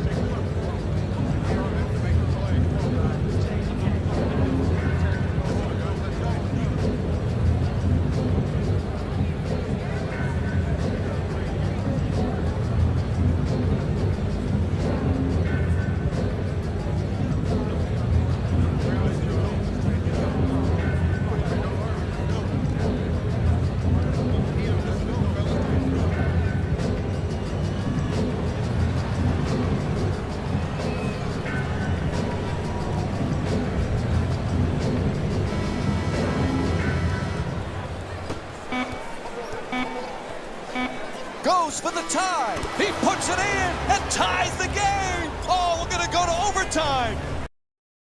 Tied up after overtime. Let's go to another OT. After this short break, we'll find out how much fatigue will be a factor. Extra minutes coming your way.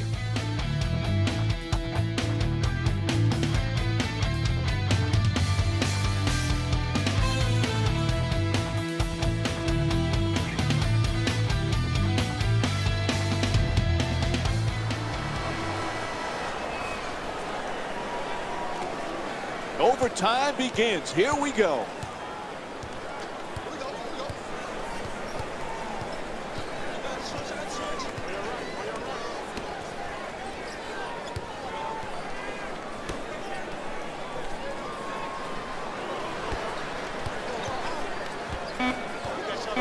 Throws it down. Basketball is a game of runs. And this game has been no exception. It's been back and forth, and it's giving the fans the kind of up and down, back and forth action that keeps them interested. He nails the tie with the hammer.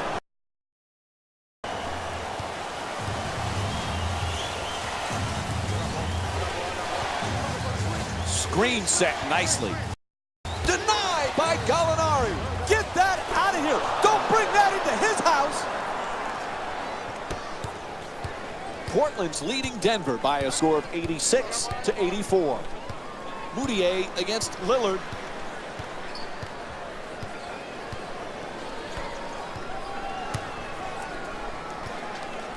Fareed's looking to set up in the paint.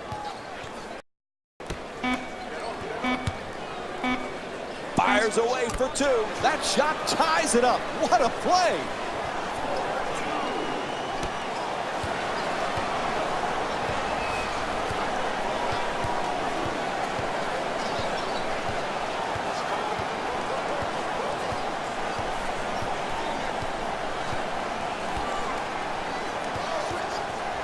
Oh, excellent screen.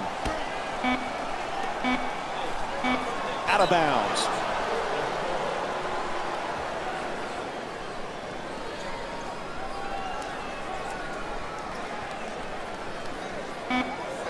Shot clock says one, puts it up from downtown.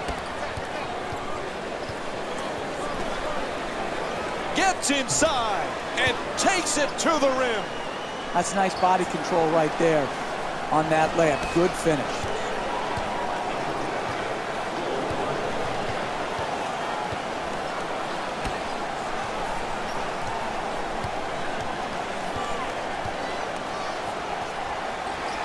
Denver's leading Portland by a score of 88-86.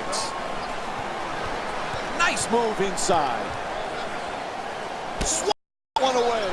That kind of play, Mike, makes a statement. Oh, he knocks it down.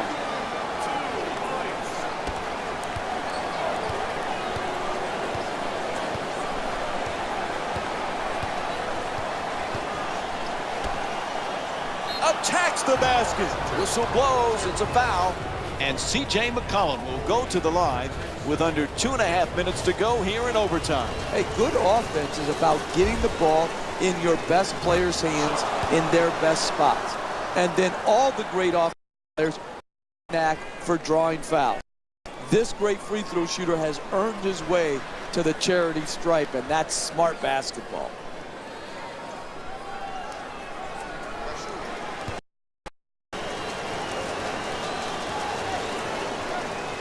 And he makes them both. Denver's leading Portland by a score of 90-88.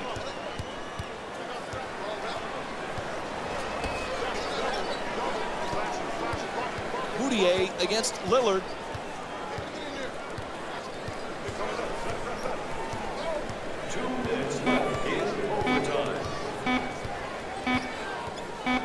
Three-pointer.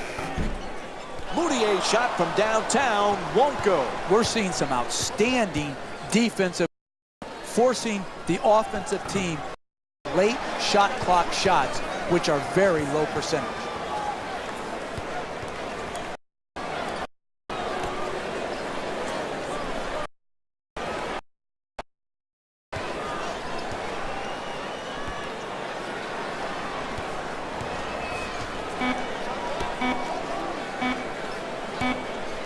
for two. It's good. That's a special offensive player right there. The ability to create his own shot under duress and put it right down the middle. Puts it in. 2-point game.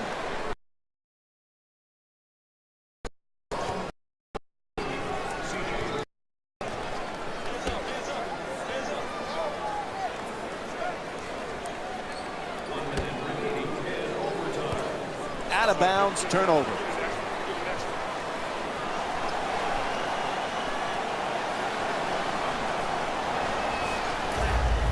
Whistle sounds, out of bounds, so it'll be Nuggets ball.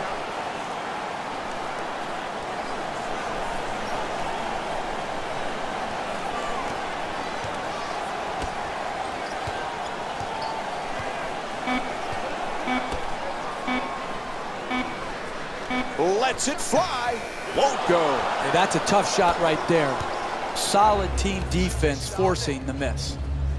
Fires away for two. McCollum's attempt won't go. If that shot goes in, the coach claps and says, great shot. If that shot misses, he says, work the offense. To the rim. And he'll head to the line with under 30 seconds to go in overtime. Up two with about a half a minute left in the game. It's absolutely critical you make both of these free throws and make it a two-possession game.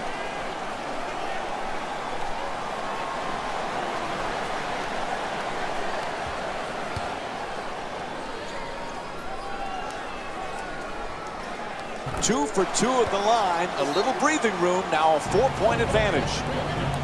And they need to talk it over. They call a full timeout. The question here, when you have a two-possession deficit, is do you need a three? Well, what you need is either a quick two or get to the free throw line. And then, if the three-point shot opens up, yes, you're ready to take it.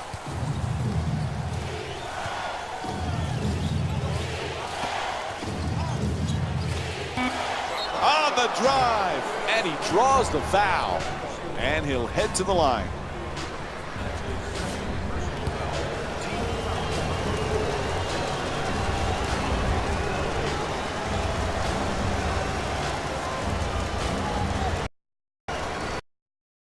Not first one.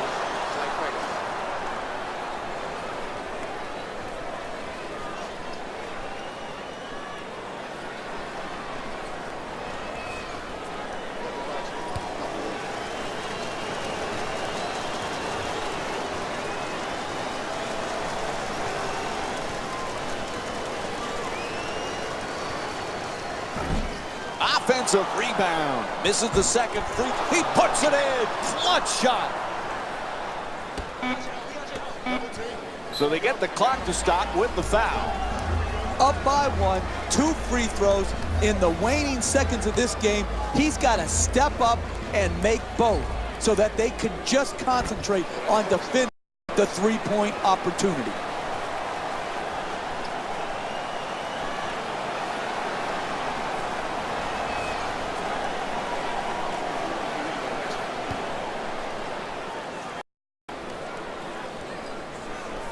Boy, pressure free throws right there. The lead is now 3. And Portland calls a full timeout.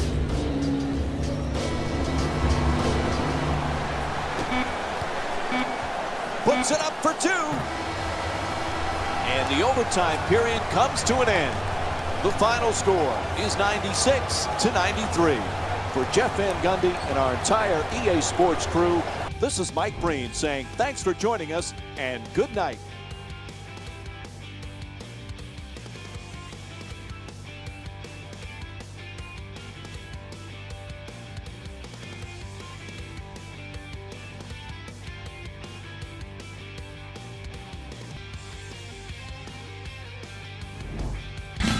Hey everyone, it's Jalen Rose, and it's time for the EA Sports post-game wrap-up.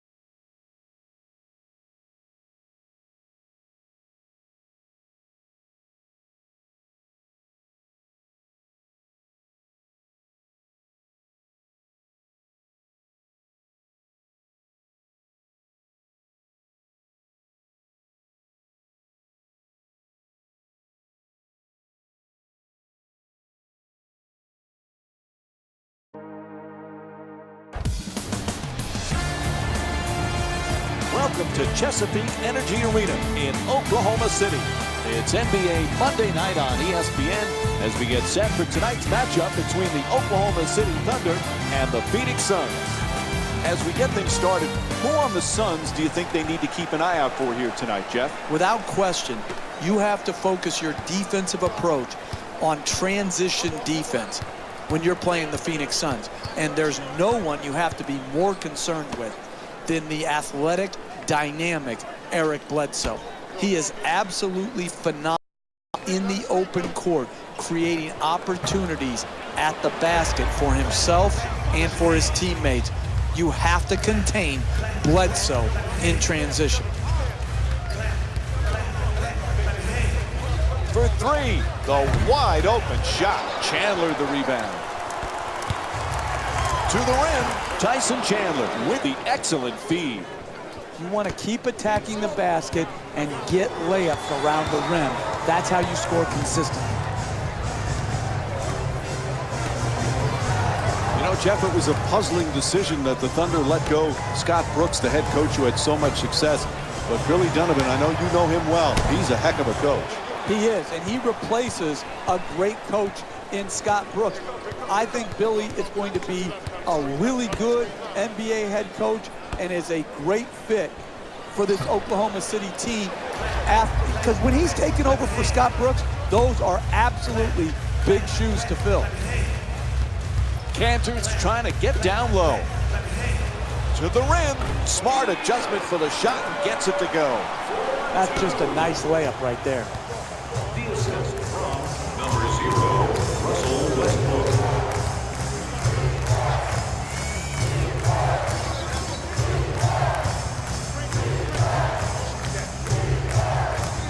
Booker fires away.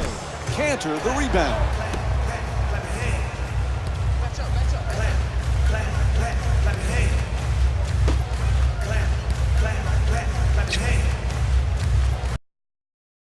For two, the Thunder with control on the rebound. And they've been coming up with the ball consistently when it's coming off the backcourt. They've done a great job on the boards early in this game. Jeff, you know I'm a big Tyson Chandler fan. Great acquisition for professionalism and defense. And he is going to mentor and tutor the up-and-coming center, Alex Len. Tyson Chandler can still play. He is still a good roller to the rim, a catcher of the lob. And then defensively, he may not still have that same mobility, but has a very good sense of timing, and he is a very smart defender.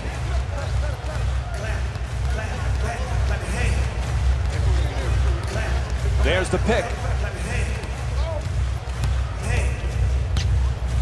Adams for two, shoots away. Cantor fires. Good finish inside.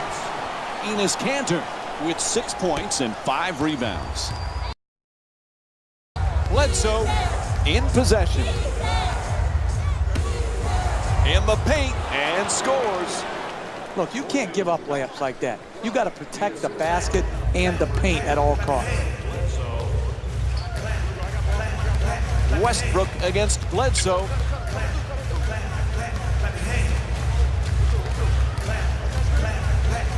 Westbrook from three-point territory. Westbrook's long-range jumper won't go. And Enes Kanter with a nice shot for two. Sometimes the simplest plays are the hardest ones to execute. Good layup. Bledsoe on the drive. And a foul called against the Thunder. Their first team foul. And Eric Bledsoe will go to the line.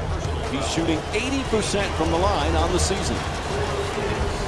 Eric Bledsoe to the line. First free throw, perfect.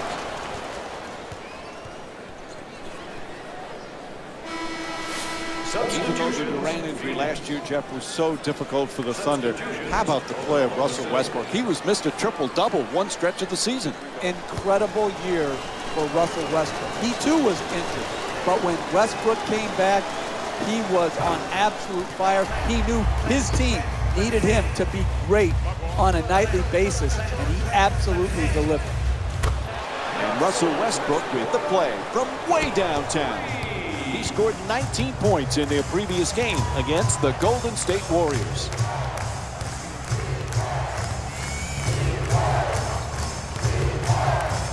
Moves around the defender.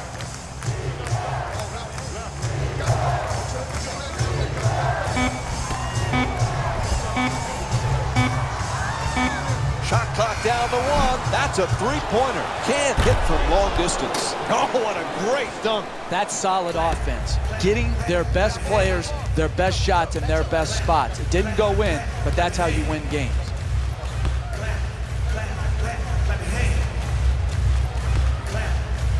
Westbrook. And the run continues, Jeff. Boy, it's getting uncomfortable. Why haven't they called timeout?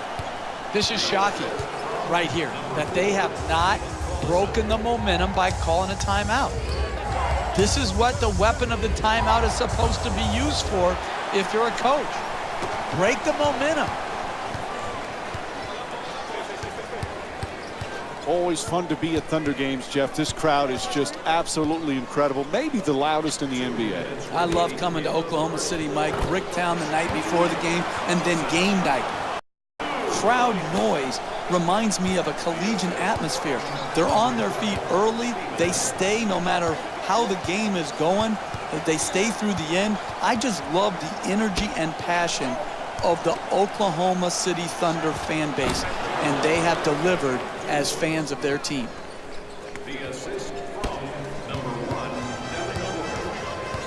1. Westbrook moves into the front court. Reverses.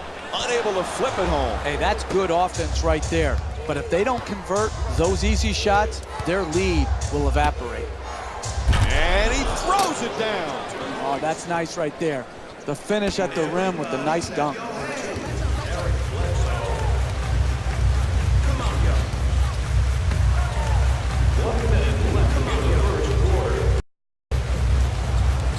Westbrook hits for 2. They must have heard you, Jeff. They finally call a timeout. Finally, I guess they heard me from across the court to call a timeout.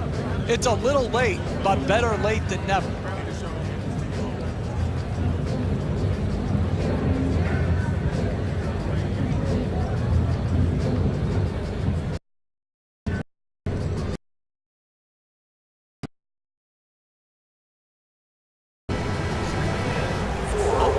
He's leading Phoenix by a score of 17. Into the game for Phoenix, number 12, T.J. Warren.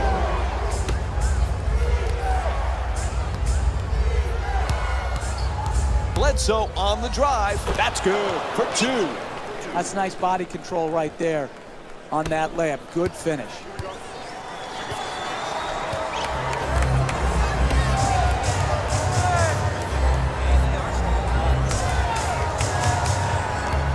Gets in the paint. Goes to the goal. Can't knock it down. Don't worry, just work. Keep doing what you're doing. Get the ball at the basket and then finish strong. And a foul. And Eric Bledsoe will go to the line and shoot free throws. He's 1 for 2 from the line tonight.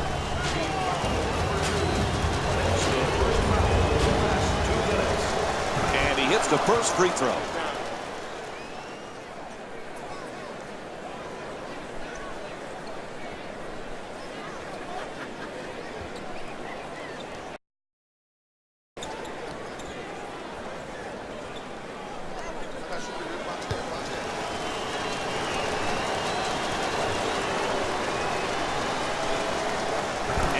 Bledsoe with 5 points.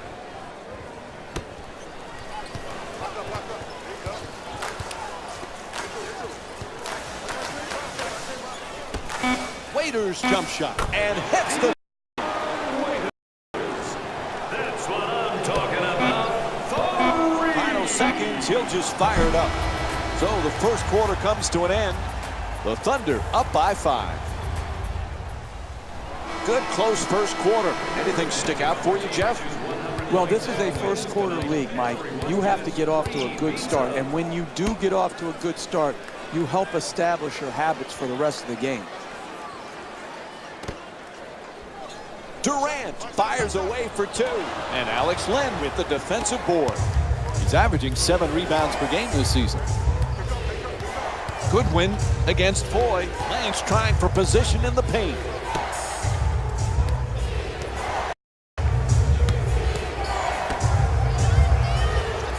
Good read to break up the play.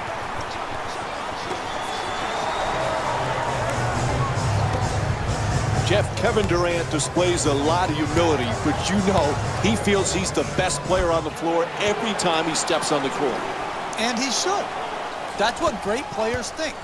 They think they put in so much time into their craft to hone it, to perfect it, that no one can stop them. And when it comes to scoring, there is not a better scorer in this league than Kevin Durant. He has earned the right to feel he's at the very top of his game offensively.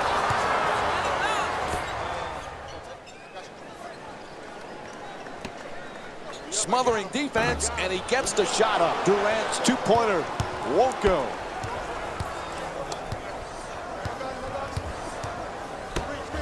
Puts it up, wide open for three. Booker's off the mark from downtown. It's a make or miss league. If they're to win this game going forward, they're going to have to make these open shots. No question. Yep, that's a foul called against the Suns. Their first team foul. That's good, sound, solid basketball right there. You go strong to the basket, you get fouled, and now you have a great free throw shooter shooting free throws. Jeff, I don't think there was any player looking forward to this season more than Kevin Durant after the injury play campaign he had last year. Oh, there's no question, Mike. He loves basketball, he loves competing, and he loves his teammates in Oklahoma City. And so, without Durant, I thought they performed well. With Durant, they have as good a roster as anybody in the NBA. Kevin Durant will have a big-time year if healthy. Gets the wide open look for three. Booker's shot from behind the arc won't go. That's just not getting it done defensively. If you want to win in close games, you've got to eliminate open jump shots.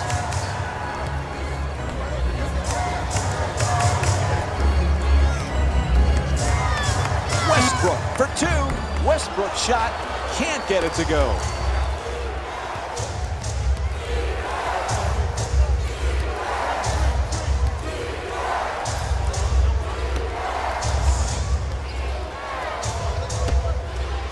To the rim. A whistle and a foul called against Westbrook. And Tyson Chandler will get to shoot 2 free throws from the line. You want to win in this league? No easy basket. Make them earn it at the free throw line, particularly the bad free throw shooters. Off the mark on the first free throw.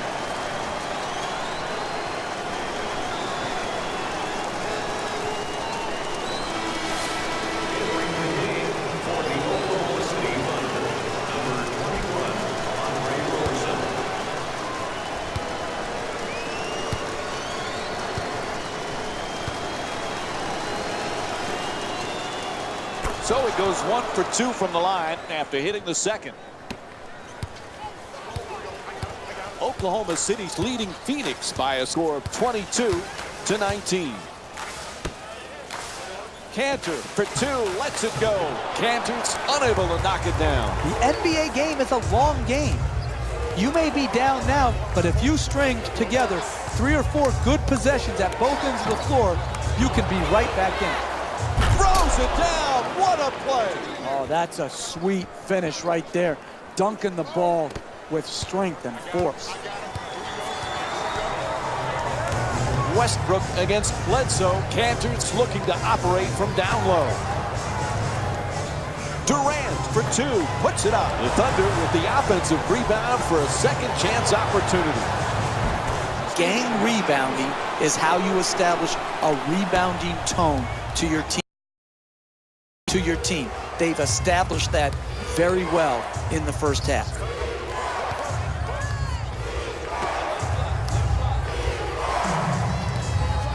Booker fires away. Misses the shot.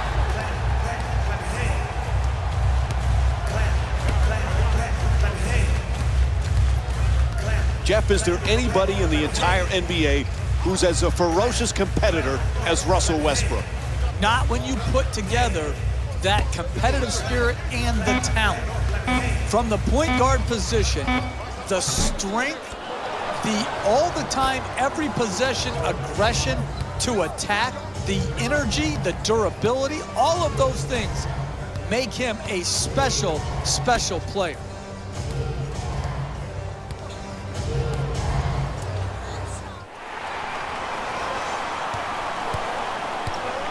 There's the perfect pick.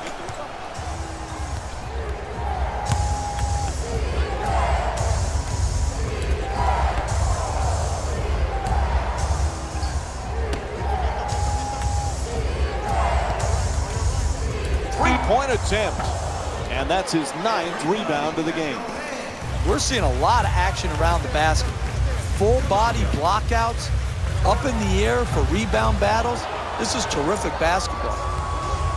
Booker walks it across. Booker's shot swatted away. It's out of bounds. It'll be Suns ball. Time for some lineup changes now from both clubs. Number 20, Archie Goodwin. Into the game for the Thunder, number 6, Randy Foye.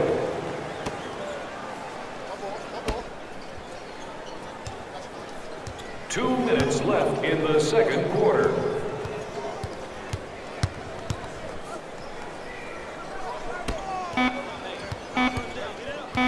Here's the pick. Bledsoe fires from downtown with one on the 24.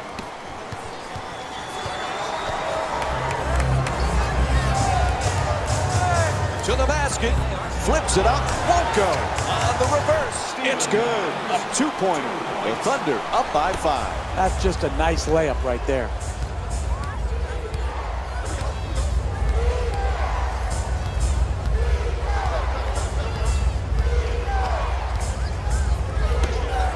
Puts it up from three-point land. Rebound snatched by Foye.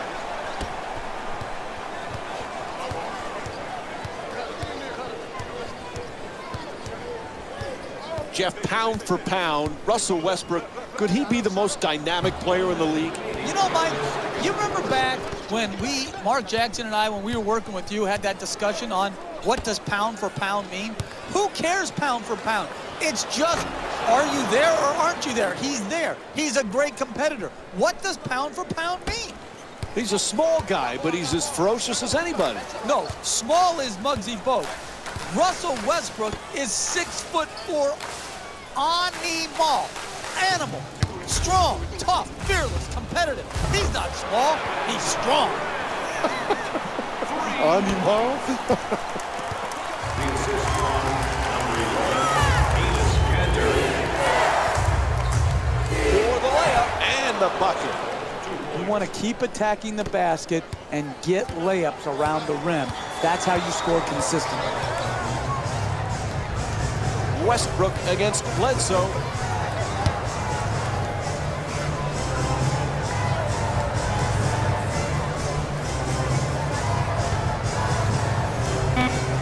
Strong finish at the rim. 4-2. The assist from number 35. It'll count if it goes. And time expires here to end the first half. The Thunder up by 6. And now time to hand it over to Jalen Rose.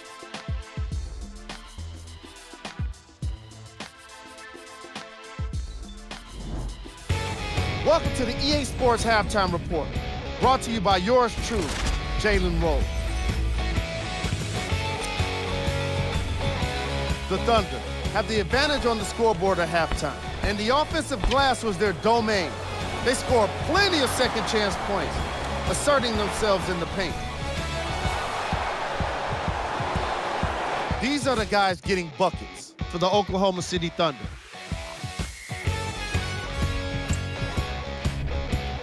The Suns are down at halftime and in need of some momentum. They don't have a single player that can claim double figures in scoring. Have a look at the leading scorers for the Phoenix Suns.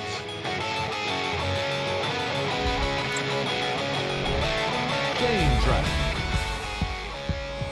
Bench struggles. The Phoenix Suns.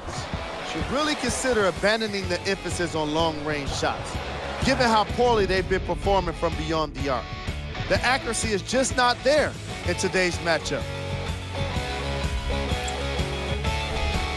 Player of the half. Enes Kanter can consider himself a leader in at least two ways: first points and second rebounds. It was the kind of opening half that hints at even better things in the second half. We'll be finding out before too long. And for the stat geeks, here's a look at his numbers. Who was cold? Devin Booker didn't exactly light it up in the first half. Basketball is a game of percentages. If your three-point shots aren't falling, mix up your game. Haven't you realized that you're open for a reason? We got our top 3 plays for you. Check them out. Number 3. And that concludes our halftime report. Thanks for joining us, and see you again after the game. And we're back at the Chesapeake Energy Arena for the second half. Along with me is Jeff Van Gundy, Mike Breen on hand. Oklahoma City's got a slim lead as the third quarter gets underway. But Jeff, this one's anyone's game right now. It is very closely and hotly contested. I like how both teams are playing. They've just got to try to get a little bit more separation with some sound quality possession.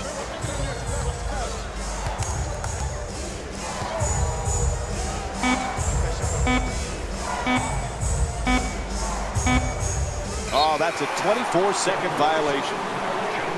For the Suns. Oklahoma City's leading Phoenix by a score of 31-25.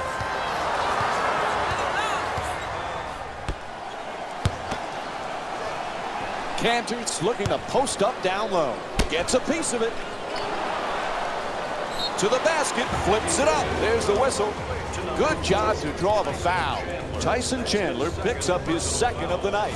Good offense is about getting your best players their best shots in their best spots. Here, an aggressive move. You're a great free throw shooter. Earn your way to the free throw line. Take the contact. Take the foul. Work your way there and knock them in. You know, Jeff, during his NBA career, Kevin Durant's been known as a humble superstar, a real gentleman. But we've seen now that hunger for a championship. We've seen a little bit of a nasty streak in him, one that just wants to do anything to win a title. It is, and I think he's feeling the heat to try to deliver a championship to Oklahoma City. I think the pressures are legitimate. I think he's feeling it, and I think sometimes he's lashing out at what he feels is unjust, unwarranted, unfair critiquing and criticism. Throws it down hard. Oh, look at the athleticism exploding up to finish with the hammer. Number 0, Russell Westbrook. Oklahoma City's leading Phoenix by a score of 35-25. Gets to the rim. The Suns with the offensive rebound for a new 24.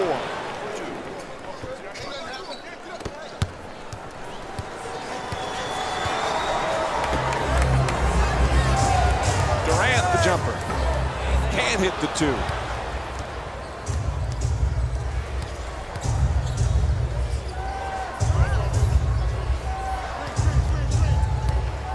Shoots the 3. The Suns with the offensive rebound for another possession.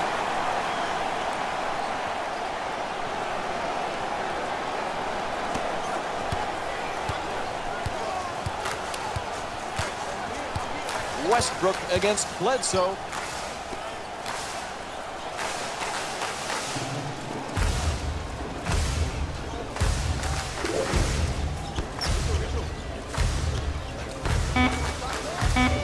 The screen is set. Waiters fires with 2 on the clock. Waiters' shot off the mark.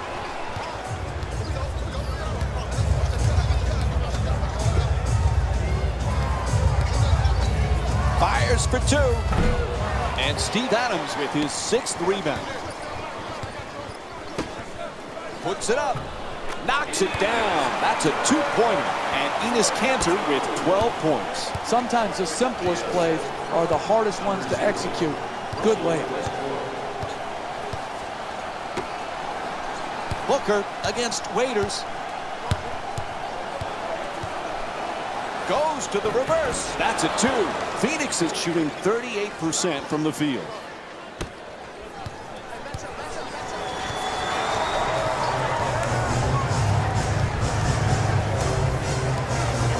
Down into the lane. Inside. And a foul is called. And Russell Westbrook will go to the line. He's 2 for 2 from the line. I really like when I see a team play smart offensive basketball. Get the ball to their great free throw shooter, get him in an aggressive attacking mode, create the contact, and get 2 free throws.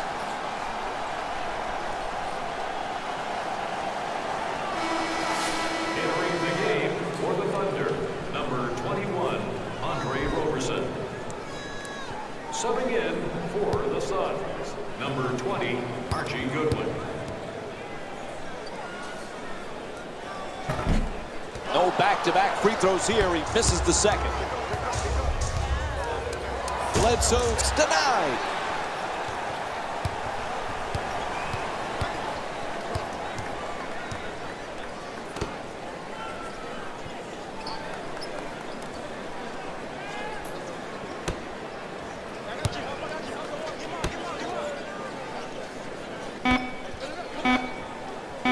At the rim, gets it to go. He's shooting 58% from the field. That's nice body control right there on that layup. Good finish.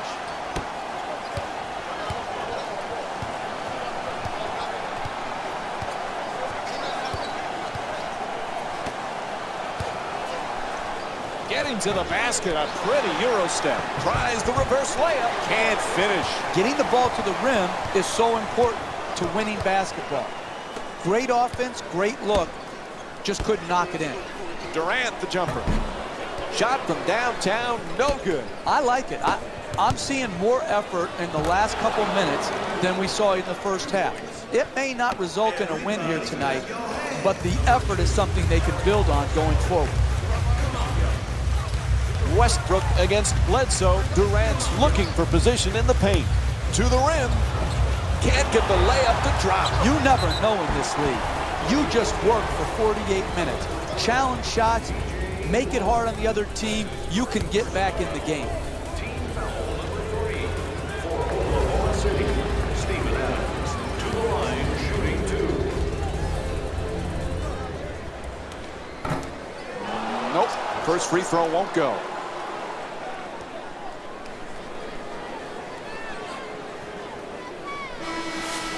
Substitutions, Phoenix.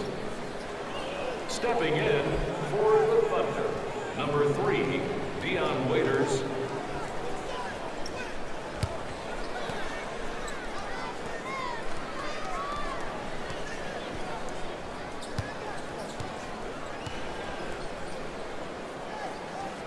Good recovery, hits the second free throw. Oklahoma City's leading Phoenix by a score of 41-31. Booker against Waiters. 2 minutes remaining in the third quarter. Booker for 2. Misses. Solid defense. It's the same defense that got him the lead. That type of defense will keep the lead for them. Durant for 2, shoots away. Durant shot won't go. And Steve Adams with a nice look, sinks it. You need guys who can make shots under duress and pressure. That was a well-defended possession, but that man stuck it even against the best defense.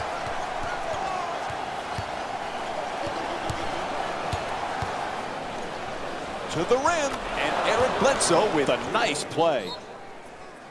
And there's a timeout here in the late stages of the third period. Look, you can't give up layups like that. You got to protect the basket and the paint at all costs. Watching Durant put up big numbers again in this game, Jeff, but he's improved in a lot of areas, including defensively. He's become a better defender. And there's no reason he can't keep making progress at that end of the floor. The only thing he doesn't have is maybe strength when he's trying to negotiate around screens. But other than that, this guy should challenge himself to become an all-NBA type defender. Durant drains the three. Oklahoma City's 4 for 11 from outside. Tremendous balance, follow through, arc, rotation. Wow.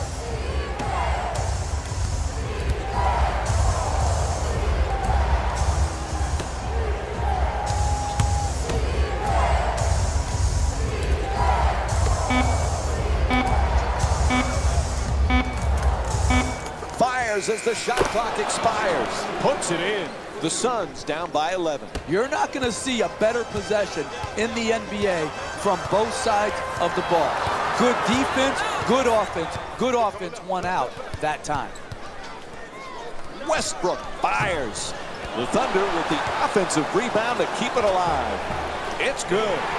If that's the best he can do as a defender, then he has to come out and sit next to me as the coach. You've got to keep the ball handler out on the perimeter and make him take jump shots. Fires away for two. Quarter winding down, he just flips it up. And the third quarter comes to an end. Oklahoma City's up by 13. We'll be right back with more Monday Night Basketball here on ESPN after the break.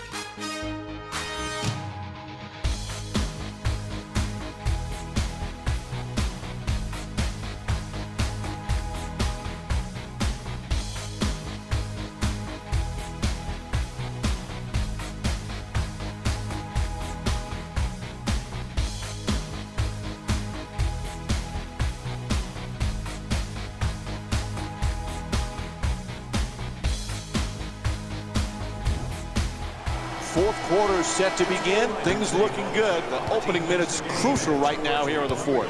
Mike, you sound like a coach. That's exactly what the coaching staff is telling this team. Don't waste your possessions. Take care of business and do it right away.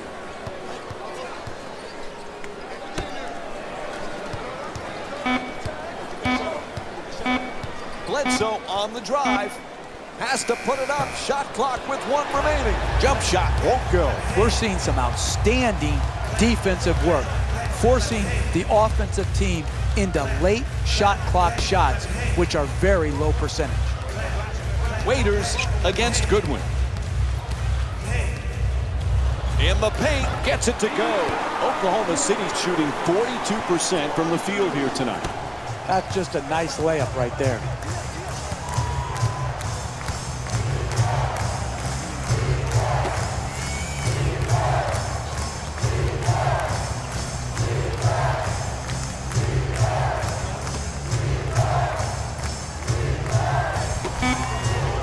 Here's the screen. Here's the Euro step. Oh, that's a beauty. And that's his 12th rebound of the game.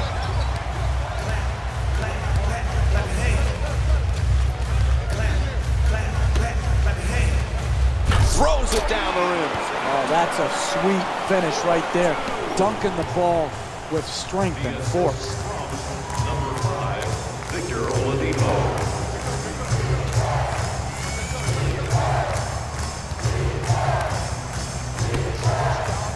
Lots of room there. Won't go from downtown. Hey, look, they're getting blown out here in the second half. They haven't played well. But if they keep creating these wide open shots, it will pay dividends going down the stretch of this game and in the games coming up. Oladipo's not able to hit the three. Heads up D, picks off the pass. He curls. It's good. And one. And the foul is called against Goodwin. And Victor Oladipo will get to shoot a free throw tonight for the first time in the game as he looks to complete the three-point play. It's been this way the whole night. Easy basket. Here, another example. A dunk, a foul, a possible three-point play.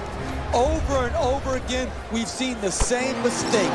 Bad defense, soft fouls.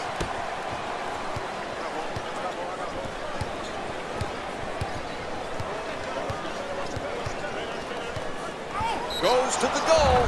He says no, but the ref says foul. Called against Oladipo. Picks up his first personal. Phoenix is shooting 66% from the line here tonight.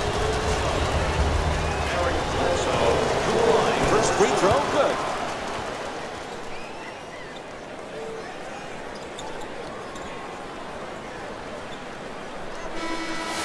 Into the game for Oklahoma City, number 35, Kevin Durant. Subbing in for the Suns, number 4, Tyson Chandler. Goes 2 for 2 at the line. Oklahoma City's leading Phoenix by a score of 55-37. Foy against Goodwin for 3 with the off-balance shot and misses his first shot tonight. Hey, you can sugarcoat it, but this is a disappointing effort. One good challenge doesn't cover up the multitude of defensive sins that have gone into this game. And Tyson Chandler with 9 points. Hey, sometimes good offense beats good defense. There's nothing to be ashamed with on that possession. That was a well-defended, well-contested shot. Durant from way downtown. Durant's three-point shot won't go. Listen, when you're not making shots, it looks bad. There's no other way around it. It doesn't mean they're executing poorly. It's just when they're getting these threes and both teams are missing, you're not getting the results you'd like.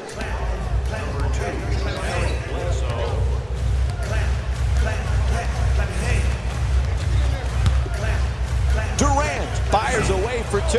That won't go.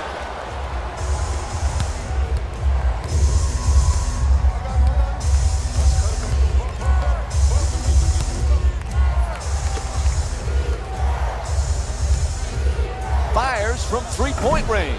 Misses from beyond the arc.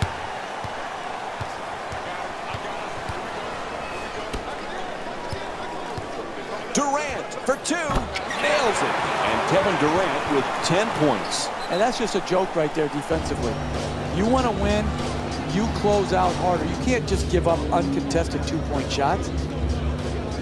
Looks like we'll have a timeout. The Suns down by 16.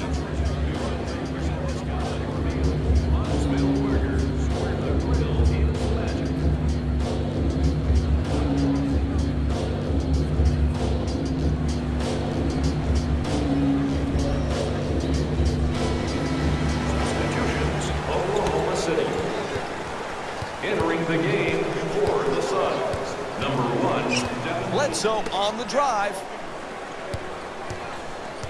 Booker against Durant. Bledsoe jump shot. Touch there, not this time.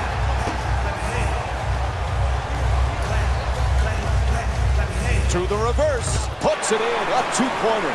Oklahoma City's shooting 43% from the field. You want to keep attacking the basket and get layups around the rim. That's how you score consistently. Bledsoe. The Suns with control on the rebound. And Alex Len with the bucket. Hey, you can only control what you can control. The defense there was great. It was just a better shot. Westbrook against Bledsoe. Screen set nicely. Westbrook jump shot. The Thunder with the offensive rebound for a second chance opportunity. Draws the contact. Yep, it's a foul called against Goodwin. And Enes Kanter will go to the line with under 2 minutes to go here on the fourth. Good offense is about getting your best players their best shots in their best spots. Here, an aggressive move. You're a great free throw shooter. Earn your way to the free throw line. Take the contact. Take the foul. Work your way there and knock them in.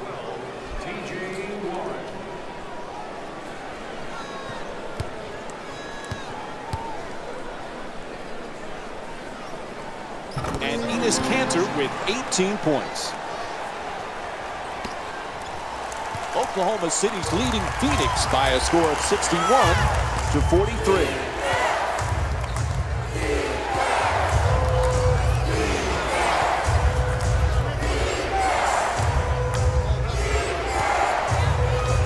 Chandler gets that one to drop.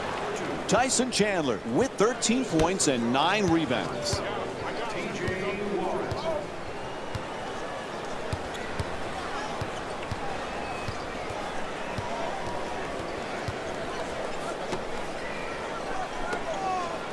Throws it down. Oh, that's nice right there. The finish at the rim with the nice dunk. The assist from number 11. He's looking to do damage in the paint.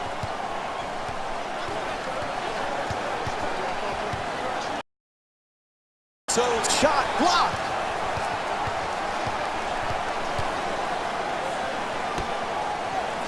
To the basket. There's the whistle. Nice job drawing the foul. And Enes Kanter will go to the line. He's 2 for 2 from the free throw line. The Phoenix Suns are in the penalty. And he connects on the first free throw.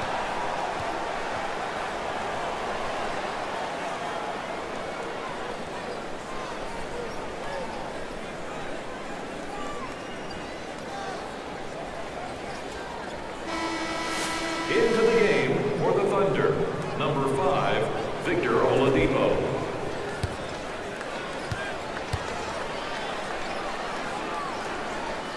And Enes Kanter with 20 points. 1 minute left in the fourth quarter. Chandler's looking to set up in the paint.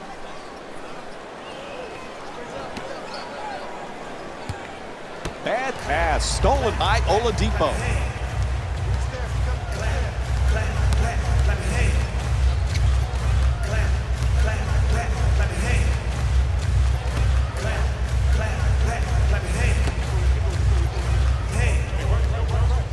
Goes for the three-pointer. And Kevin Durant with the bucket from downtown. And that pretty much wraps it up.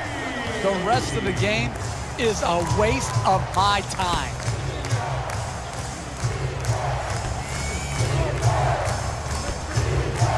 Bledsoe from outside, a three-pointer.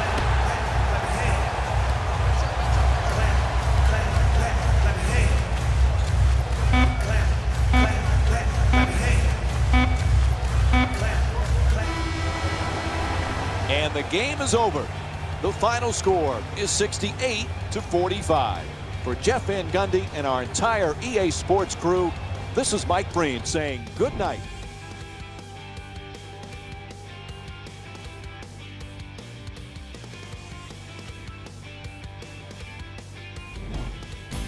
Jalen Rose here, and I've got your EA Sports post-game wrap-up.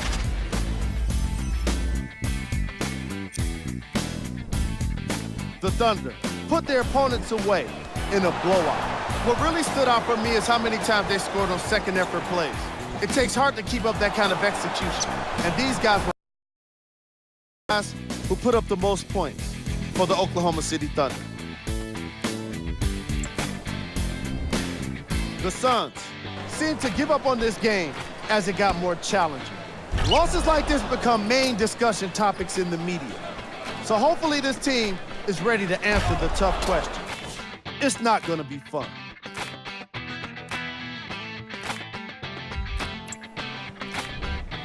Game track. Second chance points.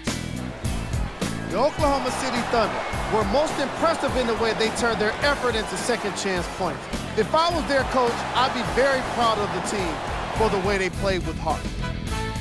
And now, up on the screen, the game stats. Player of the game.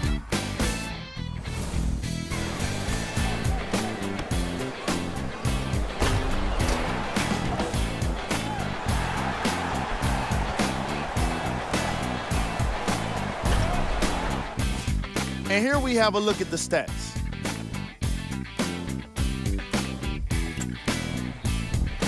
Who was cold? Every player that makes it to the NBA is a great athlete. But even the best players have their off nights. Today was just one of those days for this guy. Here we go with the top plays. Number 3. Number 2. Number 1.